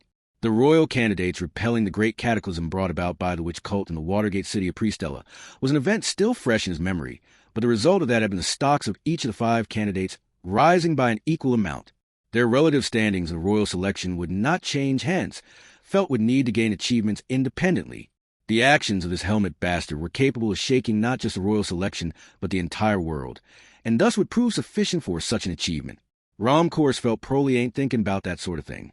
After all, the reason Felt stood to take on the helmet bastard right here, right now, was not for any long-term outlook that included such calculations, but because she had the power to fight off the imminently approaching peril that, and for sake of her one and only knight, who bore the duty of being the first one to hasten into such situations. Hence it was fine that the only one scheming to benefit from this situation later were himself, who was rather underhanded in contrast to his large body, and the dirty adults who controlled the criminal underworld. The 3 notorious organizations of the Ground Dragon capital of Flanders, the Balance, the Flower Prison Garden, and the Black Silver Coin, by putting their ruffians to use, they would secure fruits of battle to win the crown for Felt. Initially, Ramji had taken a firm stance against Felt participating in the royal selection, against her getting involved in the center of something as large as the kingdom of Lagunica. For Ramji, who knew about Felt's birth, about the karma of the blood that ran through her veins, it was a matter of course. On the other hand, however, Ramji had continued to keep Felt in the royal capital. If he had felt so inclined, there had always been the option to bring Felt far out to live in the remote countryside before she gained awareness of herself or her surroundings. Nevertheless, Ramji had not done so. He thought that likely that had been due to a premonition he had fostered deep down in his heart, that a large, unavoidable undulation would eventually catch up to them both. When that time came, if he could be by Felt's side, he would wield his pointlessly large body to its utmost capability and carry out the duty of shield or armor or aught else required. However, there was a sufficient possibility that he would be unable. He had grown old. He could not yet feel any pressing emaciation. But even if he was a giant, it would be no strange affair for death to come knocking on his door hereafter. For that reason, it was necessary a guarantee that Felt that his adorable grandchild would be protected for the rest of eternity was necessary.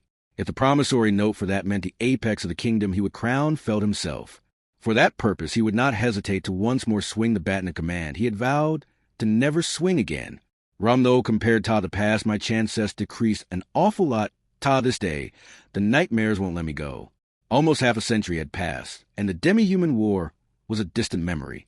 Even so, throughout that long, long time, the embers of regret had only continued to simmer in a pot within Ramji. When he gained a chance to see the light of day, the lid of that pot was opened. Back then, the foolish Valga Cromwell had been insufficient time had made up for that foolishness of his, and while his asininity remained unchanged, Ramji would wield his intellect. That was to say, Rom this Harel be a battle of wits between the helmet bastard and myself. Are these threads? The moment Rakins charged into forest, his whole body was immediately entangled and restrained in extremely fine steel threads. As he spat out his frustrations, Aldebaran listened to him from a position within arm's reach. Aldebaran had deliberately exposed his position to his opponents, beckoning the enemies to rush toward him, ensnaring them right in his trap. At the hand of Ye's steel thread technique, 52 enemies were bound. He had already been associating with these enemies long enough that he had finished counting them all, but of course, it was not as though Ye had subdued them through simple physical strength. Ye, as you can see here, Yachin has slender arms, and know by using nearby trees, other obstacles, or even the bodies of the people in question, as fulcrums suspending these guys with their feet still touching the ground. And so Ye disclosed the trick that had been performed, but the gist of it was still unclear to those who had heard it. At any rate, Rakins and his group were trapped in a web of steel threads coiled around many times over, and it would be nearly impossible for them to escape against Ye's will so long as that fact was clear it was top-notch work. On top of that, receiving a glare from the Shahaku eyes of Rakins, who was powerless to move even with his target, right before him, Aldebaran forcefully laid his hands on Rakins' clothing and rummaged around in his pockets. Rakins, what the hell you fuck? I ain't into this kind of thing. Yea, wow, how bold of you, Alcima. No wonder that you never seemed interested in Yachin, no matter how much I entice you. Coincident, this newfound understanding my Gifu 32 as a woman is rapidly being restored. Aldebaran, stop screwing around. There's a mirror. Find a mirror. One of them has it. Old man, you search too.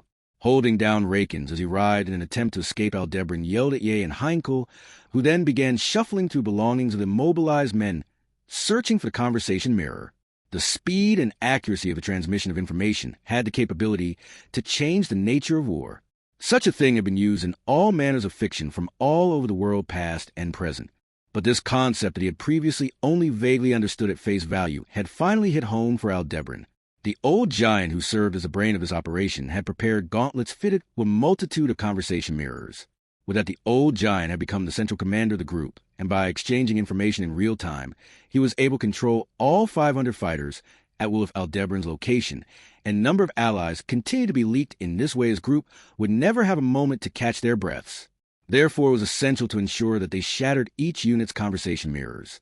To that end, Aldebaran found it, Heinkel found it, Ye found it. Finding the sensation he saw at his fingertips, Aldebaran pulled it out and held it aloft, cheering. But his joy was drowned out by the voices of the other two, which were raised nearly simultaneously with his.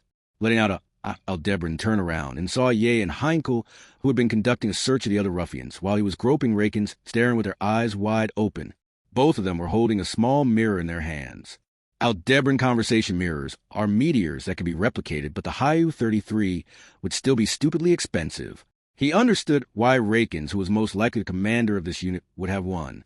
He also understood why his aide would have one, not wanting to leave communications to the commander alone, but he did not understand why anybody else would be carrying one.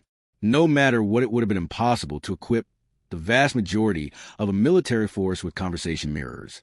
In other words, these was Aldebaran. Are these 34 Rakins Duumbus? At Aldebaran's dumbfounded mutter, Rakins stuck out his tongue and fired an insult at him.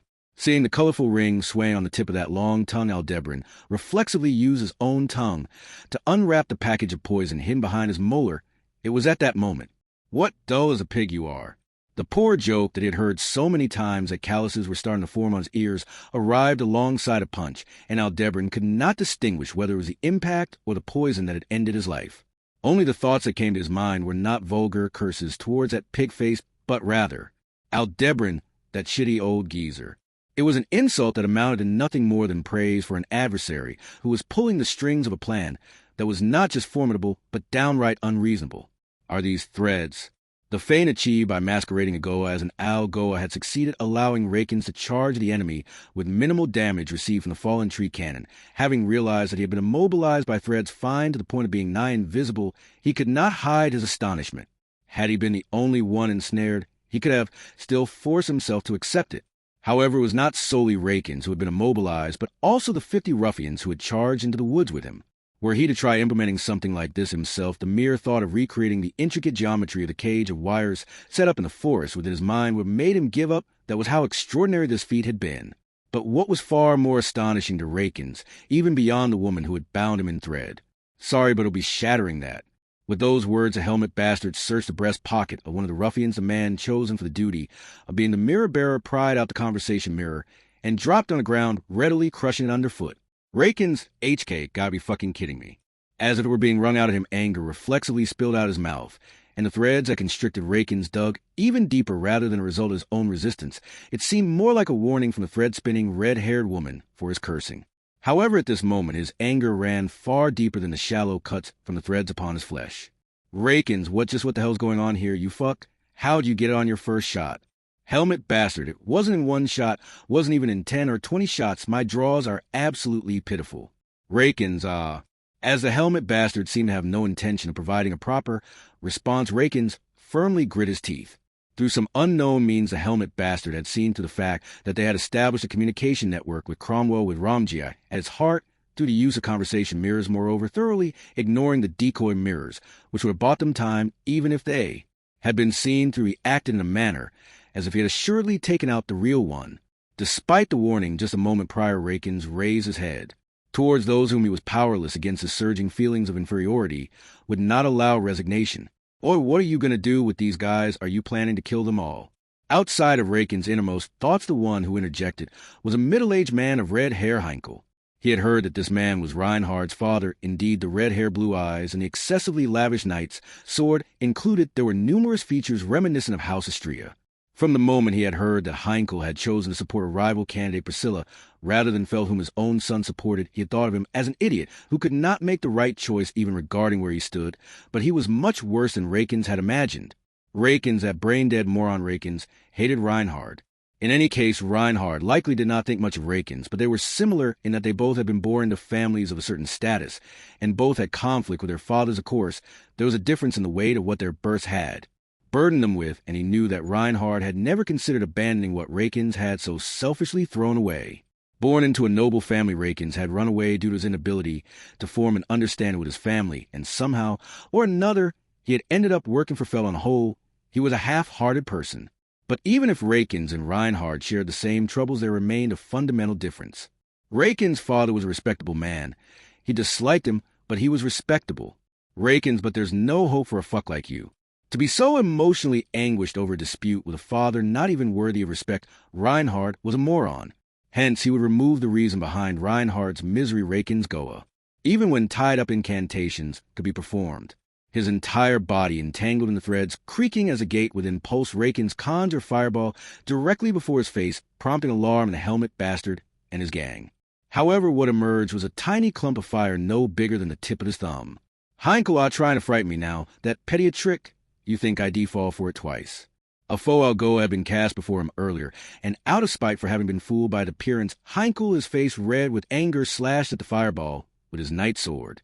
For just a moment, that casual flash of the sword seemed so refined to the point of searing itself into his eyes, but that was fine. Right now, what was more important than such deep impressions? Rakins Duumbus, sticking out his tongue and hurling derisive insults with the best sneer he could muster, took priority. He had stretched the Goa out thin to masquerade it as an Algoa, then in a similar vein, an Algoa could be masqueraded as a mere tiny fireball. Rakinskun, you may not have any outstanding talent, but you have a firm foundation. Steady progress will assuredly grant you the power to reach wherever you wish to get to. Ezo had introduced Rakins to magic, and remembering all the times he had been lectured by him with an arrogant pomp despite his short stature, Rakins apologized to him internally with an uncharacteristic sorry. Ignoring his firm foundation and misusing magic by skipping tiers was first on the list of things that would upset Ezo. But since he would have never gotten another opportunity, it was something like his own excuse. Rakins. The fireball basked in the tip of the sword and unraveled amidst the air, releasing the enormous firepower compressed. Within, in a hellish inferno that would incinerate the area in one fell swoop, spread explosively. Just before being swallowed by the flames himself, Rakins found that he was no longer filled with the lament of where the hell did my life take such a messed-up turn from a mere moment ago, and he could not help but feel a bit strange. And just like that, even wearing a smile upon his face, Rakins' body was engulfed in the flames. Helmet bastard, that will be as far as you go.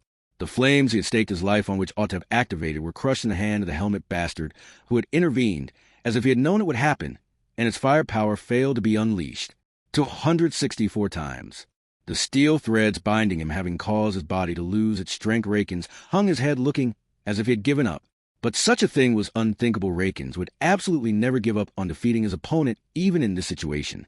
Hence, Aldebaran, that will be as far as you go. Upon speaking it, he recalled how vexing it sounded, and internally he clicked his tongue.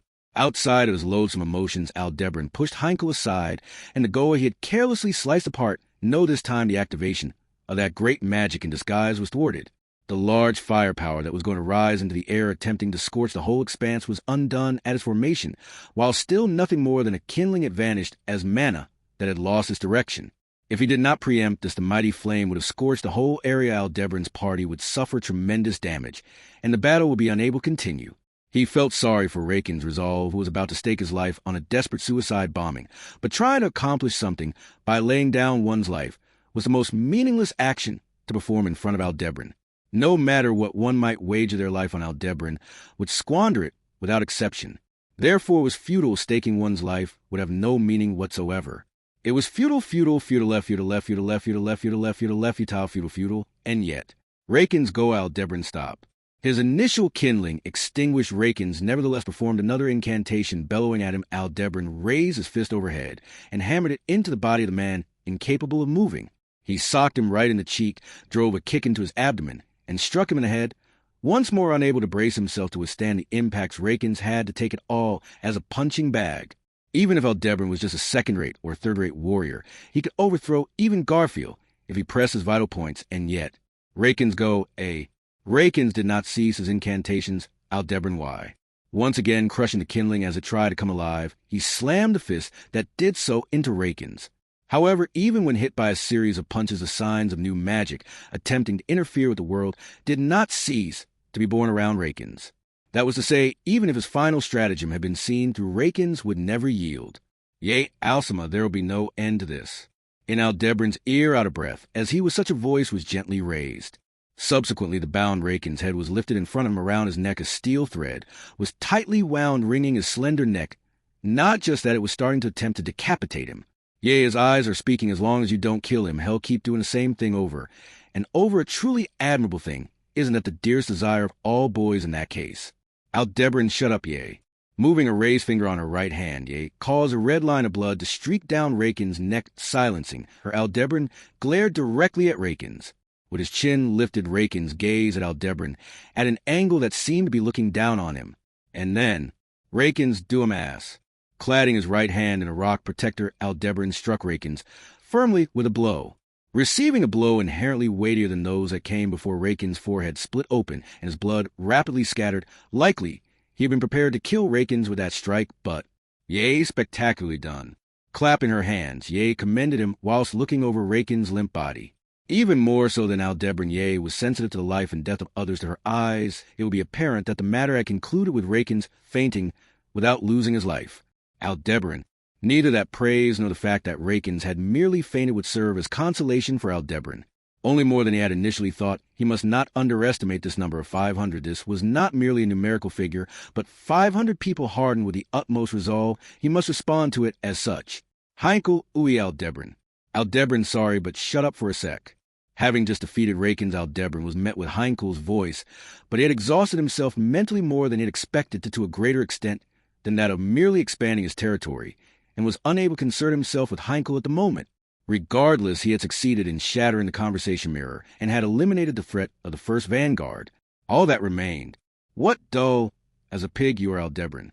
The arrival of the joke poking fun at their own tribe was well familiar to his ears, however unlike before this time arrived without a fist to accompany it.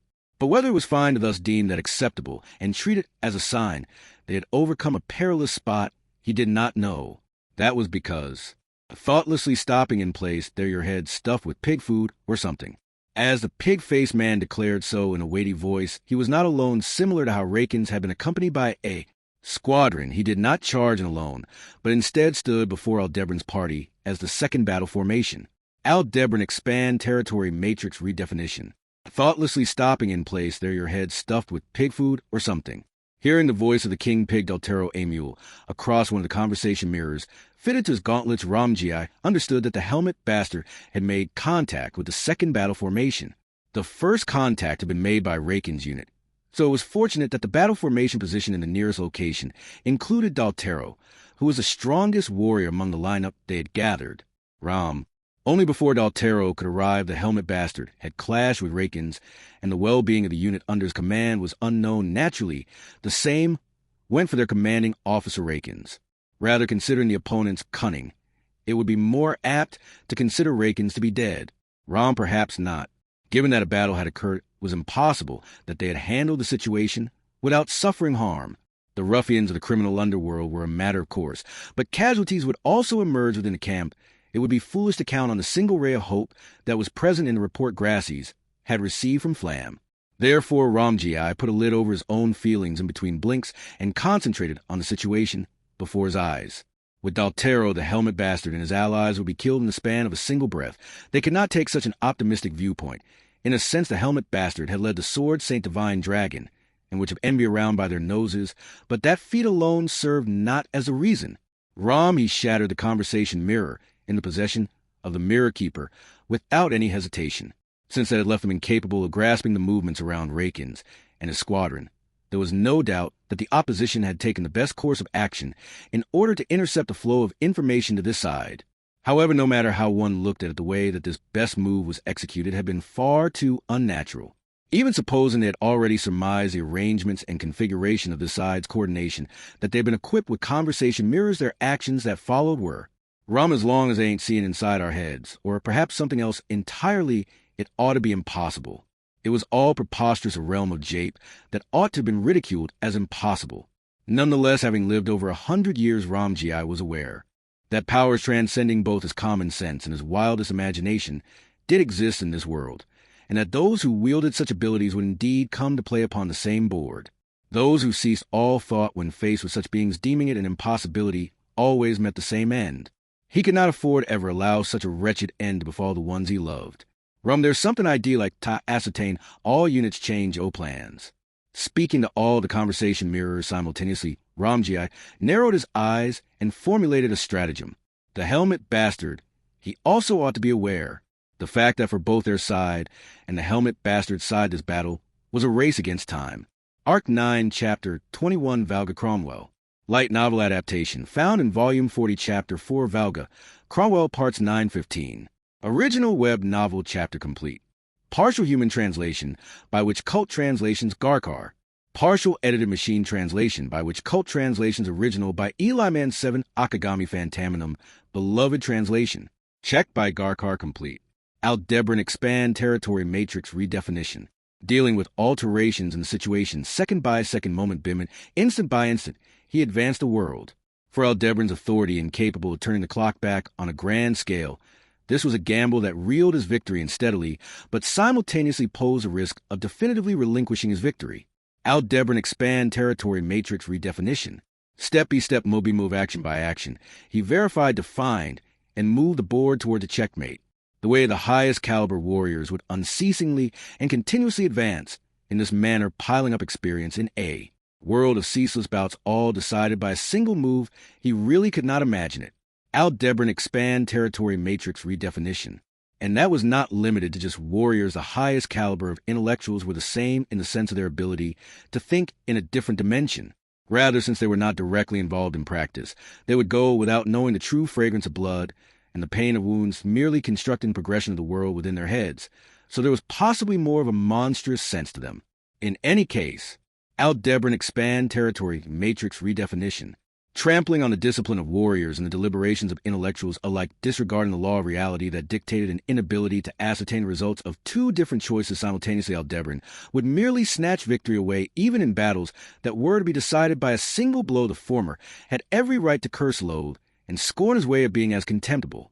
Let those vilifications of theirs cut into him as much as they liked in exchange. Aldebaran expand territory matrix redefinition. With this dirty method, he would absolutely seize victory. At this point, I bet you're hoping for as much amiability as a pig wanted to be fed. Ringing out a low, groaning voice, the joke of the pig-faced man, the king pig Daltero Emule, when compared to his previous dignified, despair-inducing ones, came out a husky rasp. That was only natural. His entire body was covered in lacerations from steel threads, and he was losing copious amounts of blood from his innumerable wounds. Rather, the fact that he was still conscious and that his face wore no grievous expression was far more strange. Aldebaran, having come this far, I know you're not afraid of dying, but even if you don't fear death, pain should still be painful, yeah. Daltero, you don't understand, even when saying it yourself, both death and pain are ultimately things that make us afraid, then all we gotta do is swallow that fear. Aldebaran, I can't understand you. Daltero's point was that the fear induced by death and the fear induced by pain were one and the same, but the way Aldebaran saw it, those were different things. The fear born of death and the fear born of pain were different. To take it further, since pain was a stimulus to the body, it seemed rather distinct from fear. Daltero, no matter what you say, it's the backbiting of a pig. Before Aldebaran, white froth emerged in the corners of Daltero's mouth as he muttered thus.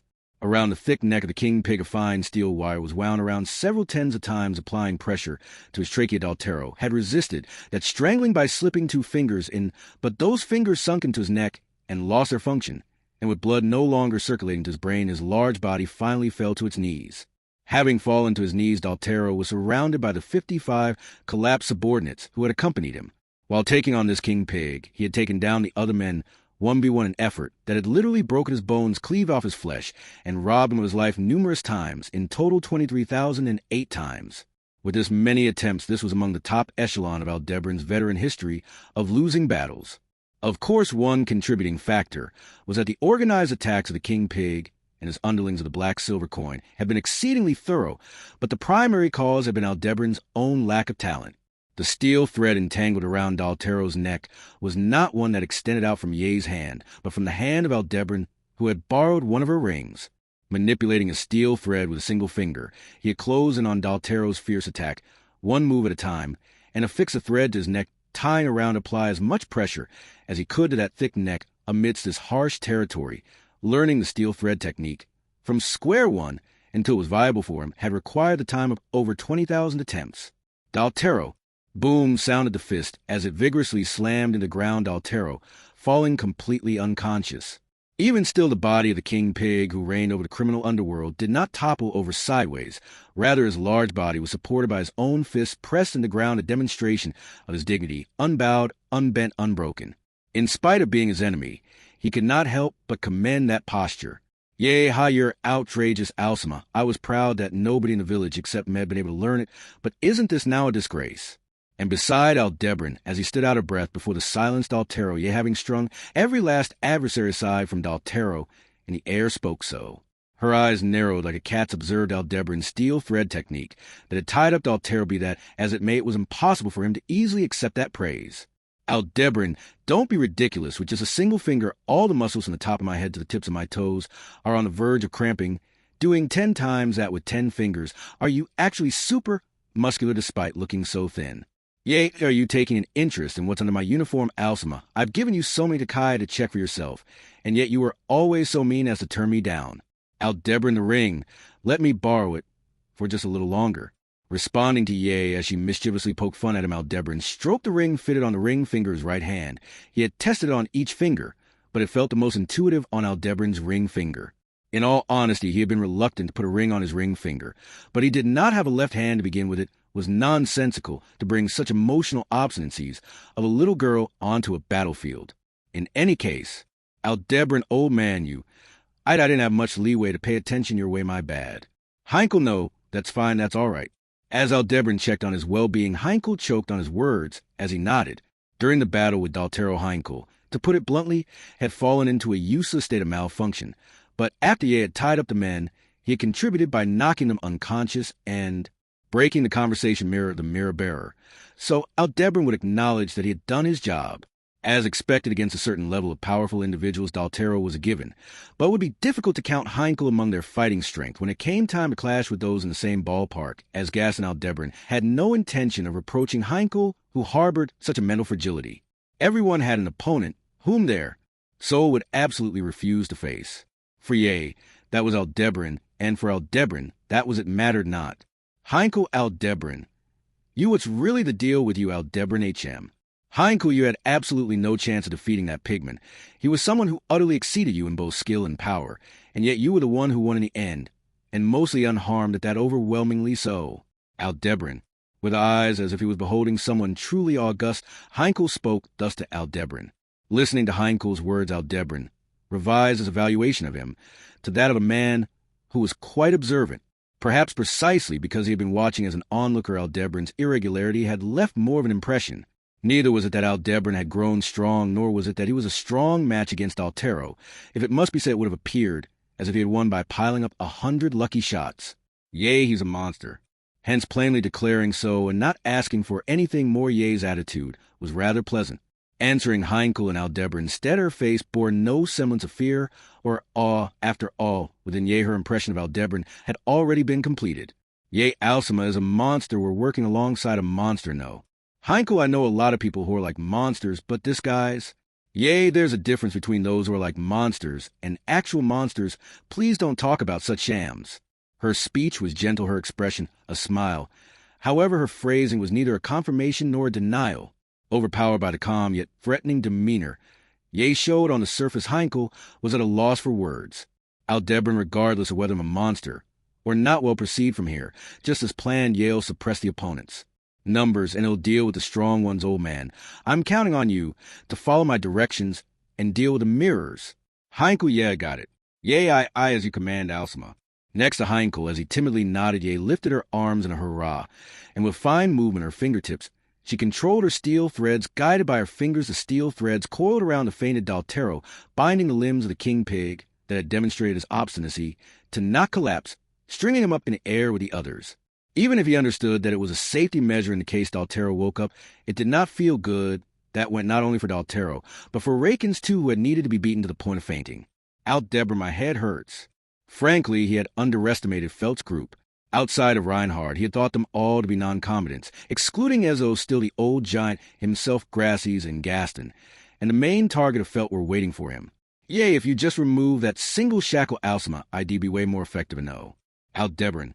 Yea, this goes without saying, but rather than tying them up, I'm better at strangling people to death, this little Oelmi. Every so often, for various reasons, Ye would speak words to tempt Aldebaran, but even more so than when those whispers tried to lure him to the bedroom, these struck Aldebaran's eardrums in a much more alluring manner. Unlike Heinkel, who was unable to demonstrate his true strength for emotional reasons, the reason why Ye could not show her true worth was none other than because she was abiding by Aldebaran's ego. Were he to lift that restriction, the forest abundant in cover would instantly become Ye's hunting ground. Even if the opponent was 500 strong, it would not take much time before the green leaves were all stained with blood. Only it was not that Ye was muttering in discontent for being unable to do that. After all, no matter how bereft of legitimacy those directions were, it was her nature to follow orders. Hence the reason she was whispering to Aldebaran like this was, Aldebaran, thank you, but it's none of your concern. Yea, oh my. Sticking her tongue out with a bay, Ye was unsurprised that her proposal had been rejected. From the start, it was a proposal. She had no expectation of being accepted. Surprisingly, no. It was not surprising for she who wished for Aldebaran to accomplish his goal, but it seemed to have set him alight with motivation. Thanks to that sweet, tempting complaint, Aldebaran regained his exhausted willpower.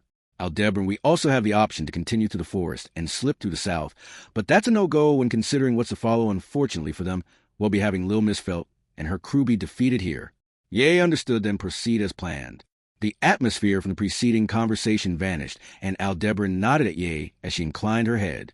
Then, thinking of Felt and the old giant, who were likely working out a plan to secure victory on the other side of the forest, he quietly muttered, Aldebaran, you guys are strong.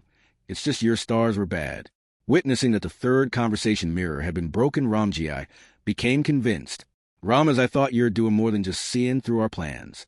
He removed and discarded one of the conversation mirrors fitted onto his gauntlets. Having lost its counterpart, it no longer served any purpose. Ramji considered the helmet bastard's optimal conduct, immediately identifying the mirror bearer, ordained with a conversation mirror in action, whose essence was to disrupt the flow of information. Rakins had fallen, and even Daltero, who had rushed the scene, had been utterly defeated. Although he had estimated it to be a possible outcome, Ramji could not hold back his surprise at the defeat of the King Pig, having known the latter for quite a long time. Ramif had been born a mere 10 years earlier. His name probably would have gone down in the history books telling of the demi-human war. The person in question would have likely laughed at that statement and brushed it off as an exaggeration, but in Ramji's mind it was a fair assessment. But then again, the demi-human war had not been such a close affair that Daltero alone would have been able to make the difference between victory and defeat, even if his name would have been recorded in the annals of history. He most likely would have been among the many who had lost their lives at the hands of the Sword Demon or that generation's Sword Saint. Either way Daltero had been defeated, did that mean the opponent was on the same level as the sword demon? Nah, that ain't it. Shaking his thick head from side to side, Ramji discarded his pessimistic thoughts. In truth, the existence of the sword demon was something of a trauma for Ramji against a lone sword demon. Even if Ramji would command a force numbering 1,000, he would glimpse no sign of victory whatsoever. This was not to say that the sword demon was the strongest in the world, but rather that his renown made him appear that way. There were indeed those proprietors of renown such that their opponents would be made to feel that victory would be unattainable even if that was not truly the case. Even for felt the prospect of competing head-to-head against the big shots of the criminal underworld was unlikely both in terms of physical strength and intelligence. Nonetheless, they still looked up to her as their queen. That was the unshakable quality known as renown, something in which the helmet bastard was lacking. To put it simply, he did not inspire fear. However, it could be said that it contributed to the unknowns of his character. Well, then we just have to eliminate those unknowns 1v1, launch him up. Following the orders called out by Ramji, the fighters who remained on hand, numbering around 20, began to move. Fire magic was ignited and launched with the contents of the magic cannons. The latter were valuable items that could be carried by hand and used continuously if properly cooled. However, the magic stones which they had fired held even greater value. They were Ram Night Banishers. Immediately after, white light sliced across the sky of the battlefield like bolts of lightning, instantly scattering the clouds aglow the blue sky, peering out chase away the approaching dusk. Rewriting time, no, that was not the case. The effect of the Night Banisher was merely a reproduction of daytime. If launched at night, it would overwrite the darkness, giving the appearance of a daytime sky. It was even possible to create an inexplicable phenomenon in which raindrops would fall from a clear sky if one were to be emulated on a rainy day. Originally, the Night Banisher's intended effect had been to drive away the night that caused chaos on the battlefield, but this magic stone had another effect that most were unaware of. To rewrite an overcast day into a sunny one, to turn night into day, was the effect of painting reality over with an illusion. That was to say, Ram, if he's been watching us from the sky, then he can't rely on that view no more. As the battle dragged on, the night banishing magic stones that had been prepared for nightfall came into play. Judging this to be a rare stroke of good fortune, Ramji took steps to seal off one of the possible explanations behind the helmet bastard's actions, an eye in the heavens which may have been surveilling them, but then again. Unit 6 reporting we found a helmet bastard. We're going to WHHH. Judging by the report of the mirror bearer assigned to Unit 6 and the subsequent lost communication, the helmet bastard had broken a fourth conversation mirror, and as such Ramji was convinced that the possibility of an eye in the heavens had completely vanished. However, he was not discouraged. In the first place, the likelihood of an eye in the heavens had been low.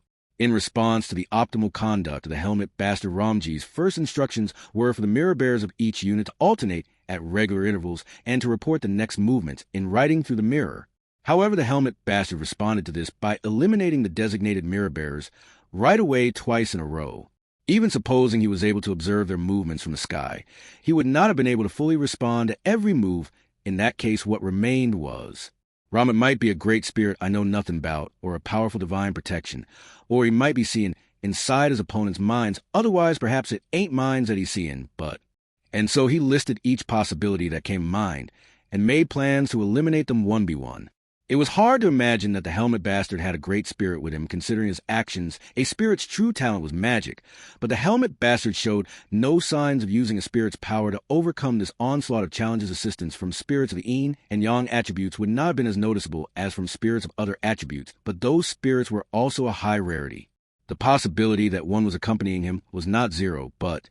Ram, to low priority. Unit 7 go east. Unit 9 proceed southeast. Hurry ta, where Unit 8 is fighting. Never mind, there ain't a need ta support Unit 6. Instead, let's get your two units working together. Use both magic stones and throw-in stones. We gotta see if we can make him use 2 or more divine protections no matter what. By nature, only a single divine protection could dwell within an individual. There had only been a handful of people in history who held multiple divine protections, and the number of people whose divine protections both proved useful could only be counted on one. And it was odd that among those individuals abnormally blessed by fortune, the likes of the Sword Saint and the Mad Prince both existed in this current day and age, but there was a possibility that the helmet bastard could be a third one to be added to those ranks henceforth. Ram, you can ascertain someone's divine protection by bundling and stacking up hardships and watching how they handle them. It ain't for nothing that I've been called the one who's killed the most divine protection holders in the world. From the sudden deployment of the Night Banisher onward, Aldebaran sensed that the situation had worsened dramatically. with the movements of the opposition clearly being laced with contrived inaction. Even merely identifying the mirror-bearer had become increasingly difficult, ramping up his number of attempts up by an order of magnitude. Aldebaran, because they keep Kiru around the role of mirror-bearer, the aria of initiating the confrontations, even slightly off a completely different guy, will have the Mirror 35. Moreover, in place of straightforward attacks that aimed at simply suppressing, defeating, or killing Aldebaran and his allies, there was a marked increase in attacks that seemed to be aimed at testing their reactions, setting aside those underlying intentions. Aldebaran was tormented by having to deal with such offensives that did not directly threaten his life. Were they attacks of lethal nature sure to rob him of his life, he could crush them without mercy, unhesitatingly taking measures to stifle them at their inception. However, since that intent was nebulous, and since its impact was minimal, comparable to that of clearing a pebble off the roadside, the conduct required of him was overwhelmingly extensive. Aldebaran taken to an extreme, even a single scratch means asking whether I should start over. Having said that he still could not ignore attacks that akin to a slow-acting poison would force him into a soft lock, because he had merely been struck by them. As a result, once that uncertainty took root in him, Aldebaran had no choice but to deal with each and every attack, ramping up the number of attempts by yet another order of magnitude. Aldebaran, you're getting on my nerves, shitty old geezer. As the number of mirrors being shattered continued to accumulate, Ramji grew increasingly wary of how the situation had been progressing. Thanks to prior directives from the heads of their respective organizations, the ruffians of the criminal underworld had followed Ramji's instructions with surprising obedience, given the situation. Some of them likely fell, without even understanding what their role had been, and yet fallen they had with nary a word of complaint. Such an attitude was indeed admirable, owing to that the number of cards in his hand were dwindling at an alarming rate. But in return, the face of the card, kept concealed by the opposition, was slowly but surely being revealed. Rum, their resolute bunch, indeed felt might build a relationship with Flanders, but the heavens still fervently keep watch over those who struggle.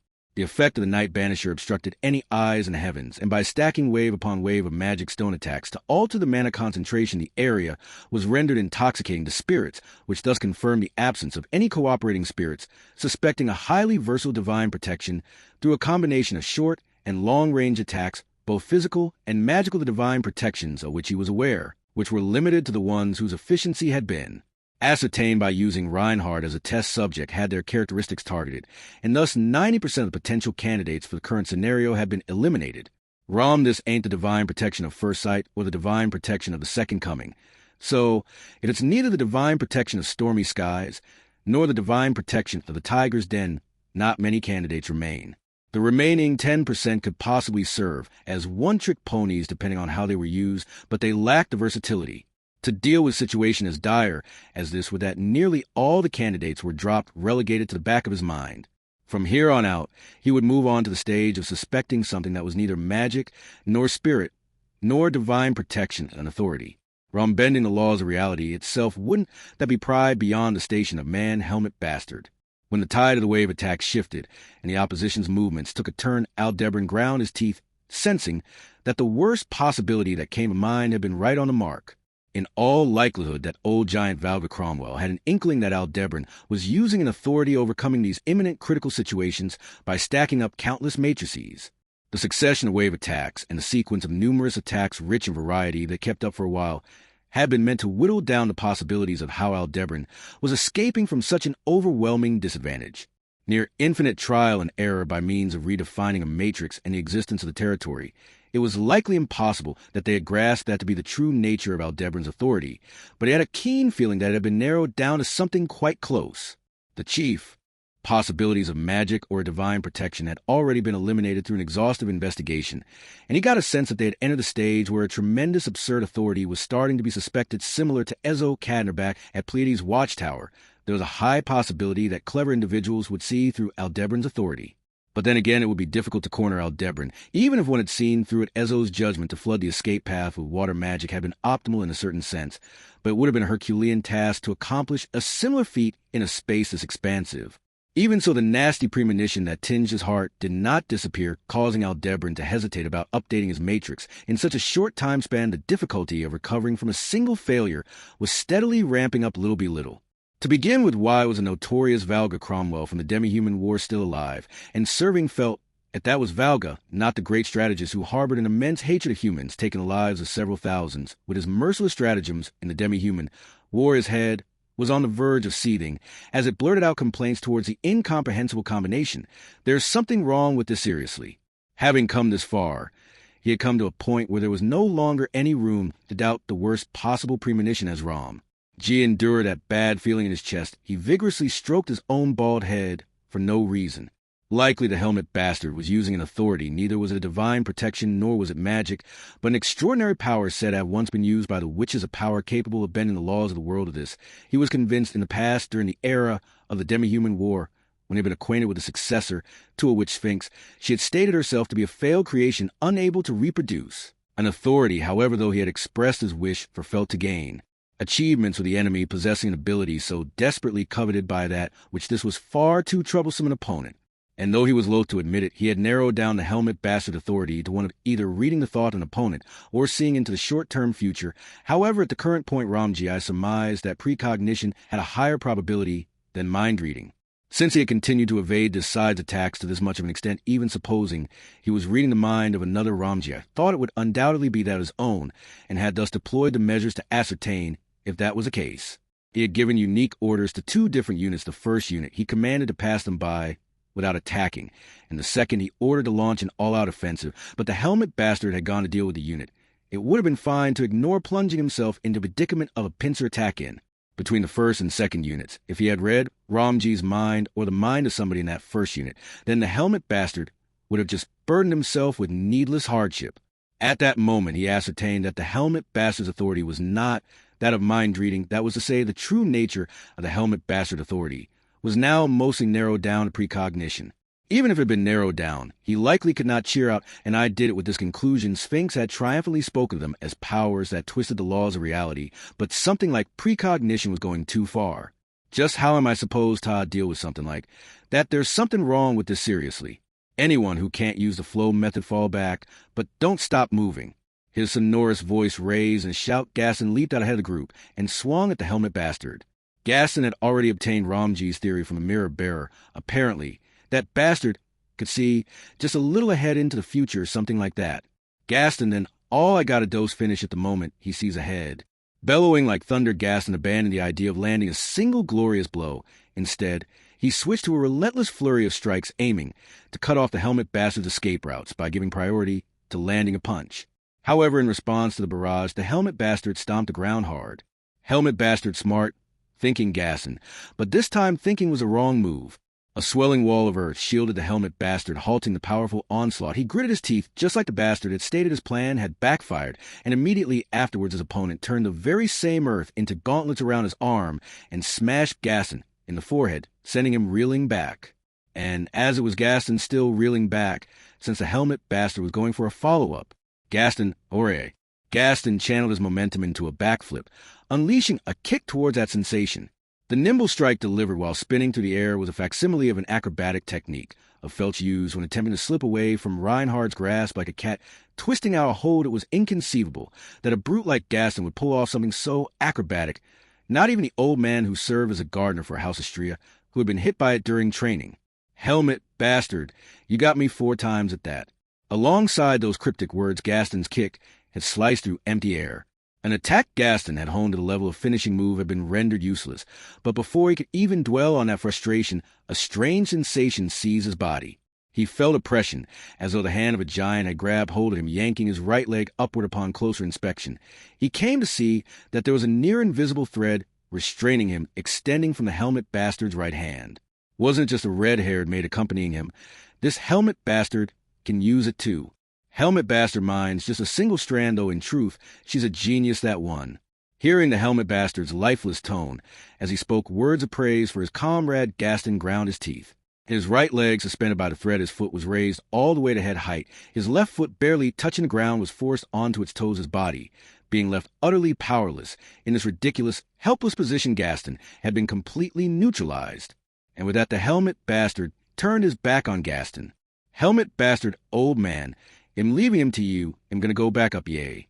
With those words, the helmet bastard strode away, as if Gaston had already been dealt with. Taking his place was a man Gaston had only heard about, Reinhardt's father, donning the same hair and tonalities as Reinhardt. He did, yet the ambience his body was enveloped and exuded an entirely different quality. But more than anything, that expression, one that said, He was only following the helmet bastard's orders because he had no other choice. Reluctant and unwilling pissed Gaston off. Therefore, Heinkel HK, you better not move awkwardly or buey. Gaston struck the hardened face of his opponent and immediately lunged at the helmet bastard's turn back, but before his hand could reach the ladder, his balance faltered and his opponent easily evaded the charge with a lunge, letting Gaston crash hard onto the ground. He had failed, having forcibly ripped himself free from the thread. His nearly torn ankle could not hold him up. Helmet bastard you with that leg.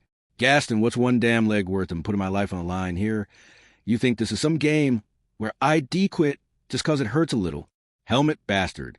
Gaston, but what really pisses me off the most that you guys are doing this reluctantly. Don't go picking fights with people if you can't even laugh in admiration of your own comrades' hard work. Gaston hurled his fury at the silent helmet bastard as he forced himself to his feet with every last ounce of his strength.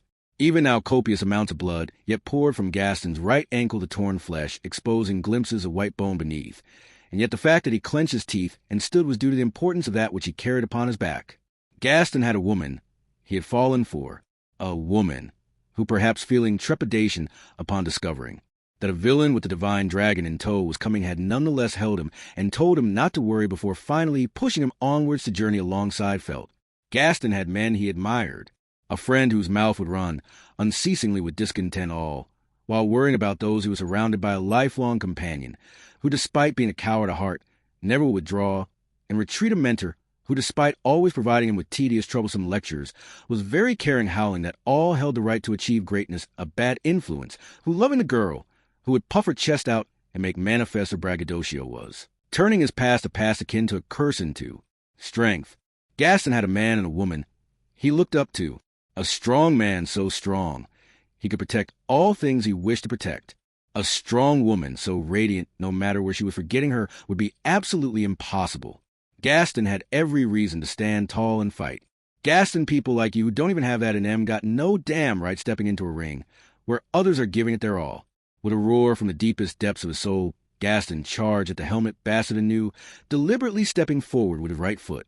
Even if that step were to shatter his leg, tear apart, leave him unable to walk ever again, it mattered not. Even then, Gaston would still find something he would be able to do. Even then, he knew his comrades would never abandon him. Right now, all he wanted was to beat the helmet bastard. Pushing off the ground, Gaston's massive frame rose into the air as he drove his left knee upward in a crushing strike. Even if blocked by a wall of earth this time, he had his upraised arms ready to hammer down at any moment as a second stage backup. Whichever it was, he would smash the helmet that hid the bastard's face. Helmet bastard, honestly, it landed. As if he had anticipated Gaston's movements, the helmet bastard had already closed the distance in perfect rhythm with the takeoff.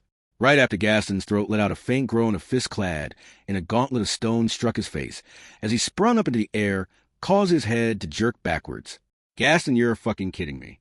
In the end, not a single one of Gaston's attacks had landed if his opponent was indeed making a sarcastic joke or a bitter remark about them landing or something of the sort, despite that there was nothing to laugh about even one bit.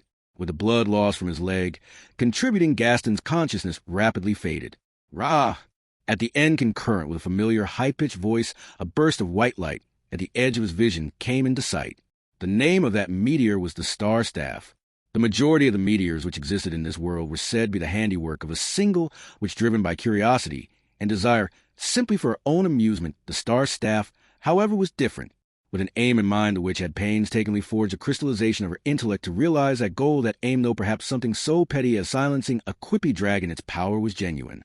By siphoning mana from its wielder, and by abridging procedures, the power unleashed will become the starlight of Shario. Of course, it was a light insignificant in comparison to Al Shario, which could slay even dragons. However, its power, which any individual could acquire without study, could still be described as extraordinary. Pursued by starlight that would ceaselessly track its target until striking true, Aldebaran took every defensive measure he could conjure, but none could withstand the assault while also avoiding injury. An attack of this nature, which left no route for escape, was Aldebaran's nemesis. For that reason, in accordance with Aldebaran's own list of priorities, only one viable option remained. Aldebaran sorry about this old man. With that muttered apology, Aldebaran caused the ground beneath Heinkel, who had fallen on his bottom upon receiving a counterattack from Gaston, to rise up, thrusting him up as a shield in between Aldebaran and the starlight. Naturally realizing his intentions, Heinkel had begun to yell Aldeba with anger evident upon his face. However, in the Next instant, the burst of white light struck the red-haired swordsman, his entire body permeated by an impact that could silence even a dragon. Heinkel Agwachich, Aldebaran, who had experienced it firsthand, had suffered damage that seemed to scorch his brain and internal organs to a crisp. However, though Heinkel had fallen to his knees, passing out, he still possessed the leeway to writhe in agony on the spot. Whether in Wallachia or that instance with Aldebaran time and again through brutal struggles, was the extraordinary sturdiness which Heinkel possessed proven, having been saved by the resilience that seemed to bring Heinkel himself no gratification whatsoever. Aldebaran looked to where the light had originated. Thereupon, Aldebaran, so you're Camberley, leaning against the star staff that had unleashed a burst of light, blood dripping from his nose, was a man of the dwarf race. As of now, this battle had been done over 29,221 times since its commencement. Consequently, Aldebaran understood the ruffians who had gathered here better than they did themselves. Of the opponents he had encountered thus far, he knew every last one by name. In a way, it could be said that he had developed a sort of one-sided kinship with them. Sorry, that would be a lie. He was sick and tired of facing such formidable opponents. Regardless, Aldebaran, even if you're aware of the activation method, that ain't a meteor that any Halfist amateur can put to use. How on earth did you manage to activate it? Camberley, how do you think I did it? Hee, keep guessing for the rest of your life. Aldebaran, don't tell me you used Hexel. Blood dripping from his eyes and nose, along with bulging veins on his neck and forehead. This sight led Aldebaran to the conclusion that these were adverse effects resulting from the use of a certain illicit substance. Commonly referred to as Hexel, it was an illicit drug produced using Bako fruit, which in its raw form had the property of revitalizing the mana within the body, and the use of Hexel was prohibited even in the kingdom of Lagunica.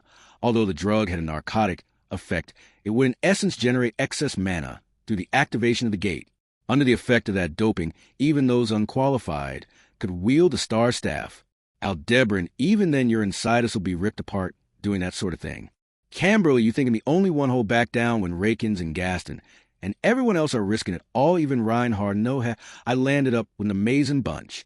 With his complexion deathly pale, not even bothering to wipe away the bloody tears and nosebleed that appeared starkly vivid by contrast, Camberley was in a state that could certainly be described as hopeless. However, spoken with the hint of a smile, his words lacked the typical recklessness of a desperate individual. Aldebaran, every last one of them. Behind Heinkel, who was still writhing from being burnt by starlight, Gaston lay unconscious. He was also one among those who, having clashed with Aldebaran Heaton, had wounded him with his words more than his fists. Individuals of such a sort numbered many in this battle against the Felt camp. Only by defeating all of them 1v1 thoroughly and painstakingly had Aldebaran been able to arrive at this juncture. After 29,221 times stacking up attempt after attempt. Camberley, helmet bastard, you've never fought with your life on the line. Not even once, ain't that right? Aldebaran. Camberley, you see, I have. That's what I'm doing now, to fight with my life on the line. I got both the reason and the courage. That much I've certainly proved. HK. Stating thus with his trembling voice, Camberley tightened his grip upon the star staff in his hands, and once more he tried to invoke the light of a star. However, that was an impossibility. Camberley Gaw. The mana to operate it was insufficient in him, and as if to punish a wielder in that state, the star staff backfired, burning Camberley's gate and causing white smoke to billow from the entirety of his small frame. If an unqualified person were to execute the activation procedure, not only would it fail to be invoked, but there would also be a small penalty installed by the witch who had created the star staff. It was a safety measure to prevent children from playing with it. The fact that the witch believed that this would serve as a safety measure showed that she really did not comprehend the human heart. Anyway, the safety measure had performed its task, and Camberley fell backward, passing out. Karkin and a woman rushed over and caught his small body before it collapsed on the ground. The woman with dark skin and wearing a lascivious dress was the girl boss of the Flower Prison Garden. Judging from her features, embracing the unconscious Camberley, she directed a stern glare at Aldebaran. Aldebaran, you don't need to glare at me like that. I ain't got the time or the interest to kick a dead body. Woman, you are all. Aldebaran, 7 days. No, now it's just 6 days. I'm only going to cause a stir in the world for the next 6 days, no longer than that, though none of you guys are willing to believe me. The boss of the Flower Prison Garden, called Toto Wishi, the boss of the black silver-coined Altero, had also tormented him relentlessly, but the gaze of this woman, holding the man precious to her, was just as cuttingly sharp. At her gaze, Aldebaran narrowed his eyes behind his helmet, probing Toto's fighting spirit with a simple, shall we come to think of it, this marked the first time he had encountered a woman on this battlefield. He had yet to see the faces of either Grassies who had delivered that painful first blow or felt their leader. Ignoring Aldebran's sentiments while tensing all her limbs, Toto jerked her chin at Aldebran as if to say go. A wry smile eking out due to her self-assured attitude, Aldebran turned his back to her. And then, Toto Kua! Behind Aldebran, Toto had dropped the iron fan. She had raised, struggling, to tear away the steel thread wound around her neck, unable to do, so the sound of her falling down reached his ears. The doer of the deed, Ye approached the collapsed Toto, retrieving the iron fan that had dropped to the ground, and spoke. Yea, wow, there's poison in this from the smell, and color Jaram, I say, it's an instantly lethal poison. So it looks like you were really eager to go all out, weren't you? Aldebran, don't get so angry.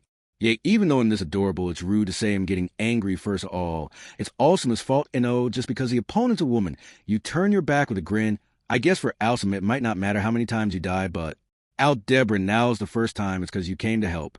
It was not flattery, the truth truly was that he had not been caught off guard even once by Toto. Upon hearing Aldebran's response, Ye fell silent with him and wore a displeased expression that had been Aldebran's way of showing gratitude. But despite her complaints about how he did not thank her enough, she would always react like this. Whenever he actually did communicate his thanks, there was no avail in saying it to her. Aldebran, anyway, we finished suppressing this bunch too, and the old man is. Yea, he's burned, but he's still alive, and kicking that guy, don't you think he's a little off? Aldebran, of course he's off, he's from House Istria. Yea, even someone like that is still in Istria, huh? Be that as it may, even for a member of House Istria, the blast from the Star Staff seemed to have taken its toll. Heinkel, appearing to be in more pain than he had ever been before, was approached by Ye for a quick check on his condition. At the same time, she shot Aldebran a look that clearly suggested that they should take this chance to leave him behind. Ignoring Ye's gaze with his usual indifference, Aldebran turned his attention northwest. Aldebran, since the start of the battle, they had been cornered, pursued by smoke, and forced further and further south through the forest. While steadily whittling down the enemy force numbering 500 people in their path, Aldebran and his group had finally made it all the way back. And upon making it all the way back, well now, strangely enough, it don't feel like this my first time seeing you, helmet bastard. Aldebran, same goes for me. Maybe it's because I've been thinking about you this whole time. At last, in the very plains where the chase had begun at the end of trial and error that had lasted 29,221 attempts, Aldebran had succeeded in coming face-to-face with his true enemy, with Valga Cromwell. Sat cross-legged upon the needlessly spacious plain, Valga Cromwell rested his chin in his hands. Looking at him once more, he was huge, even though he was sitting his head was still level with Aldebran's, simply due to his body being so large, and perhaps because his legs were short. Aldebran, relatable, I've also got a Retukin 36 about my legs being short. Valga, I'll say this now, but I ain't ever made a fuss about the length of my legs back in my heyday. I used how I wish I got a bigger body or longer arms. Aldebran, you seem young enough, even now, Gramps, how old are you? Valga, who knows, I stopped counting, after 100. Valga gave a cold answer, but as expected, giants had quite a long lifespan. Excluding the elves, who were said to live forever unless killed, the longest-lived race in this world were probably the giants, considering that those giants were now on the brink of extinction due to having angered alone, which the people you must not have known any limits to their rage. Aldebran, a swordsman, who went on a killing spree, cause his favorite food was dragon meat, which who almost wiped out a whole tribe due to being angered by a single member, an elf, who got caught in the splash of the Witch of Envy. The list goes on. Valga, you seem awfully knowledgeable about history for a young gun, besides Warentia, all chummy with the Witch of Envy. Aldebran chummy, well, there's an unfunny joke. In their tit-for-tat, Valga's voice held a transparent intent to agitate him. However, Aldebran could not go without refuting that statement. Something like getting along with the Witch of Envy, even if that evaluation was sarcastic or in jest, he would not let it slide. Aldebran, that one really does hate me to an extreme extent. Not once have our eyes ever met. Valga meeting eyes with the Witch of Envy, HM. That in itself's got to be an unfunny joke, eh?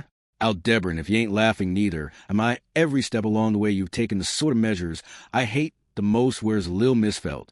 Valga Captor, and that girl be the quickest way for you ta, and this ain't that so you think I'd put her somewhere within your reach.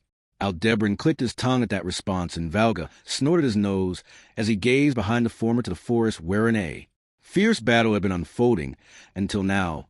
He continued with, and so, Valga, so you really went and done it killing 500 people, huh? Aldebran, though you might think it's cute compared to your Shishasa 37 count during the Civil War. Besides, I'm not ill, keep it to myself, it doesn't matter. Valga, this too was a tit-for-tat. So he forced himself to swallow the words he had begun to utter in this battle. Aldebaran's party had not robbed a single person of their life. In order to weaken their fighting strength, he had gone as far as to give them grievous wounds that put them on the verge of death, but none of their lives would be in danger if they received the proper treatment. But mentioning that here would not have a positive influence on Valga's impression. It would only prompt skepticism regarding why he had taken such measures, such unnatural conduct. Naturally, as Ye had proposed several times, rather than adhering to non-lethality, there had been several points at which taking their opponents' lives would have made surmounting them easier, even if the order of magnitude of his attempts thus increased. Aldebaran stubbornly abided by that restriction. He had made up his mind. Aldebaran had. From the world she had loved, not a single person more would be lost in the scope of his interference, save for the one exception, that of Natsuki Subaru. For that reason, Aldebaran would not take the lives of any. Valga, you're no longer able to bear the sight of anybody losing their life before your eyes, ain't that so? Aldebaran, Valga, I had my suspicions 'twas when I heard that Ezo and Flam been done in at the Pleiades watchtower, but their lives hadn't been taken. Aldebaran, Valga Flam used the divine protection of Mindspeak, and receiving the news the Sword Saint went to intercept Cha at the Augria Sand dunes where he's. The weakest that in itself's a stratagem I could understand, but there was no reason to let Ezo live once Flam used her divine protection to shed, have served her purpose, Aldebaran, Gramps, old geezer. Valga, any worries that might crop up in the future ought to be eradicated. You didn't take those natural measures. If I recall, you asked me where Felt's gone off to that girl. I had her follow your escape path thus. Ignoring Aldebaran's trembling voice, Valga raised his arm, a gauntlet fitted with conversation mirrors, and tapped the single one that did not have its lid down. Aldebaran's party had shattered a total of 12 mirrors now, and that fitted in his gauntlet was the 13th, and final one, on the other side of that conversation mirror, Felt was present. Valga fact is you guys ain't taking lives, and there's no shortage of people who'll still be able to move once their restraints are removed. Even if 500's impossible, do you think you still got enough strength to take on more than 100 again? Aldebaran, you old geezer. Valga flashed a smile as he spoke, and inside Aldebaran's helmet a vein bulged on his forehead. The fact that Valga had flipped his side's restriction on killing against them, having vigilantly progressed arrangements for returning those who had been neutralized to front lines, was a surprise. However, it was not as though Aldebaran's party had been bereft of judgment. Either not only had they tied them up, but they had also broken their limbs, making it difficult for them to return to the battlefield. Valga, for when push comes to shove, we provided enough Excel. For everyone, next won't be a battle against those who don't fear pain, but a battle against those who can't feel pain. Aldebaran HK, I'll bring it on be 100 or 200. They're welcome to come at me. Just do it all over. Again, it was when he was about to shout out in the spur of the moment. Watching Aldebaran as he raised his voice in anger, Valga abruptly narrowed his eyes. The gaze seemed as if it was looking right into his helmet, and Aldebaran's breath involuntarily caught. Thereupon Valga closed in with words. Valga, I see seems like this conversation's a first for Aldebaran. For a moment, not understanding what that signified, Aldebaran tensed up. But it was for just a moment a terrible chill immediately crawled up his back, and Aldebaran finally defined the being before his eyes to be a threat greater than the Sword Saint. Aldebaran Ye. Instantly Aldebaran used his voice to the fullest to command Ye, who he had kept on standby to attack. Through Ye's steel thread technique, Valga Cromwell would be restrained. There was no choice but to shut his mouth, which had the potential to speak those thoughts. It was the quickest way to achieve that would be to take his life. However, that would not be done. Decidedly, he was doing that with his own intentions, not for any reasons like the one Valga had described. Aldebaran, so that you don't wake up for 6 days, it'll put you to sleep. He had yet to come up with a specific method, but doing that would be the best strategy. In order to do that, he ordered Ye to move. There you are. As if from a stew in which a multitude of poisons simmered, a man's out-of-place voice hung in the air like a malicious fragrance. The man had been hiding in the grass of the plain with an unsightly appearance consisting of tattoos of balance, scales inked all over his body. He directed his gaze to a spot in the forest and wriggled his bizarrely large right eye. With a crookedness as if he had forced an eyeball that did not belong to him, that gaze of his piercier, who had jumped out in an effort to obey Aldebaran's command. The covertness of a shinobi had been seen through by that man, likely Manfred of the balance. Then Manfred placed his palm over his right hand, and capturing Ye in the gaze of his left eyeball that did not match in size. Manfred don't move Ye HK. As soon as the command was given, a slight disturbance was born in Ye's movements. Interfering with others with the weight of one's words was the effect of the divine protection of coercion. However, if the divine protection of farsight had been the one to pinpoint Ye's position, this made it two unique divine protections at the same time. Aldebaran, An apostle of Typhon are you. Aldebaran gnashed his teeth, however, Ye overcame the divine protection's power compulsion in an instant. With a step following the one disturbed, she regained composure, and with a shinobi's mobility, she attempted to extend a steel thread out toward Valga. However, upon that one step, which had been disturbed, those transcendent would intervene. Vengeance for Flam. Having hidden the grass as Manfred had, Gracies leapt up and drove a kick into Ye's torso. Ye promptly crossed an arm over to catch it, but the strike from the girl who had mastered the flow. Method at her young age was frighteningly weighty, sending Ye's slender body a great deal back. Yea, though I got nothing to do with your big cis Gracies, for most of you vengeance were Flam. Receiving Grass's sweeping retribution, Ye's hand was instantly broken. Left in the forest by Ye, Heinkel had yet to get back up after getting hit by the star staff earlier, and even supposing he had indeed risen again, he could not be counted upon in this situation. That was to say, Aldebaran re-expand territory, matrix redefinition. From this point on, Aldebaran would shut the mouth of Valga Cromwell with naught more than his own strength. For that purpose, Valga, you lost your cool no matter the era. That's always the cause of defeat for the losing side. Exercising his authority the moment he bent the world to his own rules, Aldebaran realized that before his eyes Valga was chewing something up in his mouth. Since he also had a habit of gulping down the poison stored behind his molar, he could tell, and in this situation, there was only one thing that Valga could be dosing on: Aldebaran Hexel. In an instant, an enormous palm spread out in front of Aldebaran, and he immediately bent backwards. He fell on his backside. In exchange, the physique of the risen giant seemed to have enlarged even further from the effects of the contraband drug he had taken, and Aldebaran's breath caught. Valga Cromwell's direct combat ability was unknown to Aldebaran. However, Valga's drive in this moment was no less than that of the numerous warriors he had come to face until this point, and in him dwelled a dreadfulness only found in those who staked their lives on the line. It happened at the moment in which that drive had overwhelmed him. Aldebaran, the shout of a man upon whom he had harbored no expectations of contributing whatsoever, was pointing to the sky. Aldebaran had likewise caught a glimpse of him in the corner of his eye, but for Heinkel to point at the sky with a sense of urgency rather than terror or fear, in these circumstances, there was but one reason: the time limit that would bring denouement to this battle from beyond the sky it cometh. Aldebaran with this. Valga, time's up. As Aldebaran's words were convinced of the demise of this hectic situation, they overlapped with Valga's voice, but something was strange in that voice. Not a shred of resignation or irritation was present. On the contrary, it seemed as if Valga had been looking forward to this moment. In the subsequent instant, it came to pass the light that had illuminated the sky on Valga's command now flashed anew. At that moment, as Ramji crushed a night-banishing magic stone within his hand, his body invigorated via his hexaboosted gate, he played his final move for the purpose of felling the Helmet Bastard. Ram the Helmet Bastard's behavior, be it mind-reading or precognition, doesn't make a lick of sense. The possibility of his mind being read, and this stratagem thus being countered, was eliminated. In that case, consideration then fell upon him predicting the future, and evading accordingly, but that too would be a tad incoherent. The future was something that existed only once innumerable choices were added up, not more, not less. Moreover, it was not just the choices made by any single person, but the countless choices performed by countless people. The future could not be said to be decided by anything else. Infeasible it was to peruse the future to respond to it perfectly. It was all somewhat lacking in realism to begin with. Even supposing he could witness the future, the positioning of the mirror bearers would be unknown to him. But if he had witnessed results, even once, it was a different story. If the Helmet Bastard authority was not one of looking forward into the future ahead, but rather one of observing outcomes that had come to pass in the future, then his conduct up till this point stood to reason.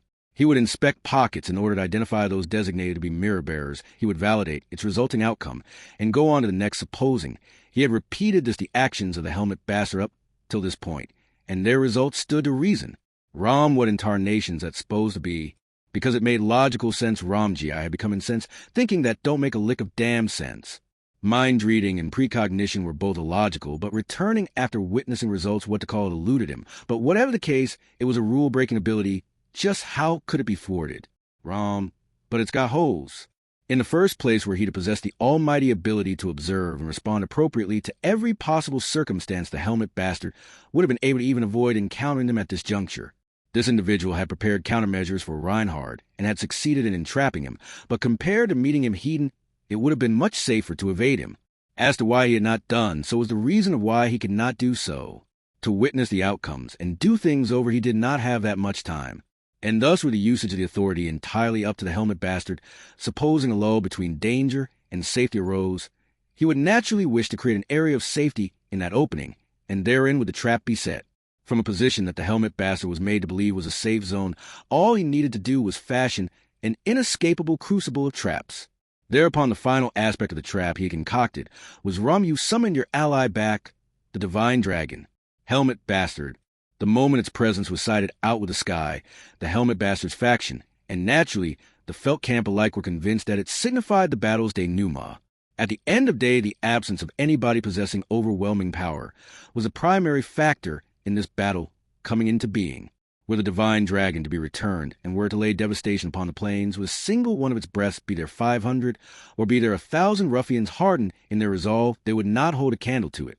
And as to demonstrate this, the divine dragon would unleash a single attack that would cause all fighting spirit to be lost as unmistakably was a breath serving as a closing ceremony to the battle one that would be let loose no matter what. And that breath would be made to be fired in air unto a situation in which it could not be evaded. Ram the Night Banisher's affects Ta-fake night into looking like daytime by extension. It's a deceptive veil that shrouds a true landscape. Normally aiming a night banishing magic stone in the desired direction would be a difficult affair without being a skilled magician, but Ramji, having strained his gate via Hexel, had been able to bring that about. But for what reason had he done so? Because this was originally one of the stratagems not carried out during the Demi-Human War. Targeting an entity that the royal army could not disregard great magic would be fired to wipe out all the enemies gathered around, said being a variant of a strategy performed in exchange for a life. Ram backed, and the plan was to target someone and aim magic at the location, but today's different. The deception produced by the Night Banisher extended with Ramji, and the helmet bastard it enveloped. Consequently, Volcanica, the divine dragon born from heavens, far away the dragon tasked with terminating this bout, without doubt lay eyes upon a sprawling plain bereft of people. Ramji and the helmet bastard's presence there would go unnoticed by the dragon, thus causing to attack erroneously. Having the dragon fire its breath at a place it thought no one was present in was Valga Cromwell's method of nullifying a helmet bastard safe zone. Helmet bastard HK. Instantly the helmet bastard attempted to escape, yet his leg was seized by Valga Cromwell's grip. Realizing that escape was impossible, the helmeted man gulped and gazed up at the heavens. The divine dragon's eyes were unable to see him. His mouth came suffused with white light of breath, was released directed at the desolated plains. Ram felt. At that moment, within Valga Cromwell's, nay, within Ramji's mind, flashed the figure of his beloved grandchild.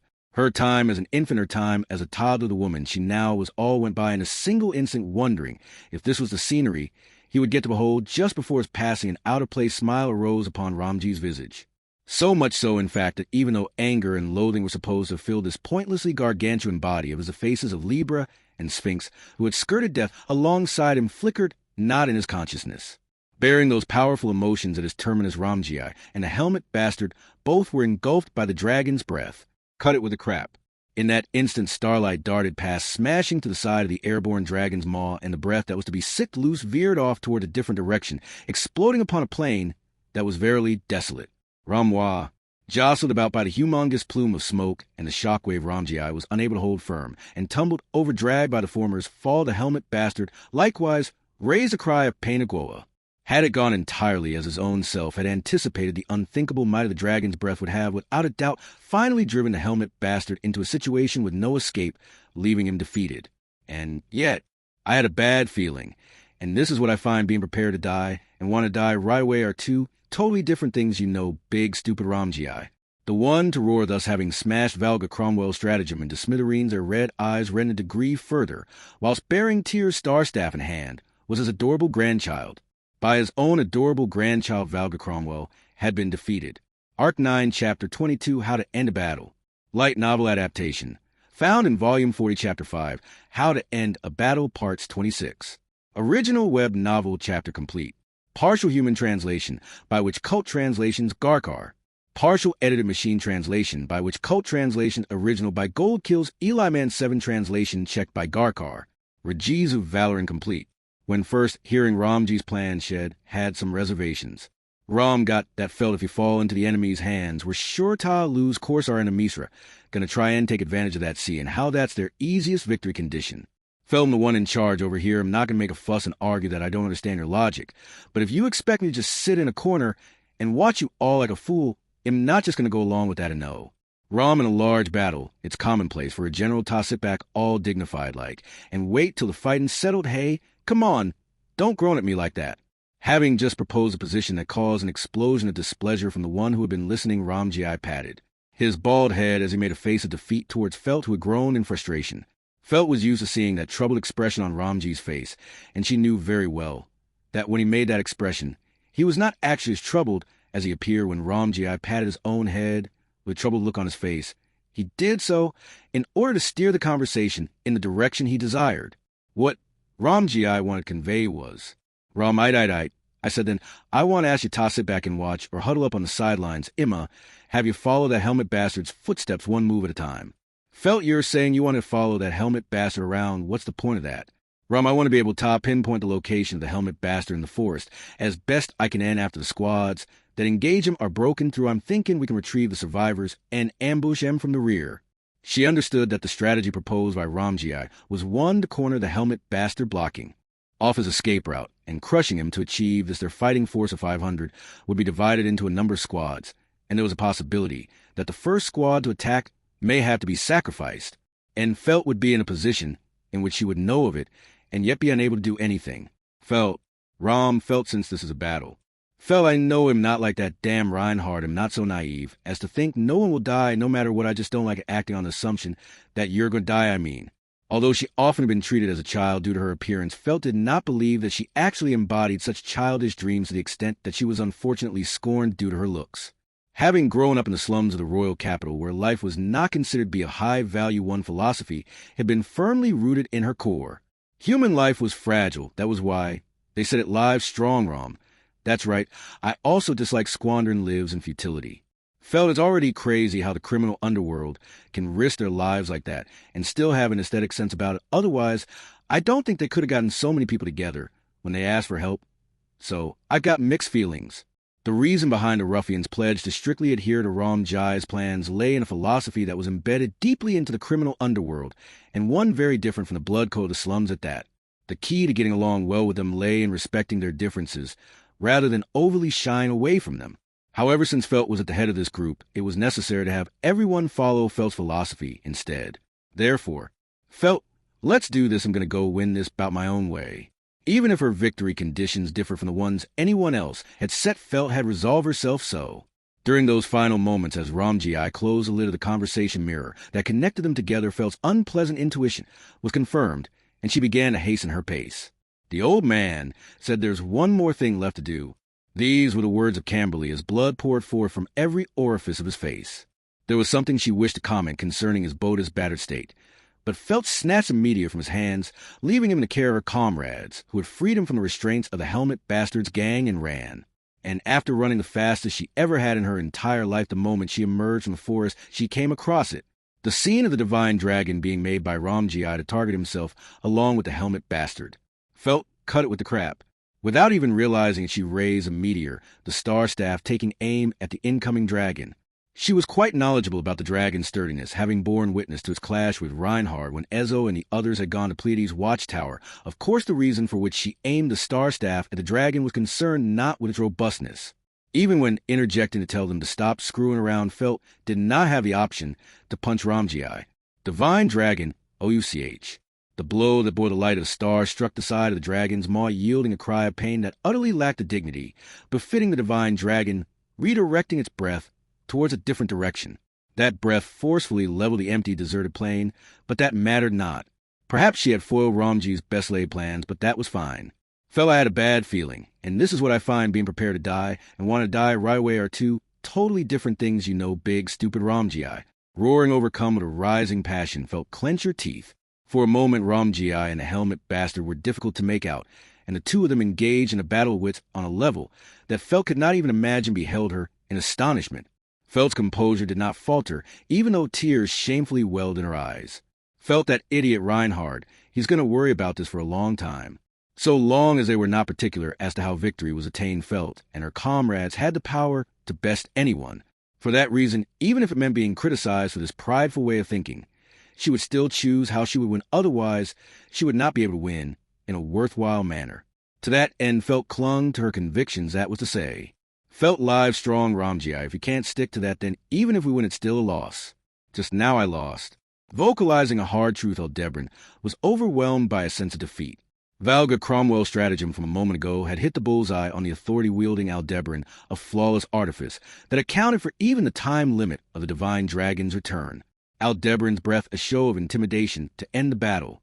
When that had been transformed into an inescapable trap, Aldebaran's matrix would repeat, forevermore forcing him straight towards an unending death until his soul was finally worn down to naught. Harrowing was the ingenious plot of Valga Cromwell, who had delivered the demi-human war into a hellish state of civil warfare. No, this checkmate had not been begotten by that origin alone. Aldebaran using 500 people, all my choices were whittled away. Unmistakably therein laid Aldebaran's cause of defeat. The incessant onslaught of attacks in waves from 500 people each, and every one of them squeezing out every ounce of their lives in a desperate effort to challenge him, caused Aldebaran's mental strength to be gradually chipped away, impairing his judgment upon many junctures he had needed to redo due to a simple error in judgment. And he overcame them by forcing his way through with a great number of attempts. In the end, he had made a critical mistake as he closed in to secure victory. Losing his temper due to his exchange with Valga, Aldebaran had misjudged the Matrix update site. Likely even that had been part of the trap Valga had set, falling right into it. Nearly all possibilities were about to have been sealed off. No matter the trap, no matter the enemy in the end, he would conquer them no matter what. That arrogance of Aldebaran had been mercilessly prodded by the cunning great strategist. He ought to have known that even if his authority was invincible, Aldebaran himself, who exercised it, was banal. That since he had not emerged victorious from a scenario in which he truly had no other choice but to win, Aldebaran had betrayed the many who had held expectations of him and had washed up here. Aldebaran had utterly wasted the treasure in his possession beyond his own station. Aldebaran, Priscilla, I couldn't save her. It happened at the moment his husky sigh was about to vocalize the height of his self-punishment. Nobody move. A shrill voice resounded, breaking through the stagnant atmosphere, enveloping the plain of the battlefield. With the divine dragon summoned and the stratagem of the great strategist who wielded his fury in the demi-human war, failing, the central figures of this battle had gathered in this place, and taking initiative was the red-haired maid Ye.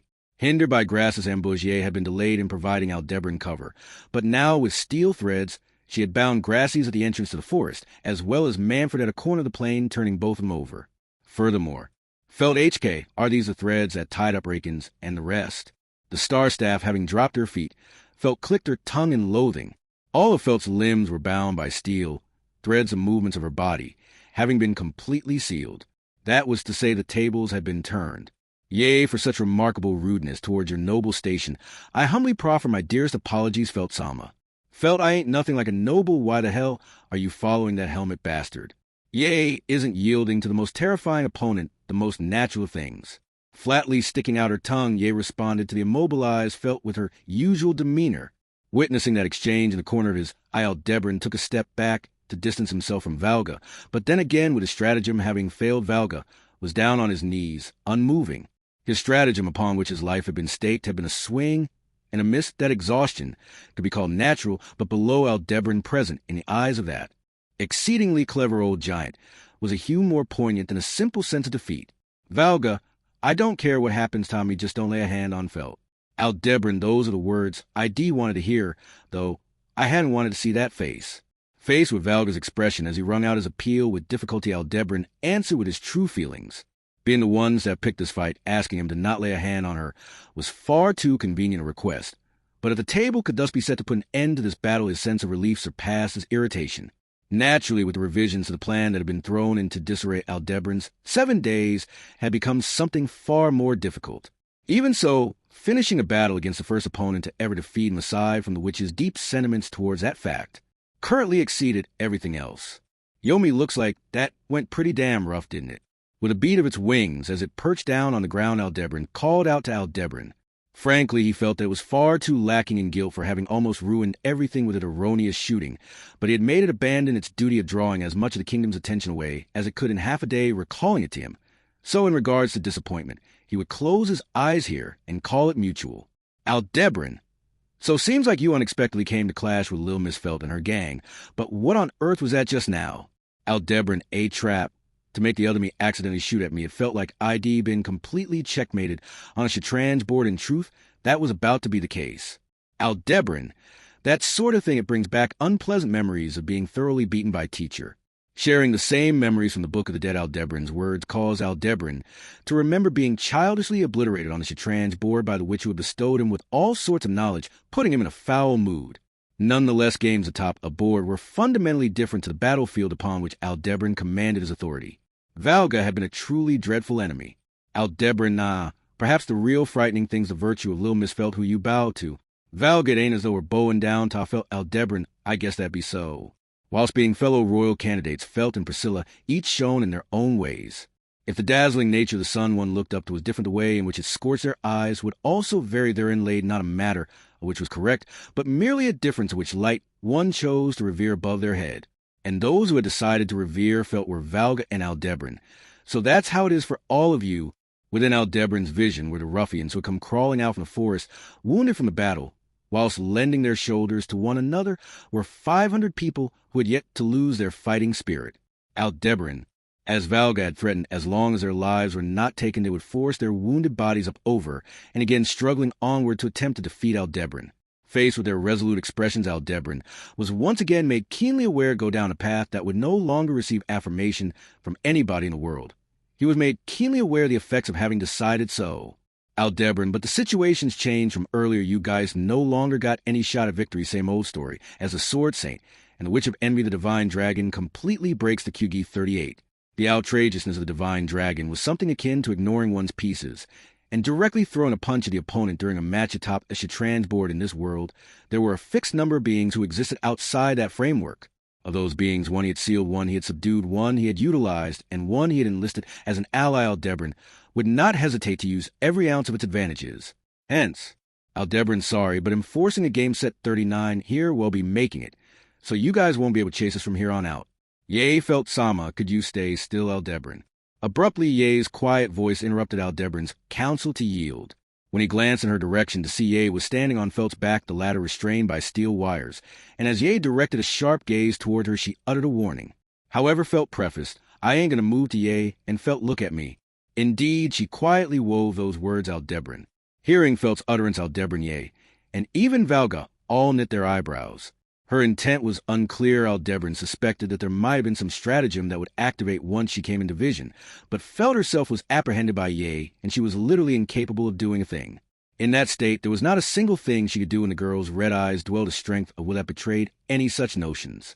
And then, Aldebran, a bit of problems come up me. So said Aldebran, who had been rubbing the cheek that had basked in the star staff's blast with his forefoot.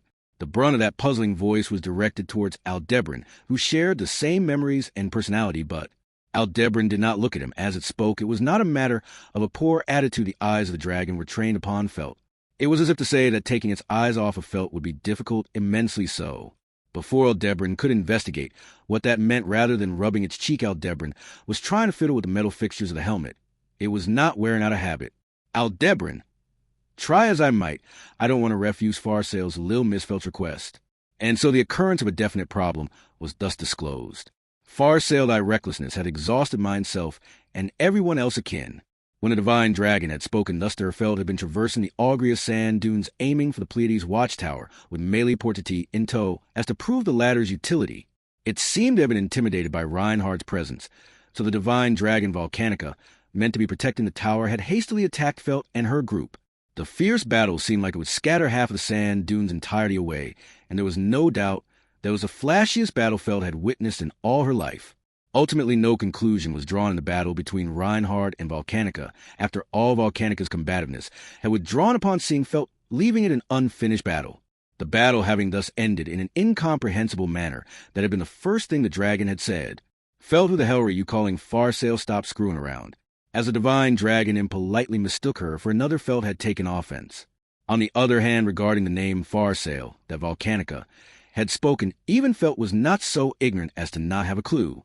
In this kingdom of Lagunica, if the name Farsail came from the Divine Dragon Volcanica's mouth, that referred to being known as the last Lion King, the one who had spearheaded the formation of the covenant between the kingdom and the dragon, none other than Farsail Lagunica. That was to say, Volcanica had mistaken Felt for the last Lion King. Farsail Lagunica unmistakably ought to have been a male king. So to be mistaken for him really made her angry. In a year and a half since the royal selection had begun, perhaps thanks to her dramatic improvement, in nourishment from her days in the slums, Felt's body had grown considerably. Her figure ought to become somewhat more visible from her malnourished state, with its unclarity as to whether she was male or female. That confidence of hers had been wounded, and thus her contact with the divine dragon, whom most people in the Dragon Kingdom had never been able to meet, had been no enjoyable affair for Felt. Nonetheless, it had not ended with just that experience of an unenjoyable meeting. Perhaps because it had been extremely close with Farsail Volcanica, was incredibly friendly towards Felt. Frankly, it was unreasonably attached to her. Despite its head being as empty as a senile old man, it was still quick to obey Felt's words without hesitation. Felt the promise between the Lagunican royal family and Volcanica, Since no material records existed the relationship between the Lion King and Divine Dragon, what words they exchanged and in what manner they made their promise, such minute details were unknown. Only Felt fully understood that there existed something between the two, something that was neither a one-sided employment, nor was it simply fellowship and a deep bond. Moreover, mistaking Felt for Farsail Volcanica was laudably trying to maintain their covenant formed long ago. Felt was not so heartless as to not feel anything regarding that. Not to mention, it did not seem that Volcanica was mixing her up with Farsail just because of her hair and eye color. As for what exactly that signified, Felt had come up with somewhat a conclusion within herself, but at the current point in time, without Reinhard by her side, she had no intention of putting it into words. The important thing was that to Volcanica, Felt filled the place of Farsail. That was to say, Felt, look at me. As soon as she had pronounced, so the reactions of the helmet bastard and the shinobi maid who looked at her suspiciously, and Volcanica, no the divine dragon who had flicked his head to look at her, were evidently quite different. Without a doubt, the divine dragon's reaction to Felt's words was compelled by a force that the others had not felt evidence that it had experienced, a sensation difficult to ignore. And to counter the time limit on this battle that Ramji had defined in advance the wild card of the helmet bastard summoning the divine dragon to the battlefield, this was the one and only measure. The moment she became convinced of it, having worked, Felt shouted. Felt, everyone lend a shoulder to the wounded, and withdraw, this fight is over. Helmet bastardwa. Felt the divine dragon can't ignore me, this is our moment to call it quits. The helmet bastard was left speechless at the declaration that had flown right over his head. Feeling good about the helmet bastard's dumbfounded reaction, Felt looked past him over to Ramji, his face stiffening as Ramji's wrinkles grew even deeper on Feldham. Felt, I told you, Ramji, if the divine dragon returned, this is what I do you silently plot it on your own, Ramji. I properly consulted with you, and my action here makes logical sense. Ram, NGHH. To Felt's direct words, Ramji fell silent with no reply. Both Felt and Ramji had considered the case in which the divine dragon was to return only the countermeasures they had intended for when that situation arrived differed between the two of them. As she had said, Felt's properly consulted plan ought to have been of far more sound reasoning. Helmet bastard, were you being serious just now? Beside the exchange between Felt and Ramji, the helmet bastard, who had stood back up from the impact, posed that question to the divine dragon high above himself. In response, as the divine dragon gave a deep exhale from its nostrils. Divine dragon, as super seriously serious as serious, can be having come to this point, my level of self-restraint is such that I'd like you to praise me for not changing sides over to Lil Miss Felt. If you weren't me, I'd betrayed you without a second thought. Helmet bastard, that joke's crossing a line, oi. Fidgeting with the metal fixtures on his helmet, the helmet bastard's shoulders drooped at the divine dragon's answer. Hearing the two converse, Felt harbored a sense of unease. She was concerned about the evident discrepancy in the divine dragon's demeanor from before, but she did not have the time to point out at that moment. Here and now, Felt had to press on by using herself as fortunate countermeasure against the divine dragon, allowing the defeated Ramji and the others to evacuate to safety. You don't know when to quit, Felt-sama Felt. Directly after that seemed to be whispered into her ear, a fine pressure tightened around her neck with a closer look digging. Into Felt's neck was a thread so thin that it would go unnoticed to the unstrained eye, causing blood to run down.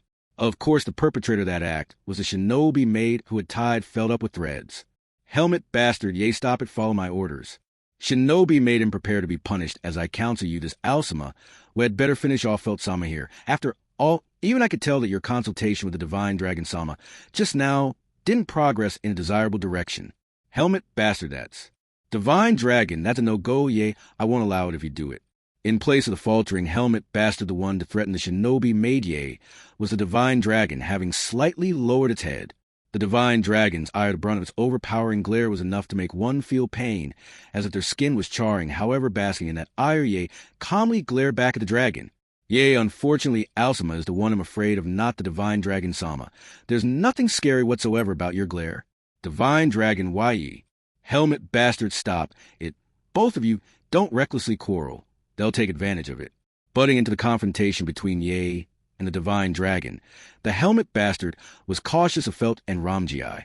In truth, Felt could not do anything in her bound state, but even now Ramji's eyes had not ceased in their attempt to find an opening to pull something off.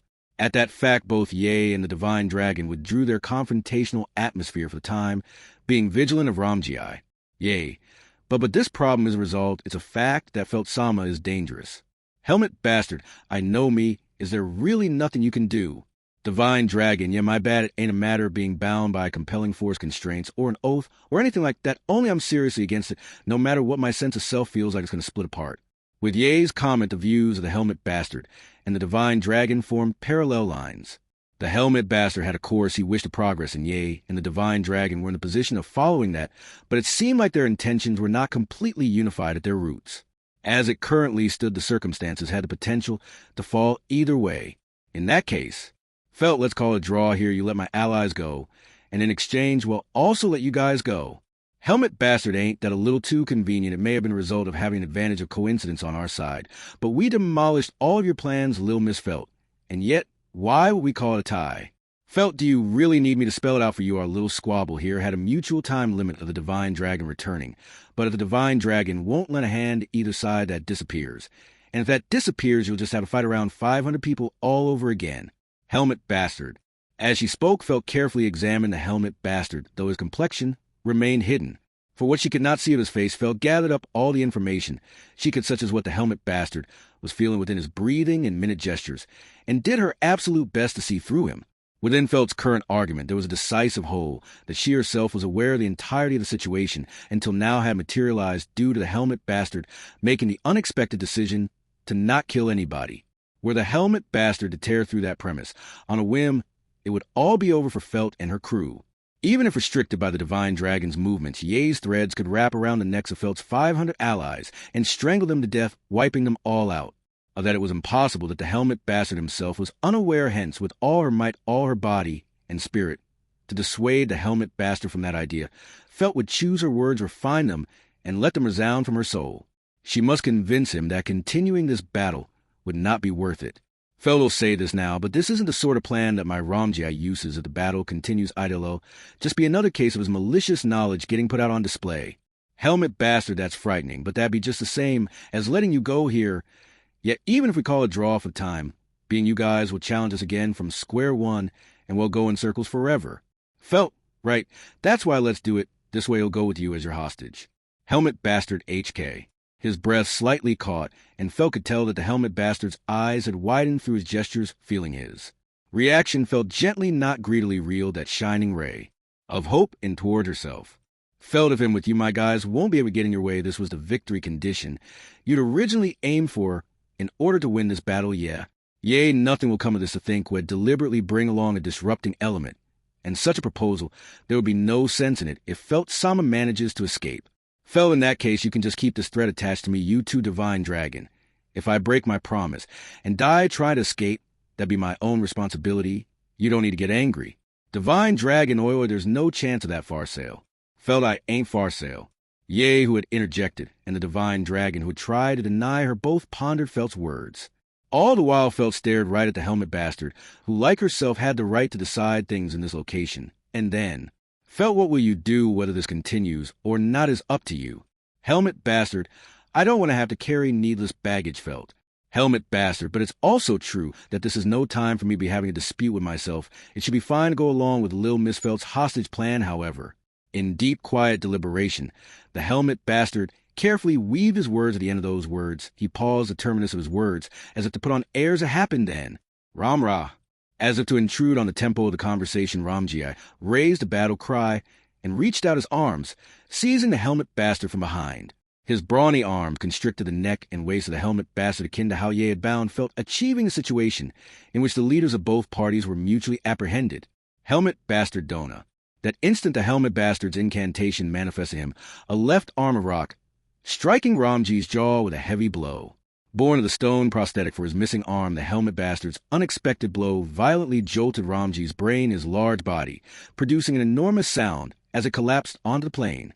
She was about to rush over to the side, but recalling the sensation on her neck, felt refrained. Facing her, the helmet bastard took a deep breath after knocking out Ramji.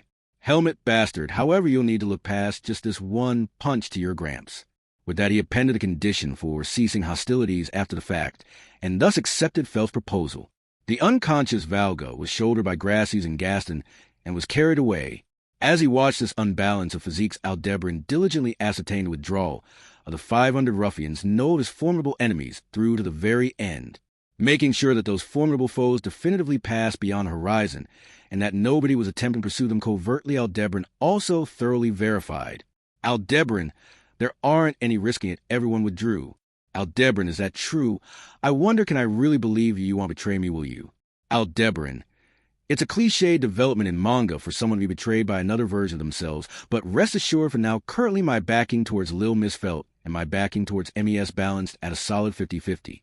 Aldebaran, sounds like I'm already treading in dangerous enough waters. Wondering to what extent that should be taken at his word, Aldebaran's statement inspired a certain sense of dread. It was something he had known from the start, but Aldebaran could only ever be Aldebaran. Even if they shared memories and a personality, it could never become Aldebaran himself. It was an exceedingly reliable supporter for Aldebaran to fulfill his objective, but the truth was that it could never become more than just a supporter. Ye Alsamai finished inspecting Felt-sama's belongings. With that, Ye waved her hand as she returned to Aldebaran, the latter, submerged in deep thought. He had ordered her to conduct a thorough search of Felt's person to investigate the possibility that Valga Cromwell had put something in her possession. But then again, judging from Ye's demeanor, nothing seemed to have been found on Felt. Aldebaran, how'd it go? Ye, let's see, she had a conversation mirror. So I shouted at Aldebaran, so you had one on you, oi Lil Miss Felt. Felt, shut the hell up, I told her voluntarily. It's not like I was hiding it. So there shouldn't be a problem.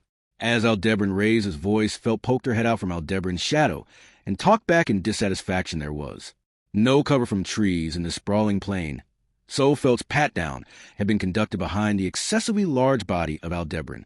In any case, upon hearing Felt's answer, he glared at Ye, who then stuck out her tongue with a bear. Ye, it was just Ye Can's playful Jin 40 Aldebaran you. Ye, please don't take it. So seriously, Alsama, after all, it's not like you ever properly listened to what I got to say, now do you? Aldebaran, my bad. Ye, I can't hear you, so you're not forgiving Aldebaran, my bad. He apologized with a loud shout, to which Ye ostentatiously covered her ears. Ye's attitude was childish and immature, but her taking on such an attitude was only natural. Aldebaran's ego was forcing an unreasonable restriction upon Ye that prevented her from displaying even half of her true capabilities. Nevertheless, since he had disciplined Ye through fear, instead of granting her wishes, there was no room for any excuses regarding how much of a complete DV bastard he was. Felt, geez, I get that you had to search me, but you don't normally strip someone completely naked out in the open. As she stepped out from Aldebaran's shadow, Felt muttered her own complaints. He glared at Ye upon hearing that remark, and with her hands still covering her ears, she was intent on evading any questioning about having conducted the harassment of needless stripping. Aldebaran, will just take that as being a common affair for losers. Lil Miss Felt probably way more than you can imagine. I was really terrified by your gramps. Felt has that, so now, well, my Ramji's just incredible, though it'll absolutely never forgive him for trying to outmaneuver me. Aldebaran, it seems like it was deep-rooted in him in reality. Things were quite close to a draw. Felt's mood swung at her own expense as she praised Valga, to which Aldebaran gave a wry smile. Hearing Aldebaran's words, she looked up at the face of the smiling dragon. Felt reminds me I do want to ask, but you are in Volcanica, right? It was hard to say just how much of the circumstances she grasped, but Felt's suspicions regarding Aldebaran were only natural, as she had known the divine dragon from before the Book of the Dead, had installed memories within it. Ignoring that and kicking up a loud fuss would only increase the hardships along the way. But Felt, the Niken from a million Ichin's place, ha helmet bastard, it's similar to the way you speak. Aldebaran management decided that it wouldn't sell like that, so the Tujujin Butts of 41 is currently veering in a different direction. Also quit calling me helmet bastard, it's Aldebaran. Felt Aldebaran, wasn't it shorter? Aldebaran, since it felt too short for a belt and too long for a sleeve tie, 42 management also decided that that one wouldn't sell. With that perfunctory answer, Aldebaran put off giving Felt a detailed explanation. In any case, if Felt was accompanying them from here on out, Aldebaran would end up telling her, even if Aldebaran did not, about how the renowned divine dragon of history became a frivolous and unserious clown. Aldebaran, anyway, for now, I gotta modify the plan. We've only got around 5 days left. With the battle against Felt and the others cutting into his remaining time, there was no choice but to give his plan major revisions. Be that as it may, the fact that they had reconvened with Aldebaran ahead of schedule meant that it was possible for them to hold a constructive outlook of its usefulness in dramatically shortening the length of their journey. Though there was a concern that the Royal Army, which was originally supposed to assemble in the north, had not fallen for diversion so well as the plan had intended, but Aldebaran, by the way, we don't have the option of tying Lil Miss Felt up and leaving her here, do we? Aldebaran, if she hadn't said, "Look at me," then you might. Aldebaran, I thought there's no compelling force. Aldebaran, there isn't. I just feel like I want to comply with whatever she requests. Met with a considerably deranged response, Aldebaran was completely at his wit's end. The sword St. Reinhard, the great strategist Valga Cromwell, and finally the divine dragon Volcanica. For Felta made all of them her supporters. Just how many stars of destiny shone above her? Aldebaran, can you really stand losing to those stars? Aldebaran san. Even if he could not deny the narrow victory, the stalemate, and the sensation of carrying an unexploded ordnance, it was true that Aldebaran had overcome the situations until now through a desperate struggle with death. Without forgetting that truth, he would take it as a warning and a guiding light in order to proceed on to what followed from here. Felt, so what are you guys planning on doing from here on out, and where? Aldebaran. Felt, so you won't even tell me that if you refrain from feeding a fish that you caught too much, you might end up the one with a bad taste in your mouth, Aldebaran. Calling out Aldebaran's name, Felt flashed her high canine in a smile. Around her neck was steel wire tied by Ye, and she was in a hostage situation, as she herself had proposed. Nevertheless, the glint in the girl's eye showed no signs of her fighting spirit diminishing. So, after stifling his hesitation, Aldebaran spoke. The answer to Felt's question, that was to say, Aldebaran's destination. Aldebaran, we're headed for the Grand Magalade Geyser. Right in the heart of Kararaji, there lies the one and only hole in this world that connects to a place nobody can reach. I've got something that I need to throw away there. Fell for that purpose, alone you're kicking up this much of a storm. Aldebaran, yeah, that's right, it's necessary so that I may be myself. Felt likely could not imagine the significance of that deed, and Aldebaran made it clear through the strength of his words that he had no intention of helping her imagination draw any closer. Taking that, and Felt narrowed her red eyes and gave up on what she was about to say, though he knew that what she was about to say would have been regarding she who was no longer among them. HK, whoa, what the hell would happen to Aldebaran? Made how the hell did this shit my back fucking hurts? That enigmatic atmosphere between Aldebaran and Felt was noisily and clumsily destroyed by Heinkel, as he finally woke up, invoking a sense that the battle was now well and truly over. Even so, there was no mistaking the awful sense of involuntary gratitude he thus felt towards Heinkel himself. Arc 9, Chapter 23, The Gang's All Here.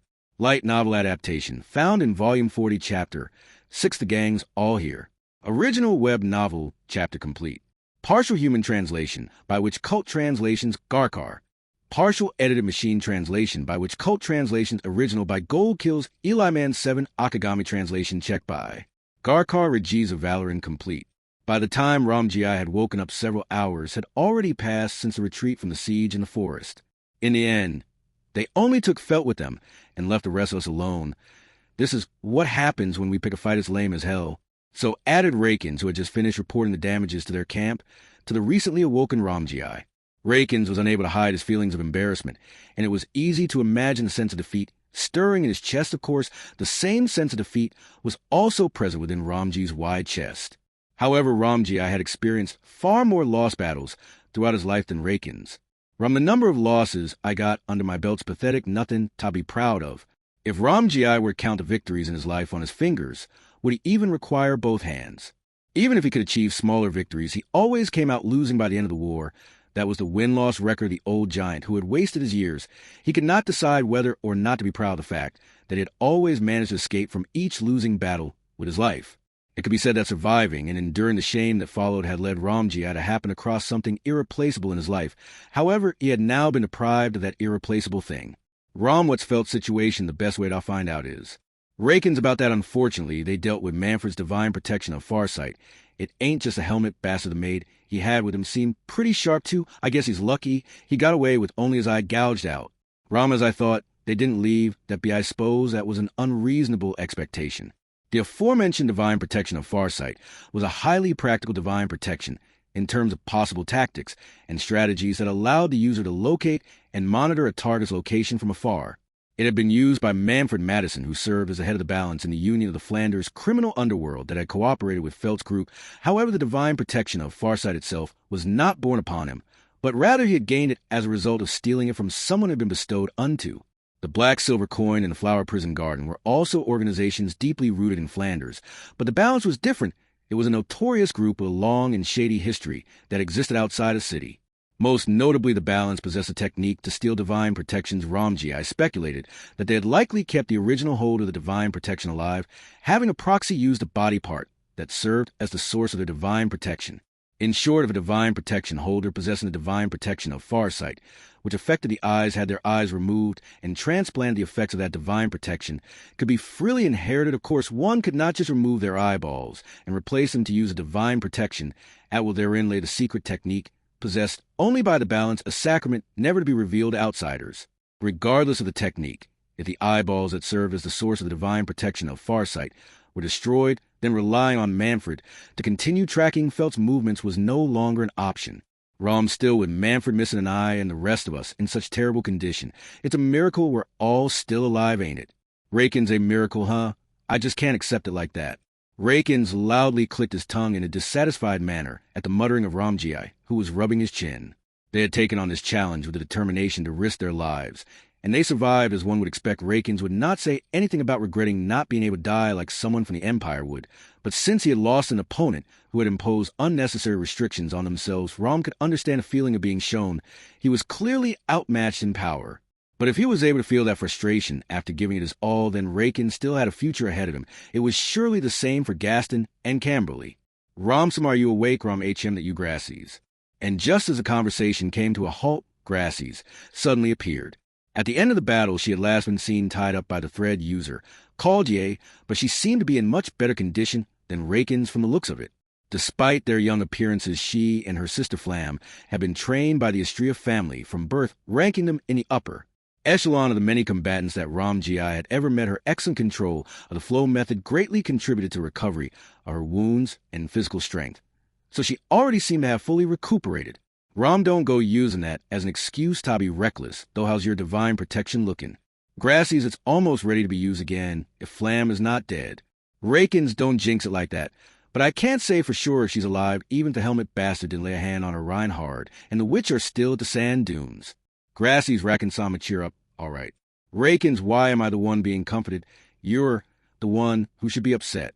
Grassies gave Rakens a light pat on his hunchback, only for the latter to snap at her, sticking out his long tongue in frustration. At his outburst, Grassies let out a casual wah, without looking the least bit startled. Instead, she swiftly slipped behind Ramji, peeking out from behind him with a dramatic, sulky glare at the childish young man. It was their usual playful banter, but Ramji simply placed a large hand bigger than the girl's head on her, and gently ruffled her hair. Rom, we're all feeling the same concern for those at the tower. Once your divine protection's ready, let us know immediately. Grassies acknowledged. Rakens who even talks like that. Accepting Ramji's hand, Grassies gave a brief nod, while Rakens overreacted as usual. It was precisely because their antics led to Rakens displaying such immediate results that the mischievous sisters always had a field day teasing him, but perhaps acting like nothing was wrong was what Grassies needed right now. And for Rakens, it kept him from spiraling into an endless cycle of defeat-induced frustration. Rom, young gun should burn with a defiant spirit, reflecting on this as my job. Despite gathering an army of 500 men and carefully choosing the most advantageous battlefield possible, Ramji and the others had lost their fight against the helmet bastard and Felt had been taken hostage. This was a devastating defeat, no doubt the worst since the demi-human war. However, there was one thing that set this loss apart from Ramji's past failures. It was the fact that this time it was neither entirely fruitless nor completely unforeseen.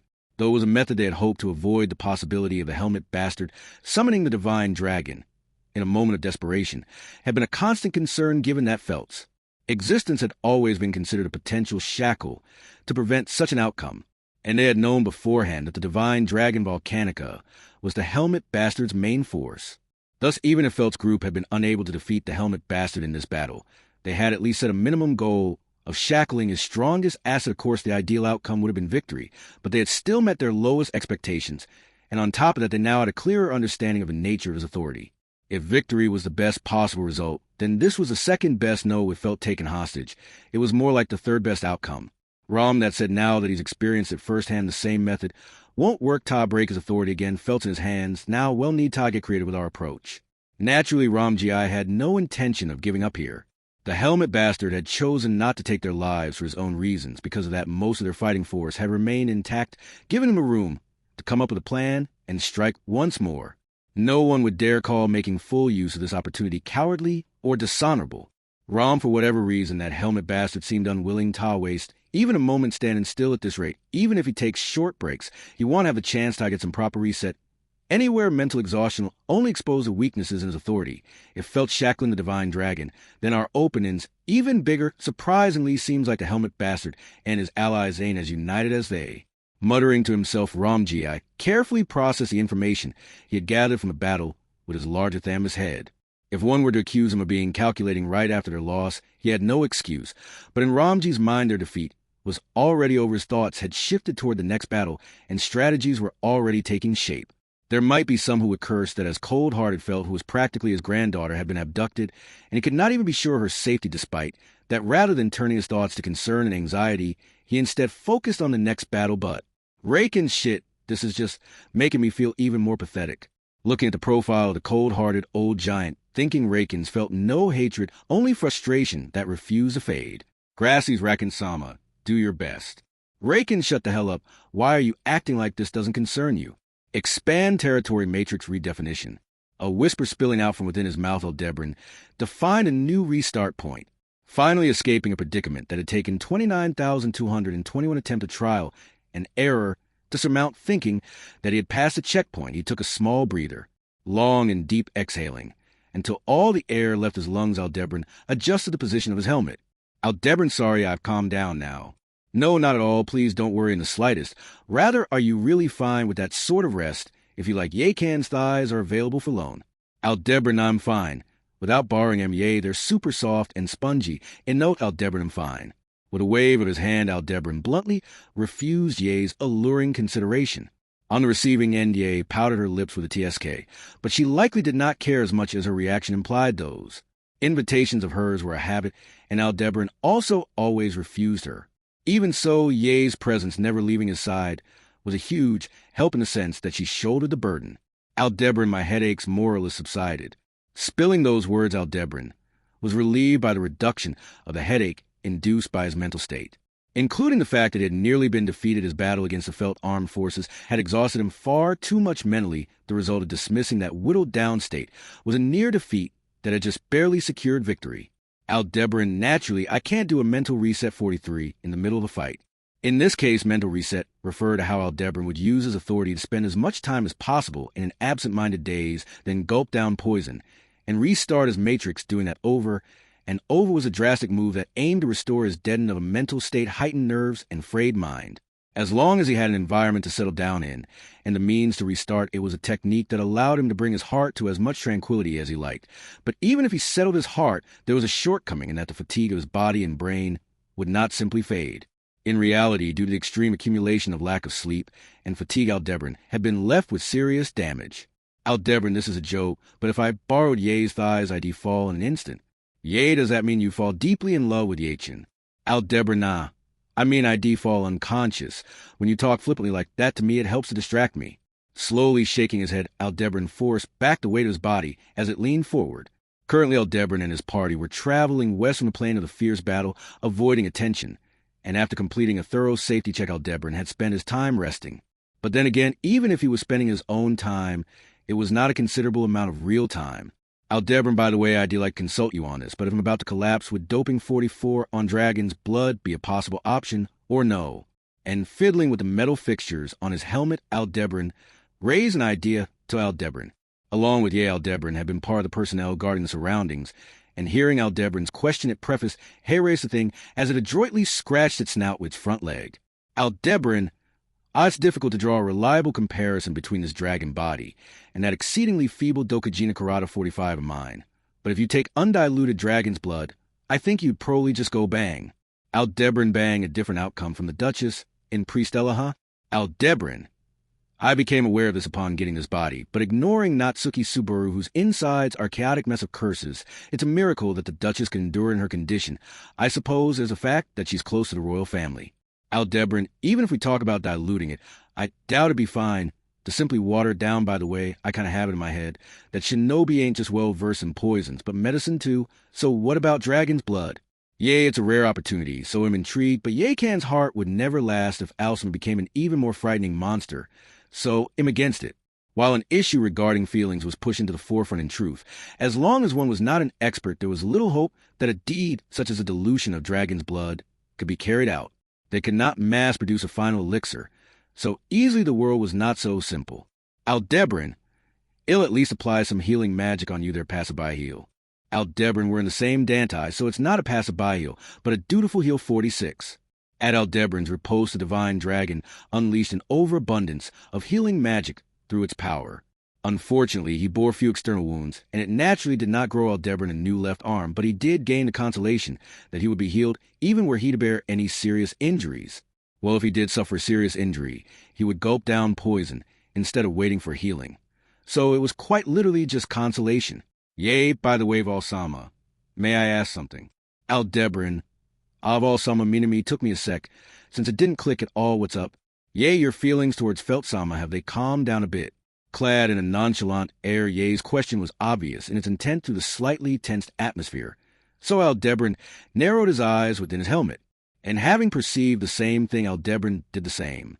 Aldebaran, if by calm down you mean decrease, then it's actually the opposite of scary how much love is overflowing the distance that keeps us apart only fosters stronger feelings. Aldebaran, you're not so far away to say there's a distance keeping you apart, and I just can't get behind that affection. With a choice of words styled after the latter, Aldebaran poked fun at Aldebaran, but as the latter had emotions akin to those present at the time, those words were uttered a considerable portion of that was likely how it truly felt. The intention of that also seemed to have been communicated to Ye, so she nodded with a "is that so?" and "Yea, she really is a hindrance, that Feltsama. Can we not get rid of her successfully?" Aldebaran, yea, I'll say this now, but yea, you're jumping conclusions. I knew Valsama would have that sort of reaction, so I want to discuss a non-dangerous method at worst. If Feltsama happened to try to run away me Alsama and Valsama, would all them be Ureshii 47? Wouldn't that make you Ureshii Valsama? Aldebaran, even I wouldn't be particularly Ureshii, yea, even though a source of distress would vanish. Aldebaran, you've also been a bit of a source of distress for me. Yea, oh dear, I've stirred the hornet's nest. With a facepalm, Ye responded in a manner of jest.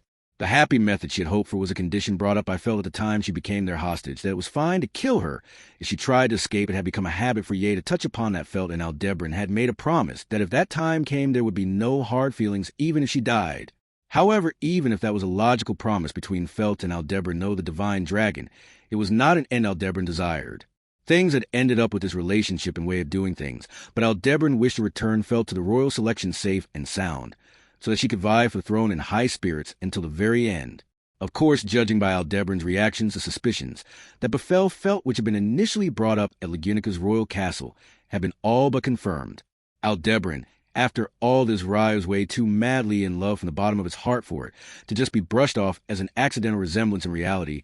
How much of the Dokujina 48 personality seems like ITLL come to the surface? Aldebaran, the fact that this is a container of dragon husk won't waver. You don't need to worry about the Dokujina personality popping out all of a sudden to say hi. The little amount of residual feelings just strongly assert themselves, and it's sort of an eyes of 49 of the strength of that assertion undulating. Aldebaran, by the way, those residual feelings, how much do you remember? Aldebaran, I like Farsail, I dislike Reed, everything else is fuzzy. Aldebaran, the first-generation sword saint. I don't bring up a legend, so casually it scares me. The first-generation sword saint was a being whose name he had heard often from the witch, but the tales told by those who knew him directly would paint him in the worst light reputation-wise. Just now a new testimony from the divine dragon's residual feelings had been added, so it was likely true that he had been a good for nothing. Aldebaran would be lying if he said that the rest being fuzzy did not bother him, but Aldebaran, oh, that reminds me, Ye, and the dragon me are both here with me now, but what about Lil Miss Felt and the old man? Yea, the two of them are on standby over their Heinkelsamas, taking responsibility, keeping a keen eye on Feltsama. Aldebaran pairing those two together, that's the worst thing you could have done. Yea, I messed up, Yachin was careless Aldebaran. Ye seemed to have done so on purpose, and hearing her response, Aldebaran took a deep breath and stood up, Due to the working conditions he was giving Ye, he had to be willing to accept this prickling harassment. Aldebaran. Oh, are you headed over to Farsail? I mean, Lil Miss felt ill come too. Aldebaran, so long as you can't remedy that verbal slip-up, it's important that you don't meet her serves better for your favorability. Also, I want to avoid tipping the scales in her favor even further. Explaining, so he had Aldebaran sit back down as it attempted to follow along, and left Ye to discipline to sit and wait, ignoring her as she poked fun with it's a group effort. Aldebaran began to walk towards a place where Felt and Heinkel were located. Then, having been unable to hear the strategy meeting that had taken place in the tree's shadow, Felt and Heinkel were waiting on the other side around the large tree. Felt Pops will say this now, but you don't got to make excuses to me. As soon as Aldebaran peered in, a rather harsh statement struck his eardrums. At a glance, Felt was sitting with her back leaned against a large tree and stood opposite, whilst looking down on her was Heinkel. From a filmmaking perspective, Heinkel, looking down on the other party from a higher point, had a psychological advantage compared to Felt in this scene. However, Heinkel HK as you say, why in the world would I need to do anything of the sort? Don't say such foolish things, you brat. Felt in that case stopped looking at me all. Nervously your gaze speaks loudly. Heinkel whose? Indignation erupting from his throat, Heinkel stumbled over his next words, and so it seemed that the conclusion offered from a cinematic perspective would not be of any use. The two differed in both height and age, but even without quantifying anything, it was clear which of these two actors was on top. So as Aldebaran happened to be present at the unpleasant scene, he pitted Heinkel. He would prefer to conceal his breath and get out of there quickly, but Felt HM. Heinkel Aldebaran. And with the two of them noticing him at around the same time, Aldebaran had no choice but to walk up to them, then choosing his words with an ah. Aldebaran, old man, quit getting involved with Lil Miss. Felt you're at a disadvantage no matter what you say. Heinkel, so even you are saying that this brat's gonna talk me down. Aldebaran, it's not a matter of who'd win or lose in a verbal argument. I'm saying the premise is botched to begin with, old man. You've allied yourself with me. So, from Lil Miss Felt's perspective, you're an indisputable turncloak. Or rather, fundamentally, from anybody's perspective, you're a great enemy of the kingdom of Lagunica in no. Heinkel HK. I know even so am. A bitter look strewn about his face, Heinkel cast his eyes down, muttering those words as he opened and closed his hands, wearing a tired expression and placed in a tiresome position. Nonetheless, Heinkel was well aware of what sort of spiderweb he had reached his hand into, that this was a deed that would tarnish the honor of the House of the Sword, saint renowned in the kingdom, that would create an irrevocable disgrace he knew. Still, even if it meant bearing notoriety that persisted unfading for the next several hundred years. Felt you want a dragon's blood, Pops, in order to wake your wife Reinhardt's mother? You need that no matter what right. Heinkel brat, how do you? Felt, just where do you think your son kept me detained at first? I'm well aware of that idiot's family situation. I also heard about it from Granny Carol and the others. Heinkel, then you should understand it's necessary. I need the dragon's blood, and Aldebaran promised it to me. That's why I'm going along with this guy's plan. Felt like I said, don't make excuses to me. His desperate pleas met with such a response, Heinkel's words choked on a GUH. Felt's answer had left him, utterly hopeless, tearing Heinkel's meager conscience to shreds in a manner much more stinging than would have been accomplished via harping on him without any tact.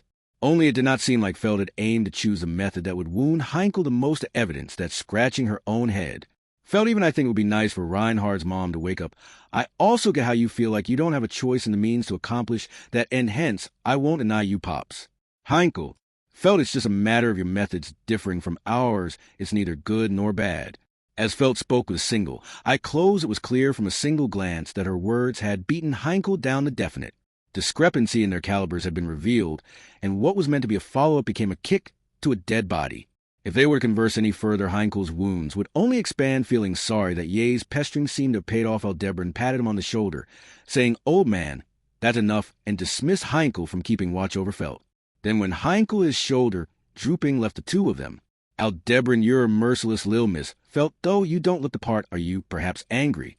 Felt ain't that obvious, idiot. Even now I'm exerting all my self-restraint on my desire to kick your guys' asses because I got this crap on my neck. Saying that, Felt touched the fine steel thread wrapped around her neck, that which had also been brought up in the conversation with Ye and Aldebaran, and curved her lips into a smile to flash her high canine. Her impudence was to the max, but for the most part she was aware that her life was in their clutches. Of course, since they had not taken the life of even a single of her comrades, it was possible that she was making light of the level of effective threat that the steel thread posed, but Aldebaran, I ain't gonna fall in the same ditch twice, Felt. It was not so much an announcement as it was an oath Aldebaran pledged to himself. The girl before his eyes had been raised to be strong in the slums. She was not just a royal candidate suspected of being missing royalty, but a potential monster who had grown up being trained by Valga Cromwell. There was a sufficient likelihood that she had already eclosed as a monster, becoming a being more dangerous than Aldebaran could imagine. However, even were that be the case, Aldebaran would no longer suffer defeat. Aldebaran, even if this is my final part to play, there's still meaning in my growth. The ability to handle Aldebaran, who was supposed to have been their primary strength, had gotten Worcier's insolent and mischievous attitude, was intolerable. Heinkel would get discouraged on his own regardless of Aldebaran's intentions. He could not keep going without bringing along the uncooperative excess weight that was felt. Such was Aldebaran's journey. To put it bluntly, things had ended up quite different from his initial travel plan. But in exchange for his exhaustion, mental and physical, alike the unforeseen battle and tangible loss had stripped Aldebaran of his conceit, delivering unto him a lesson firm. Aldebaran from here on out, will draw out my territory until it reaches its utmost limit. By using short-term updates of a matrix to instantly respond to a pressing situation, he thought he could reduce the retroactive time rather than the number of attempts, and that in doing so, he would see long-term benefits. But in a case like the most recent one, in which he was up against many enemies at extreme level of matrix, updating would cause the probability of being checkmated to skyrocket if he continued to use it, as he always had done, even against someone who did not possess Valga's ingenuity. It was completely possible for his path to be closed off by way of simple misfortune. Aldebaran, if I let the intervals get too long, I'd be a chicken race 50 between my brain overheating and my mind getting worn down. But even if my soul is completely destroyed, it's far superior to failing. From the outset, Aldebaran had no prospect for beyond the completion of this plan. The Karaji city-states, after arriving at the Grand Magalade geyser in that land and accomplishing his objective there, he would clean up the mess he had made in his endeavors and then end it all. He desired nothing more in exchange. He would ensure that everything up to that point would be carried out to fruition. Felt, as Aldebaran hardened his resolve anew, Felt silently watched it with narrowed eyes. Aldebaran deliberately ignored her gaze, but faced with the fact that Felt resembled her in no regard whatsoever, not personality, nor facial features, nor physique, nor anything else, did indeed share the same eye color with Priscilla, and nothing more. He experienced an awful sense of discomfort. Aldebaran, if possible, could you not look at me with those eyes? Felt, don't be unreasonable, sorry, but I've had these two eyeballs since I was born. I also don't like M's since they stand out now. I used to not like them. Aldebaran, Felt, now I surprisingly think they ain't half bad. Why, I ain't gonna close my eyes. Leaning against a great tree, Felt folded her arms and sat cross-legged on the ground, and taken by her gaze and the strength of her, well, he could understand the feelings of the many who revered her for her radiance. Right now, that radiance was the same to Aldebaran as the poison tucked behind his molar, only that radiance would not take Aldebaran's life. It only served to torment him. Felt, so I'm pretty damn hungry. Got any food? Aldebaran, you're being way too audacious, sorry, but we don't have time for a meal break right now. Traveling takes priority. Felt, that's some poor treatment for your hostage. We headed to that something hole in Karaji you mentioned. Aldebaran, the Grand Magalade geyser. No doubt, that's our final destination. Only gotta make a bit of a detour. At Aldebaran's comment, Felt knit her well-shaped eyebrows with a detour. In response, as Aldebaran drew in his chin with a detour, he turned around to the scenery in the distance, amidst which it could not yet be perceived, and imagining that place he spoke, that was. Aldebaran now is when they ought to be spread the most thin him, going to pick up a necessity for the plan. Fortunately, the detour on the way to their destination went smoothly. Unfortunately, the security was too dense to say they were spread thin, but due to what was sealed on the other side, their protocols for crisis management being this thorough was almost reassuring. But then again, high security ain't enough to stop me.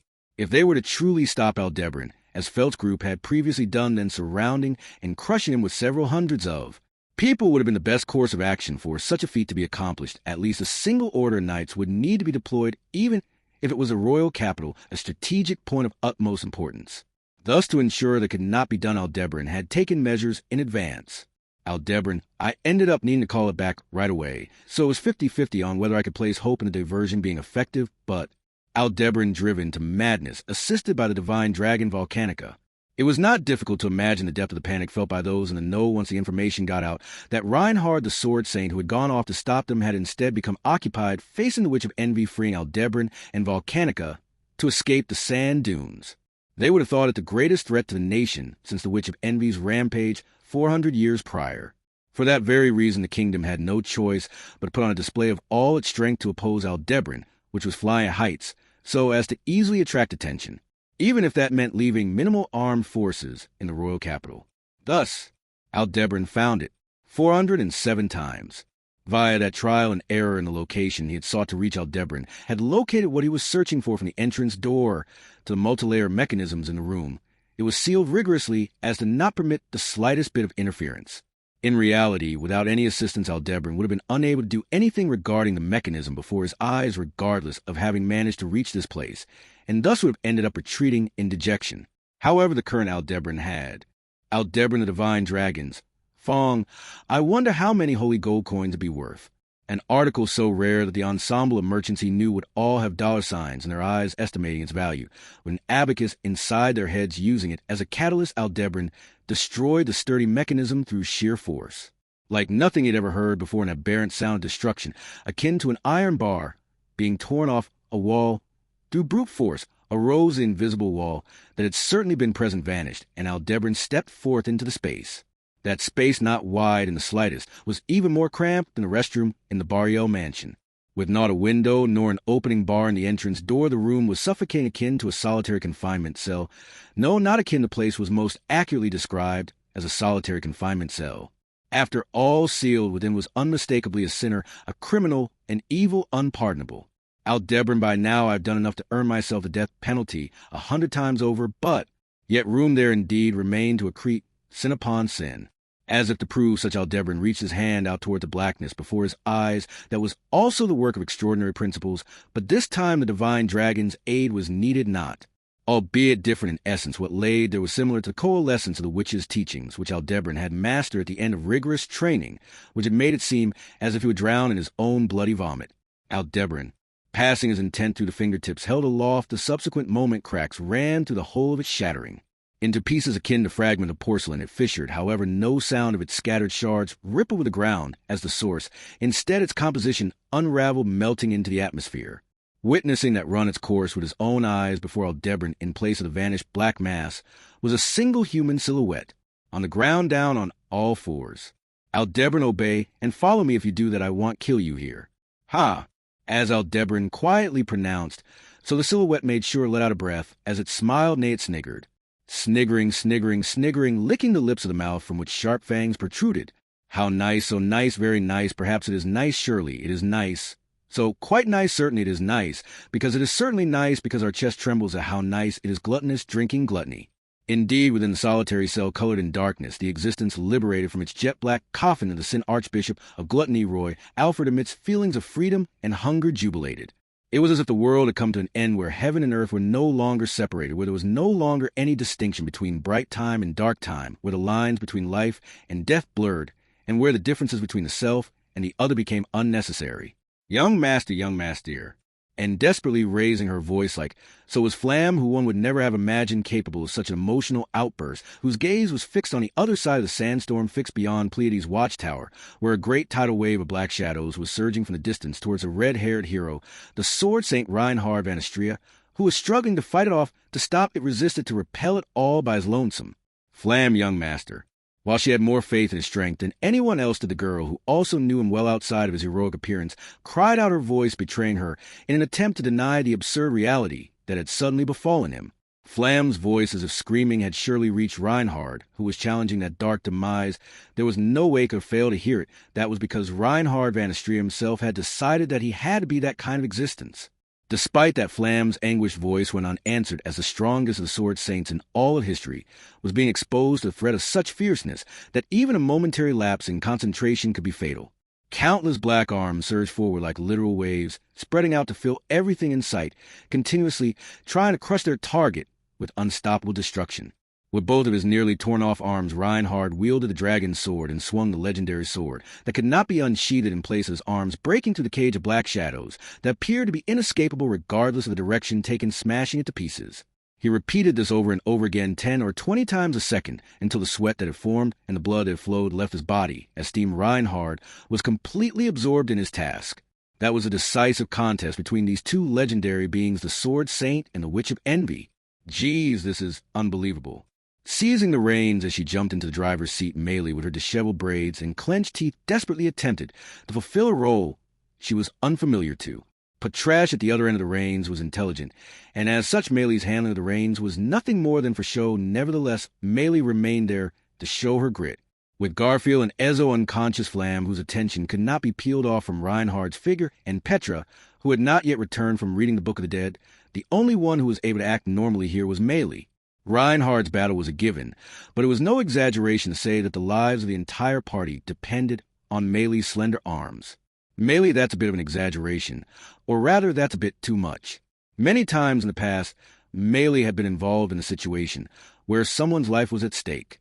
However, in many of those instances, Maylee had been on the side that took lives, and she had been in a position of power to decide whether to give or take a life in the majority of them. The only time she had ever used her abilities to protect someone's life rather than take it had been during the examination, when she had last been at the watchtower, and that situation aside, Maylee's capabilities were probably only slightly more powerful than those of an ordinary person. With such little experience, the Witch of Envy would not have been a good opponent to clash with. Maylee pleased Patriskeken, unlike with the Witch Bestians. I can't understand what you're saying, but everyone's in danger. Patrash Dodajayuan. Maylee's appeal was conveyed to the reins, and Patrash bravely replied. The jet-black ground dragon strode, furiously not heeding the adverse conditions of the sandy footing, pulling the dragon carriage, with everyone on board running toward the end. Maylee, if this keeps up. It happened at the moment she had believed they could make it through the sand sea in one sweep. Maylee, For an instant the earth seemed to bend and stretch as an incredible impact caused Patrash's feet to flounder off the ground, and the dragon carriage rose into the air along with all its passengers. Maylee, this was bad, and the word that came to Maylee's mind was pinch. They were in a pinch, a real pinch. When Subaru had been in a dangerous situation, he would often utilize the word pinch 51. It was easy to say, and once one got used to saying it, this word would keep popping into their head. But even if one would keep chanting pinch, pinch, the solution would not come to them nonetheless. The only sure thing was that once Patrash slid into the sand, they would lose the divine protection of wind evasion that would allow them to leave the sand dunes safely. Once that was gone, escaping alive from this place where the boundaries between heaven and earth had become unrecognizable would become utterly impossible for Maylee and the others. What should I do now? Everyone please onise and help me. Maylee, everyone needs help. Indeed, it came to pass when that completely useless and tearful voice was put together with her vision nearly upside down. Leave everything to me, Maylee. Right after she heard that cute and reassuring voice, Maylee saw someone leap from the overturned coach using the driver's seat as a foothold, and proceeded to jump onto Patrash, who was losing her balance in midair. It was a girl with a large bow and light brown hair that caught the eye. Maylee Petrachan. As Maylee cried out, Petra, who had leapt out of the carriage, clung to Patrash's neck in midair before forcefully sitting on the ground. Dragon's saddle clinging on tightly as if biting her. She hugged with all her might, using her entire petite body, and made her appeal. Petra, Patrash, calm down, and listen to my voice, Patrash Dodajayuan. Petra, yes, good girl now. Responding to Petra's voice, Patrash swung her long tail vigorously, forcibly, controlling her position in the air with significant momentum. She landed on the sand with her toes thrusting forward into the ground gracefully, controlling the momentum of the dragon carriage, allowing it to land on the ground, without interrupting the safety of the divine protection. She had managed to overcome that critical moment beautifully. It had all been thanks to Patrash's incredible responsiveness and the girl's skill in bringing that out. Petra, Maylee-chan, are you safe and sound? Maylee, I am fine, Petra-chan. That book you read, Petra, am all right, more importantly. Cutting off her words, Petra narrowed her round eyes and glared behind her. Before her gaze was a battle where Reinhardt defending Pleiades' watchtower as a line that must continue to be defended at all. Koss was holding back the Witch of Envy, who tried to cross that line.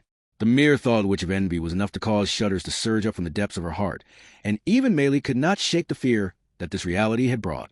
However, Petra, still mounted on Patrash's back, said to Maylee, Petra, "Oh, be fine, leave everything to me." Maylee Petra-chan. Petra, leave it for now. We need to get out of the Augria sand dunes, let's go. To the loud declaration of Petra, as she rode the ground dragon speeding across the sand sea, Maylee responded by repeatedly nodding her head in agreement, feeling a sense of mysterious reliability. With a smile at Maylee's reaction, Petra turned back to face forward and stiffened her cheeks. Holding on tightly to Patrash's neck and leaving the manifestation of the end that loomed behind them to Reinhard, they ran straight out of the sand sea.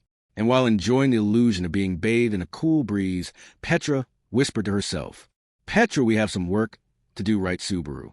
Subaru, yeah, let's do this with everything we've got." Feeling the voice and presence of the one she loved so dearly, whom she was unable to touch near her, Petra lady races hard as she could, her heart burning with passion. To bring forth that wish which must be delivered outside the sea of sand, she must give it her all.